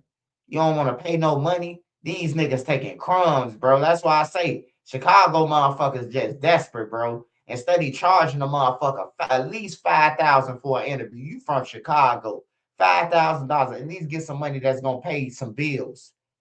What the fuck can you do with $500, bro? Even $1,000. You put gas, get you some weed, and drink that $1,000 gone, man. Like, for real, niggas from Chicago be fucking up everything. They'll take anything, crumbs, anything. I be standing on it. Hey, look, bro.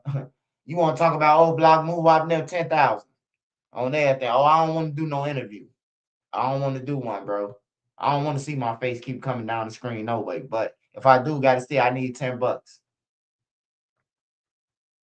That's why I only love one person, bro, on the interview side, man. Cause he gonna pay like he weigh. Vladimir. They Vlad is some shit. Vlad, they think Vlad was serious, man. Vlad was just playing when he said that Jay-Z shit, man.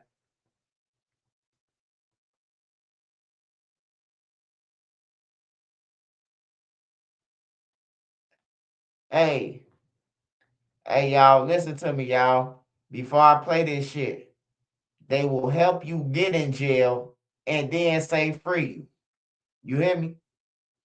I'm gonna say it again. They'll help you get in jail and then they'll say free you.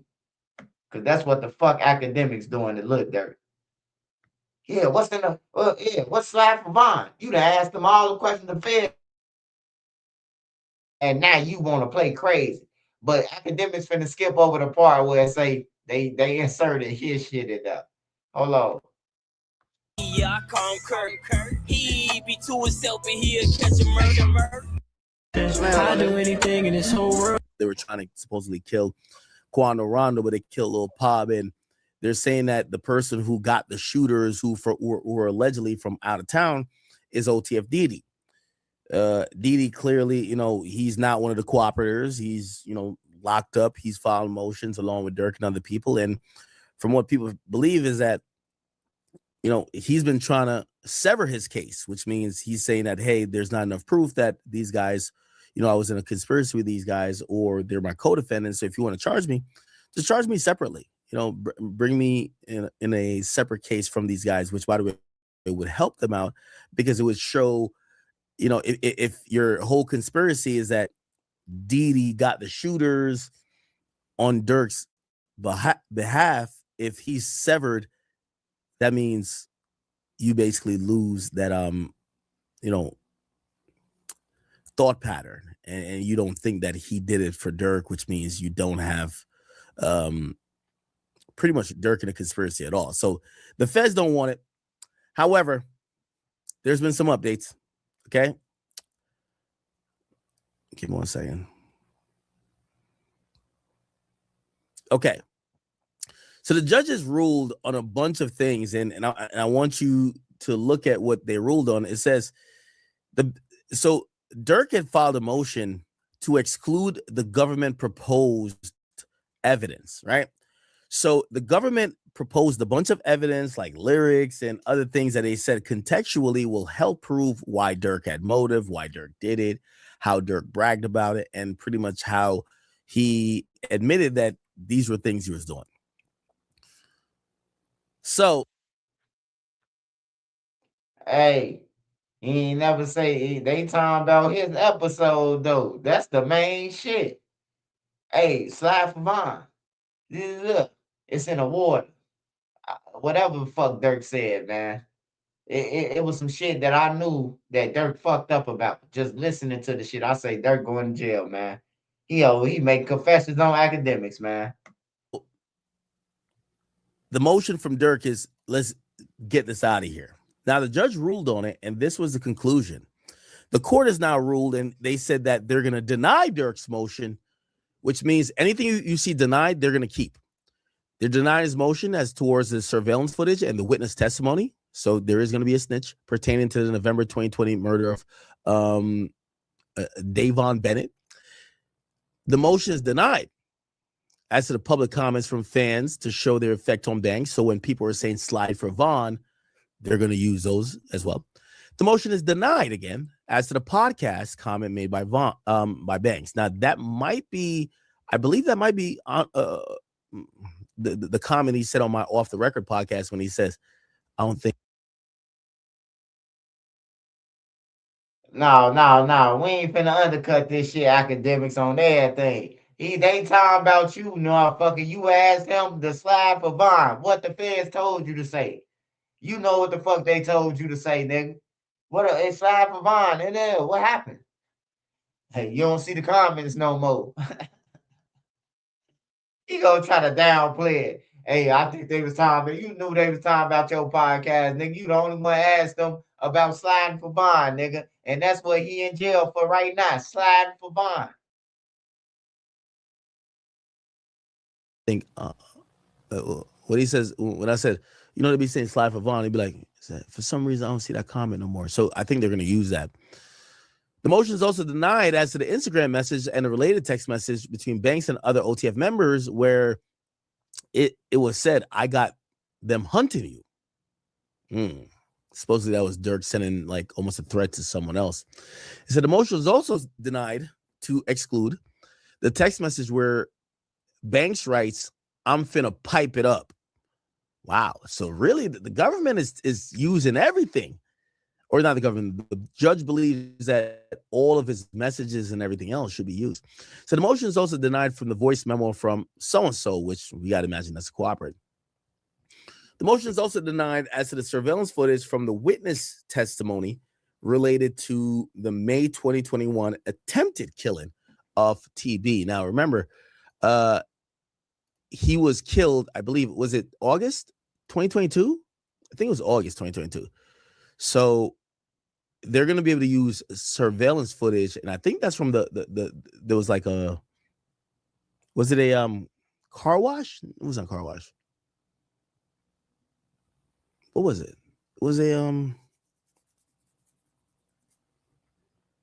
gas station. It was May 2020. Let's go see. shooting.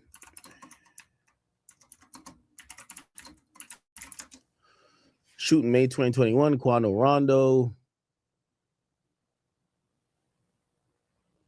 I think it was a gas station though.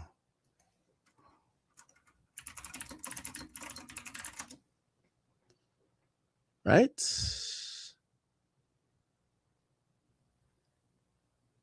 Where is it? It was one in like Savannah.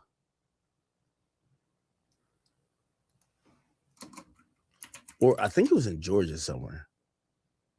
Oh, right here. That shit crazy as fuck. Y'all, it's got to be Quando. It is, because everybody, cause I went to the other Circle K, and they were like, everybody kept talking about the shots that they heard. So evidently what the niggas hit them with was some big shit. Because niggas were way down the road, and they were like, shit, we heard the shot. Circle K, Quando Rondo. I'm trying to figure out when that was. That's 5 years ago. How can I see the date? How can I see the date, chat? That was definitely it. I gotta see the date.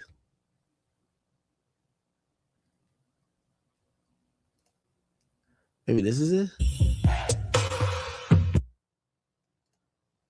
Yeah. May, look, see? May 2nd, 2021. So yeah, they're talking about that. Yep. Yep. So look like they're going to be using surveillance footage and witness testimony in this. It took place at a gas station. That's just cross. So when there, and I don't think they have a reason to lie. They said it was 50 Now rounds. this might be off everybody's radar. So according to the feds, they're saying Durk sent niggas, or they believe Durk probably sent niggas to kill him then. Wow. But these people, it's 50 rounds. Wow.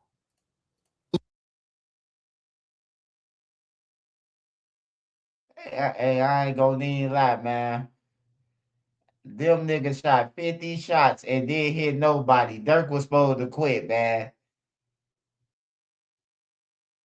And then Durk and them was rapping about it like they did something at the time. All them bullshit ass songs. Y'all shot 50 times and didn't hit nobody.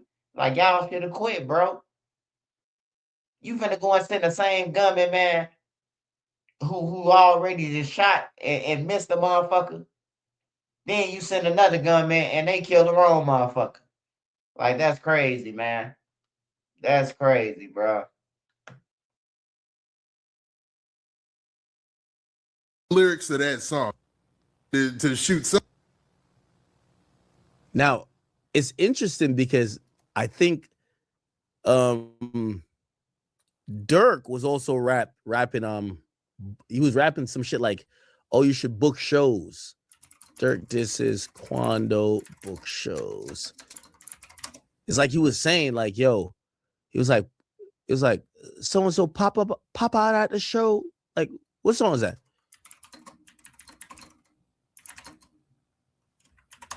What song was that? He's pulling out a man who had been. Dad, you got the front of that fat, think you a lifesaver.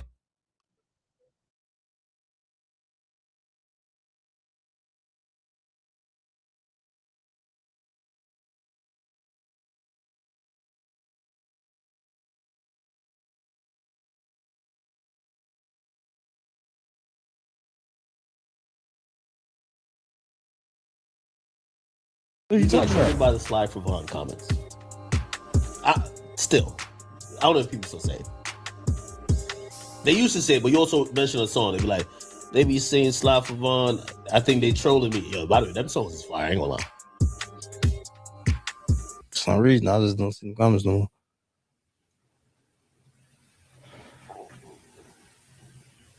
For some odd reason. I don't know. Might be the water.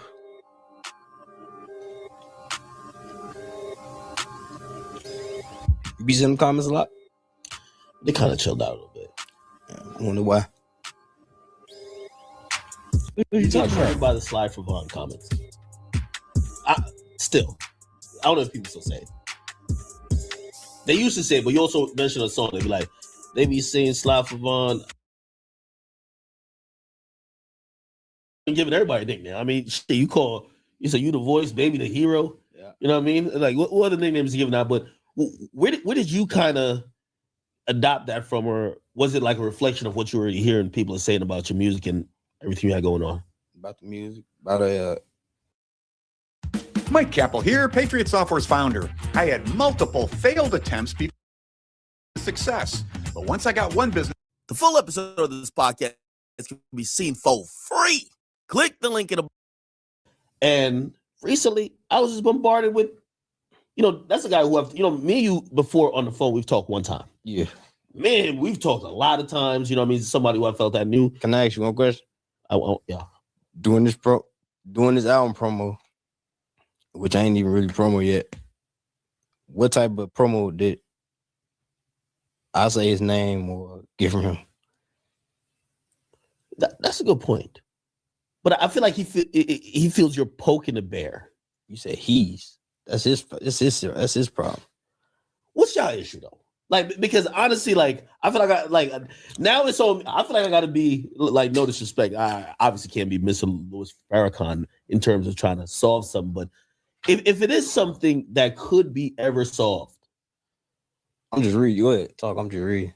If there's something that could ever be solved, or if there's something that you guys could ignore each other, because not everything can be solved. And Vaughn, we trust. You said what? What's the issue with you and Young Boy? Like, how did it start? Because there's I'm gonna be honest with you. I really don't know. I don't know. Cause what you do? You've met him before. What did you do for me to be into it with you? Like the real thing. Diss songs back and forth. Cool. I think he's mad. I think there's two things that he thinks. But you keep saying he. Well, I mean, a lot is his perspective, right? Because it's a reason why recently he at you in a tweet. No, you're right. Go ahead, because you know. He's at you in a tweet. He's basically now for what? He basically says you're either number one scared of him or number two scared of who? Scared of who? Quote unquote using him for promo. Well, him scared of who? For what? NBA Young Boy. What'd he do?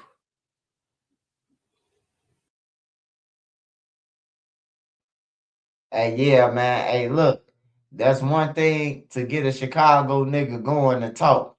A nigga call you a goofy or say you scared of somebody, and Lil Durk fell right in the motherfucking trap. And may I remind you guys that Lil Durk, the one who set the status of niggas broke doing interviews. Why is niggas doing interviews? Y'all don't remember that 3 years ago? Durk was complaining about his homies them doing interviews and everybody else. And then he get right on interview and now it's being used at his trial. In reality, it just having everybody. Hey, now y'all, this is where the awareness kick in, what the feds talking about. Hey, AK, I know they rolled down on AK. AK ain't finna tell me they ain't riding down on them, man. If they use this shit, I know they done called you, man. They done called you saying something, man. Like, for real, man. But Durk describing the story of what happened. So now in the paperwork, Durk saying that he don't know, he ain't aware of what's going on. Or Timothy Leaks did it or whatever, bro. But he breaking it down for the jury himself in this interview.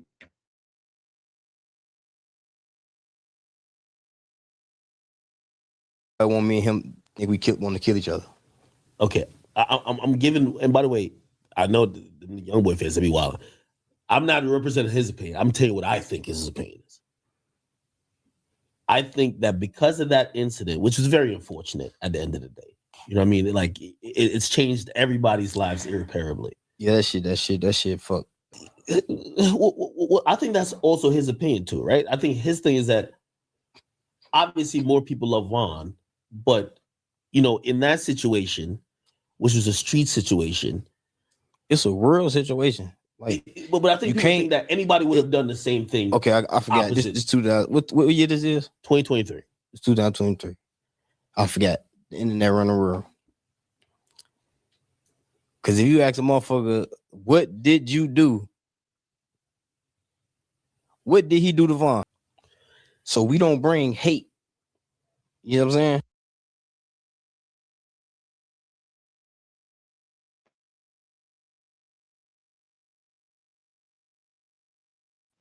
Right there, right? Lil Durk think he sound cool, but really he sound like a goddamn goofy. He talking about we had him say fuck 63rd. The same person who said fuck 63rd, they homie them killed Vaughn. So you ain't win. That ain't no W, nigga. Y'all look like goofies. Y'all the same nigga who said fuck 63rd and smoking Tuka and shit. He the one who end up Vaughn touched and his homie killed Vaughn, man. Like it's crazy. But Dirk, he think he won.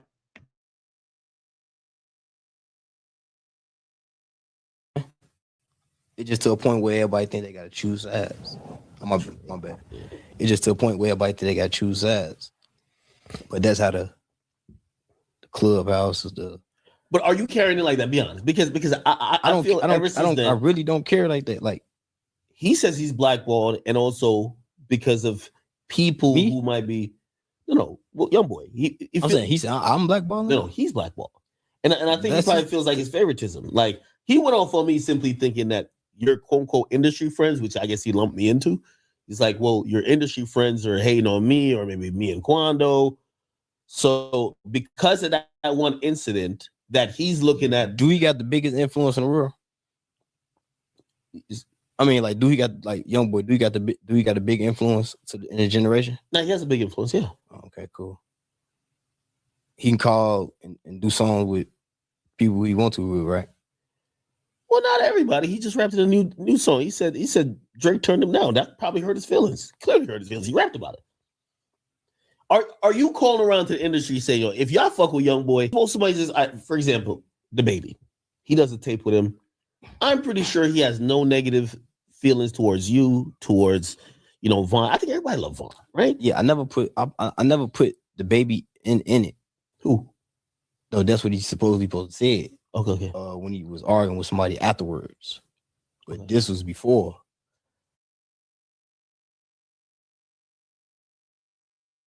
Man, the baby, that ain't what he supposedly said. That's what the fuck the baby said. I don't think y'all want no smoke with the baby.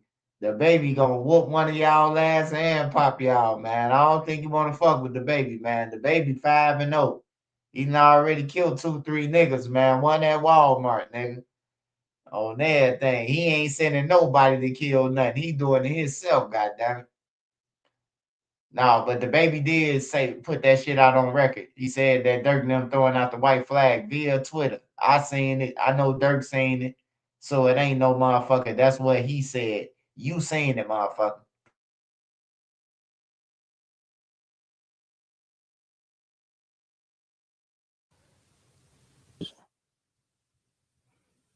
It's what I'm saying. This shit about so you're sales. not carrying it like that, then. So you don't care if like a rapper collaborates with him. I don't give a fuck. I just ain't gonna fuck with you no more. Cause it's death behind it. Nobody, man. We don't want smoke with nobody. I don't want no problem with nobody.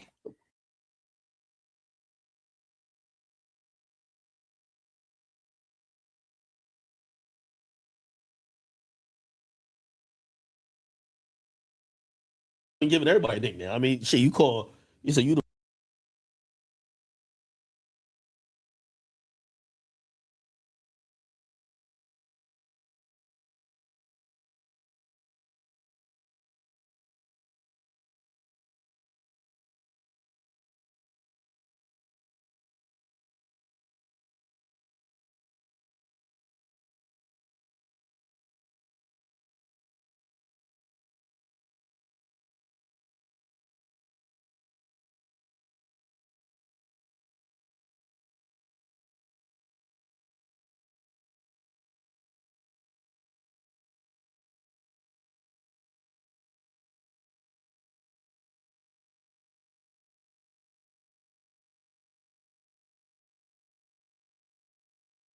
like you responded. I did.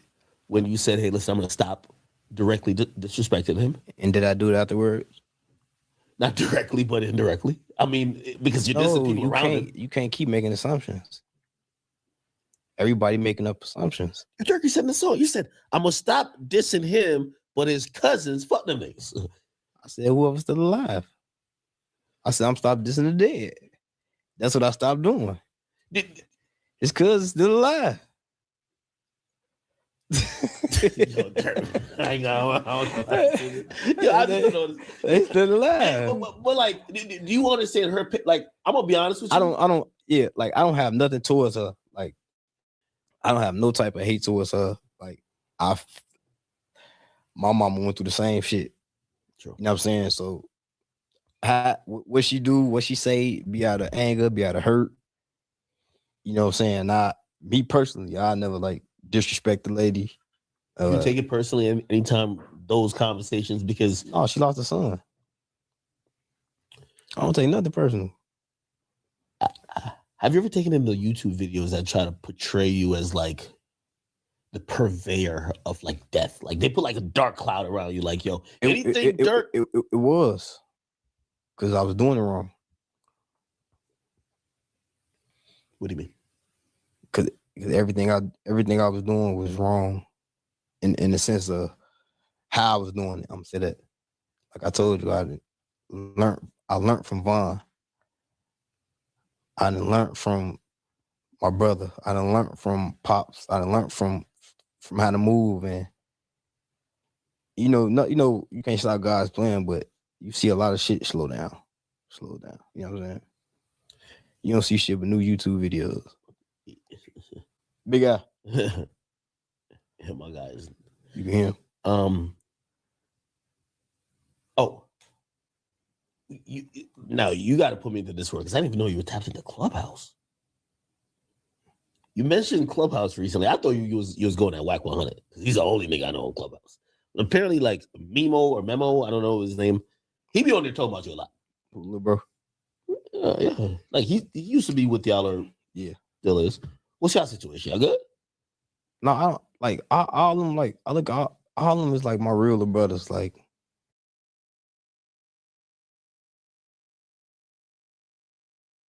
this season, you've got places to go, people to see. I'm giving everybody a nickname.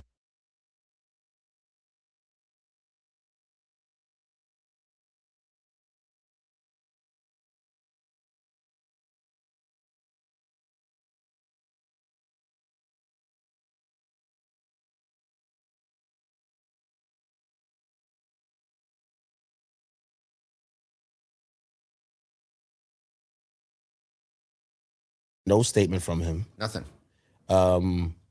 Even when they claimed that there was an attack on him from YSL members in the jail, still nothing. Never. It's a little bit of foolishness from my perspective. Yeah. What was the first notable case that involved a musician that you? I literally don't know anything about that case because I'm so busy with my own cases. Yeah. And so literally I haven't even had this. Think about when you do a focus group, like if you came to one of our focus groups, goes to their old neighborhood, takes a picture, and now they're going back there. And the Instagram picture is an overt act to support.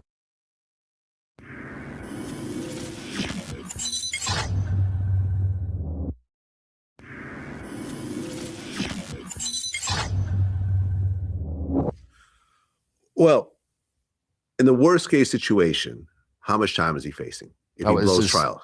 Vlad, this is life. This is a life imprisonment case. Okay. There's no in between. This isn't state court. There's no, hey, we'll do 10, 15. It's a life case. Right. Could it be a capital murder case where he's possibly facing the death penalty? Well, that under the federal system, that possibility exists. We've not been given notice of that. Like you hear that they'll give notice of the intent to seek the death penalty. There's not been that issue in this case. Got to remember, this is a multi-defendant case. So you have multiple people. Nobody's received any notice of that. Right. I mean, from what I understand, you can correct me if I'm wrong, usually the death penalty on a federal level is something involving a mass murder kind of situation. Is that accurate? Yeah. So that's a good way of putting it. Federal death penalty cases are usually like unique circumstances. Timothy McVeigh, people like that. Yeah. There's generally extremely unique circumstances. I would say that given this case and what we know about it, it doesn't fit that type of case that you expect to get a death notice. And I've done so many murder cases, and it just doesn't fit into that category. And trust me, that's not saying that these federal prosecutors are not working extremely hard on the case. I'm not in any way insinuating that. It just doesn't strike me as that type of case. Now, was there a plea deal offered at all up to this point? No. No. Okay. Are you going to be seeking a plea deal? There's no plea deals because it's a life imprisonment case. Okay, so usually in cases like this, there's no plea deal. But what if, for example, as the case progresses, the government realizes they don't have much of a case, it starts to fall apart and everything else like that? Sometimes don't you see like a time served kind of situation, or do the feds always go all the way with it? That's what distinguishes a state case from a federal case. Vlad, you really don't see that in a federal case. There would have to be some unique set of circumstances, but we just don't think like that. My thought process in negotiating a case, I think there's a false narrative that certain lawyers are great negotiators. I think the only way to negotiate is to be a great trial lawyer. If you present the threat of a really solid defense, if you represent a really solid opposition, that's where you get respect from the other side. And so even though you may walk in a courtroom and be like, man, these people don't like one another, they can't stand one another, everybody walks away and they'll say, damn, this is going to be the Third World War. This might be something that we need to have a sit down about. And that might be either in front of a jury or in an aggressive motion case where there's some real viable motions. And so, I think that my office just has won so many incredibly big trials, particularly in the last 5 to 7 years. I mean, trial after trial.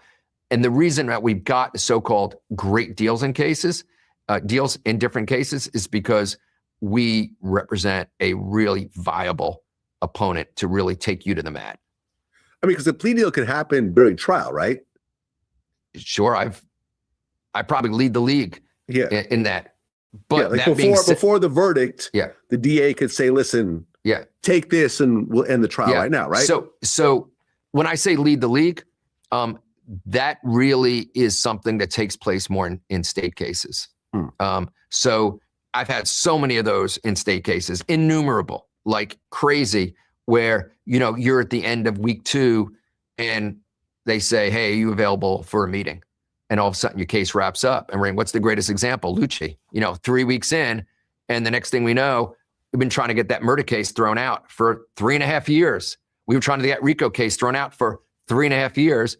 And it took 3 weeks and the momentum building in our favor to all of a sudden have a deal where in a short period of time, he was going to get out with a letter from the prosecutor saying, I have no objection to him getting out at the first opportunity. Yeah, he's actually out now. He's out and doing amazing. Yes. Amazing. Yes. The same thing happened with Young Thug. He had a plea deal after how many years in court and so forth? Yeah, that happens a lot. Yep. I mean, how many Fed cases have you actually beaten in trial? Well, we've had numerous victories, but the biggest one that really influenced our practice was a little over a year ago. We tried a major fraud case. I know it was like a $40 million fraud case in San Francisco. We were in trial for a month and got a full clean sweep, not guilty on everything. Man, y'all hear this, man? I'm glad Vlad asked him that. Vlad say, what have you beaten the feds? This man said a fucking fraud case, man. Do you understand what Lil Durk is fighting? Lil Durk would love to have a fraud case right now. Man, Lil Durk fight the motherfucking murder, stalking, payment. He fighting all that shit, man. He gonna need more than a motherfucker with glasses on and a suit that's doing this shit for publicity, man. Hey, look, I just got one thing to say about this shit. One more thing. Why the fuck does, yeah, he says the biggest case is the fraud case, man. Y'all talking about he the best lawyer, man. Lil Durk fight for his life. A fraud lawyer. Hey, look, you know what's crazy though? It's crazy that Quando Rondo, affiliated with YoungBoy, right? He the reason why all this shit's supposed to happen, right? According to the feds. He got beat up, King Von got killed, and Dirk slid for Von. Y'all don't see it's weird that Drew Finland was YoungBoy lawyer, connected to Quando Rondo, and he the one who fighting for Lil Durk.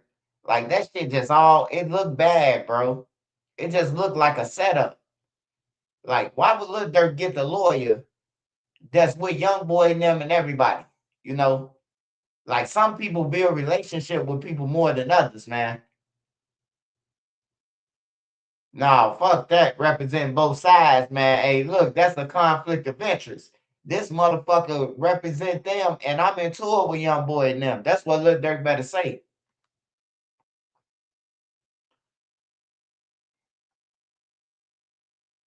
Yeah, it's a money grab. That's what I believe. Thing, and it's one of those cases, like, you know, your first.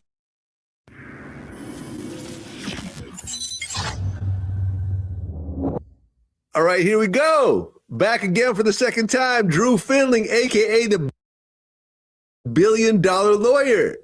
Welcome back. Vlad, great to see you, man. Yeah, man, we've kept in contact.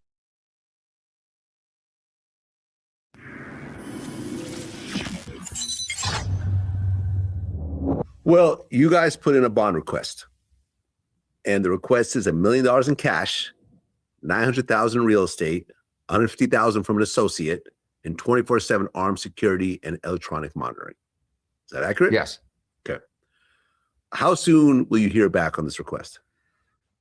So, great question, and I alluded to it earlier. I think what will happen is we'll go to court in a week and a half, and we'll just ask the judge to review. It's the same magistrate, regardless of what happens. That hearing go quick, and then no matter who prevails, it's going to be appealed. 100% case of this magnitude to the district court.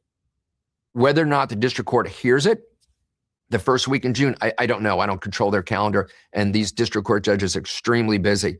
But the earliest would probably be for the next stage, the real hearing on June 2nd. It could come sometime thereafter. Okay. And what do you expect will happen? I think that ultimately the district court is going to be the introduction of them hearing the serious parts of this case. And so I think it will be taken very seriously. And I, you know, I'm hoping for what's called de novo, which is a fresh review. And I think that Durk should get bond. I don't think that he is a threat to flee the jurisdiction. I mean, let's be candid. He's got kids. He's got family. He's got his mom who he loves. He's got his dad who he's waited until 2019, after 26 years, to have a relationship with. And that relationship got interrupted by COVID when we all kind of stalled for a couple of years. He is not going to leave these people. He is not going to leave his family. He is not going to leave his friends. He is not going to leave his career. So I don't think that he's a threat to flee the jurisdiction. And by the way, I should tell you, at the original hearing, the probation officer, after analyzing all the evidence, found that he was not a risk to flee the jurisdiction. Well, Okay. but was it the whole thing about when he got arrested, he had booked all these different plane tickets and so forth? There's like 3 different plane tickets booked, 2 commercial and 1 private. Yeah. Leaving the country, all 3 of them. Yeah. So, I think that's what they used to deny bond, right? Well, partly. Okay. And so same thing. It was incompletely presented. As soon as we got in and we did our due diligence, right? We got the complete itineraries, and the complete itineraries were all going to Dubai. And so they were just, instead of doing the first and the second stop, I think one of them, for example, was Miami to Newark to like say Rome and then to Dubai, they had it stop at Rome. For example, I can't remember where. And so we got the complete itineraries. Each of them ended in Dubai. Here was the problem. Each of them ended in Dubai, but they were row like 52 middle seat. And respectfully, it's Lil Durk. He's internationally famous. He's not going to sit in the middle row for 17 hours in the back of the plane. A lot of people would. It's just more of a distraction to him. He wasn't able to get that. And so the alternative of a private plane was booked at that point. So I say that because we gave that all to probation. And when they reviewed all of it, that's when probation at least made the recommendation to the court, which we didn't prevail, but at least they made the presentation to the court, having reviewed the real evidence that it wasn't a risk to flee the jurisdiction. How did the relationship really start between you two? He reached out to you. Was he recommended by somebody? Did you already know him beforehand? You know, I have never represented him before. He clearly was familiar with me through a lot of my other clients. And it seems, Vlad, that my whole career is waking up at 6 a.m. and having 5 text messages. And that's like the story of my life. And so whatever time I woke up that morning, I had text messages from all different types of people requesting that I get to Miami immediately. And, probably by 5 o'clock that night, I was in Miami and, of course, met with him. And we started assembling our team, Chicago counsel, LA counsel, and of course, my law firm taking the lead in the case. I mean, you speak to him regularly, I assume, being his primary lawyer. What's his overall mental state going through this? Because clearly he's never gone through anything like this before. This young man just like blows me away. His confidence in us, he is so polite. He is so respectful. And he ends everything with thank you. And not just like gratuitous, not just fake, but he's sincerely thankful every time that we talk. He's super attentive. He wants to understand. And he has been, given the circumstances, he has been a thoroughly enjoyable as it can be to see him suffering, being in a jail under those conditions. I enjoy my time with him. He smiles.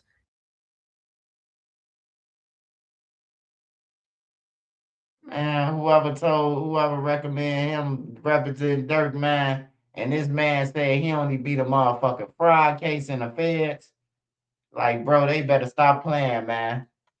They better stop playing, man. I think the feds would have gave Lil Durk a better lawyer, man, a chance to fight.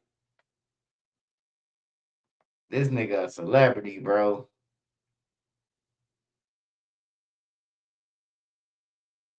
Like all them state cases and shit, you could pay off the state. That's one thing about the state. You could pay them off. You can't pay off the feds, man. You going to jail. You going to jail trying to pay off an agent or anybody. Well, it's one guy in Boston named I forgot what dude name. He was a mobster. He paid off the feds. He actually played the feds for information. He had like 3 feds on the payroll.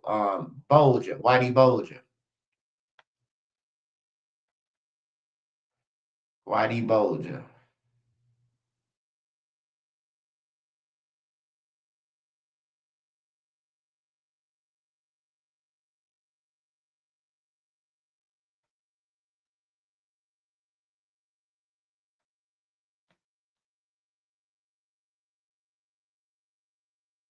Yeah, Whitey Bulger. Whitey Bulger had the feds on his payroll. He had the feds. The feds got indicted shit with him.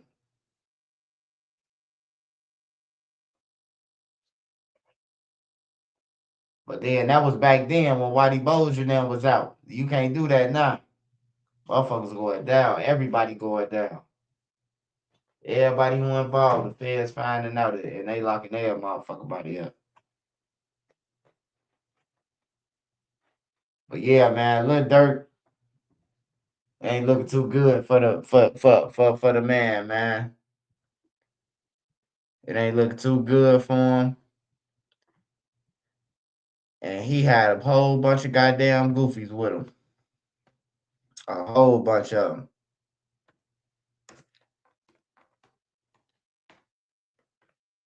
See Big U News.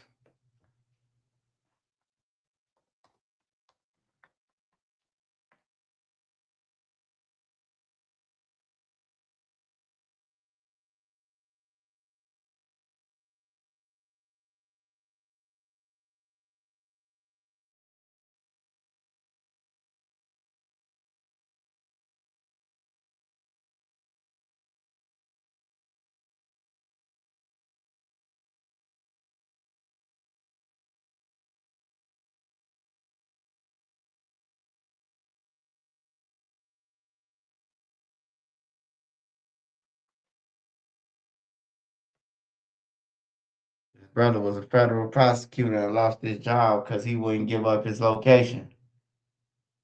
Yeah. I seen the story. I'm like, damn, bro, dude had the feds on the payroll. Like he had it, bro. They killed him in jail. I think they stabbed him up and shit. But yeah, I seen that shit. I said some powerful motherfuckers out here in this world.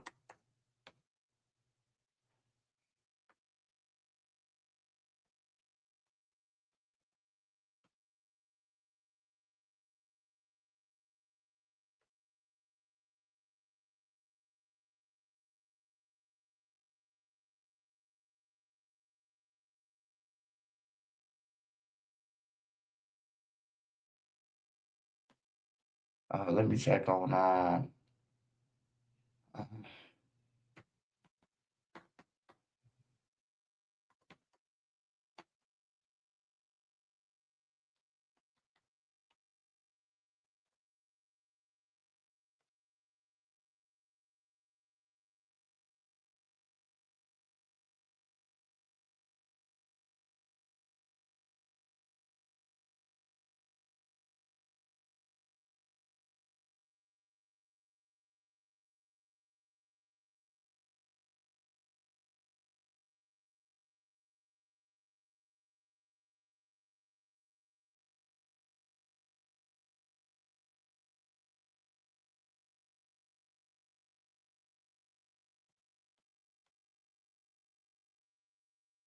this gotta be one of the dumbest motherfuckers on earth too. He wait till he get 60 years old to go on the tour and talk about how they killed Tupac. Bro, that was the dumbest shit ever, man. That was the dumbest shit ever, bro. He went on a world tour, all the interviewers, and now his ass in jail for Tupac murder, man. That's crazy. When everybody dead who was involved. He wasn't even a shooter or nothing. They know who shot already. He just involved himself.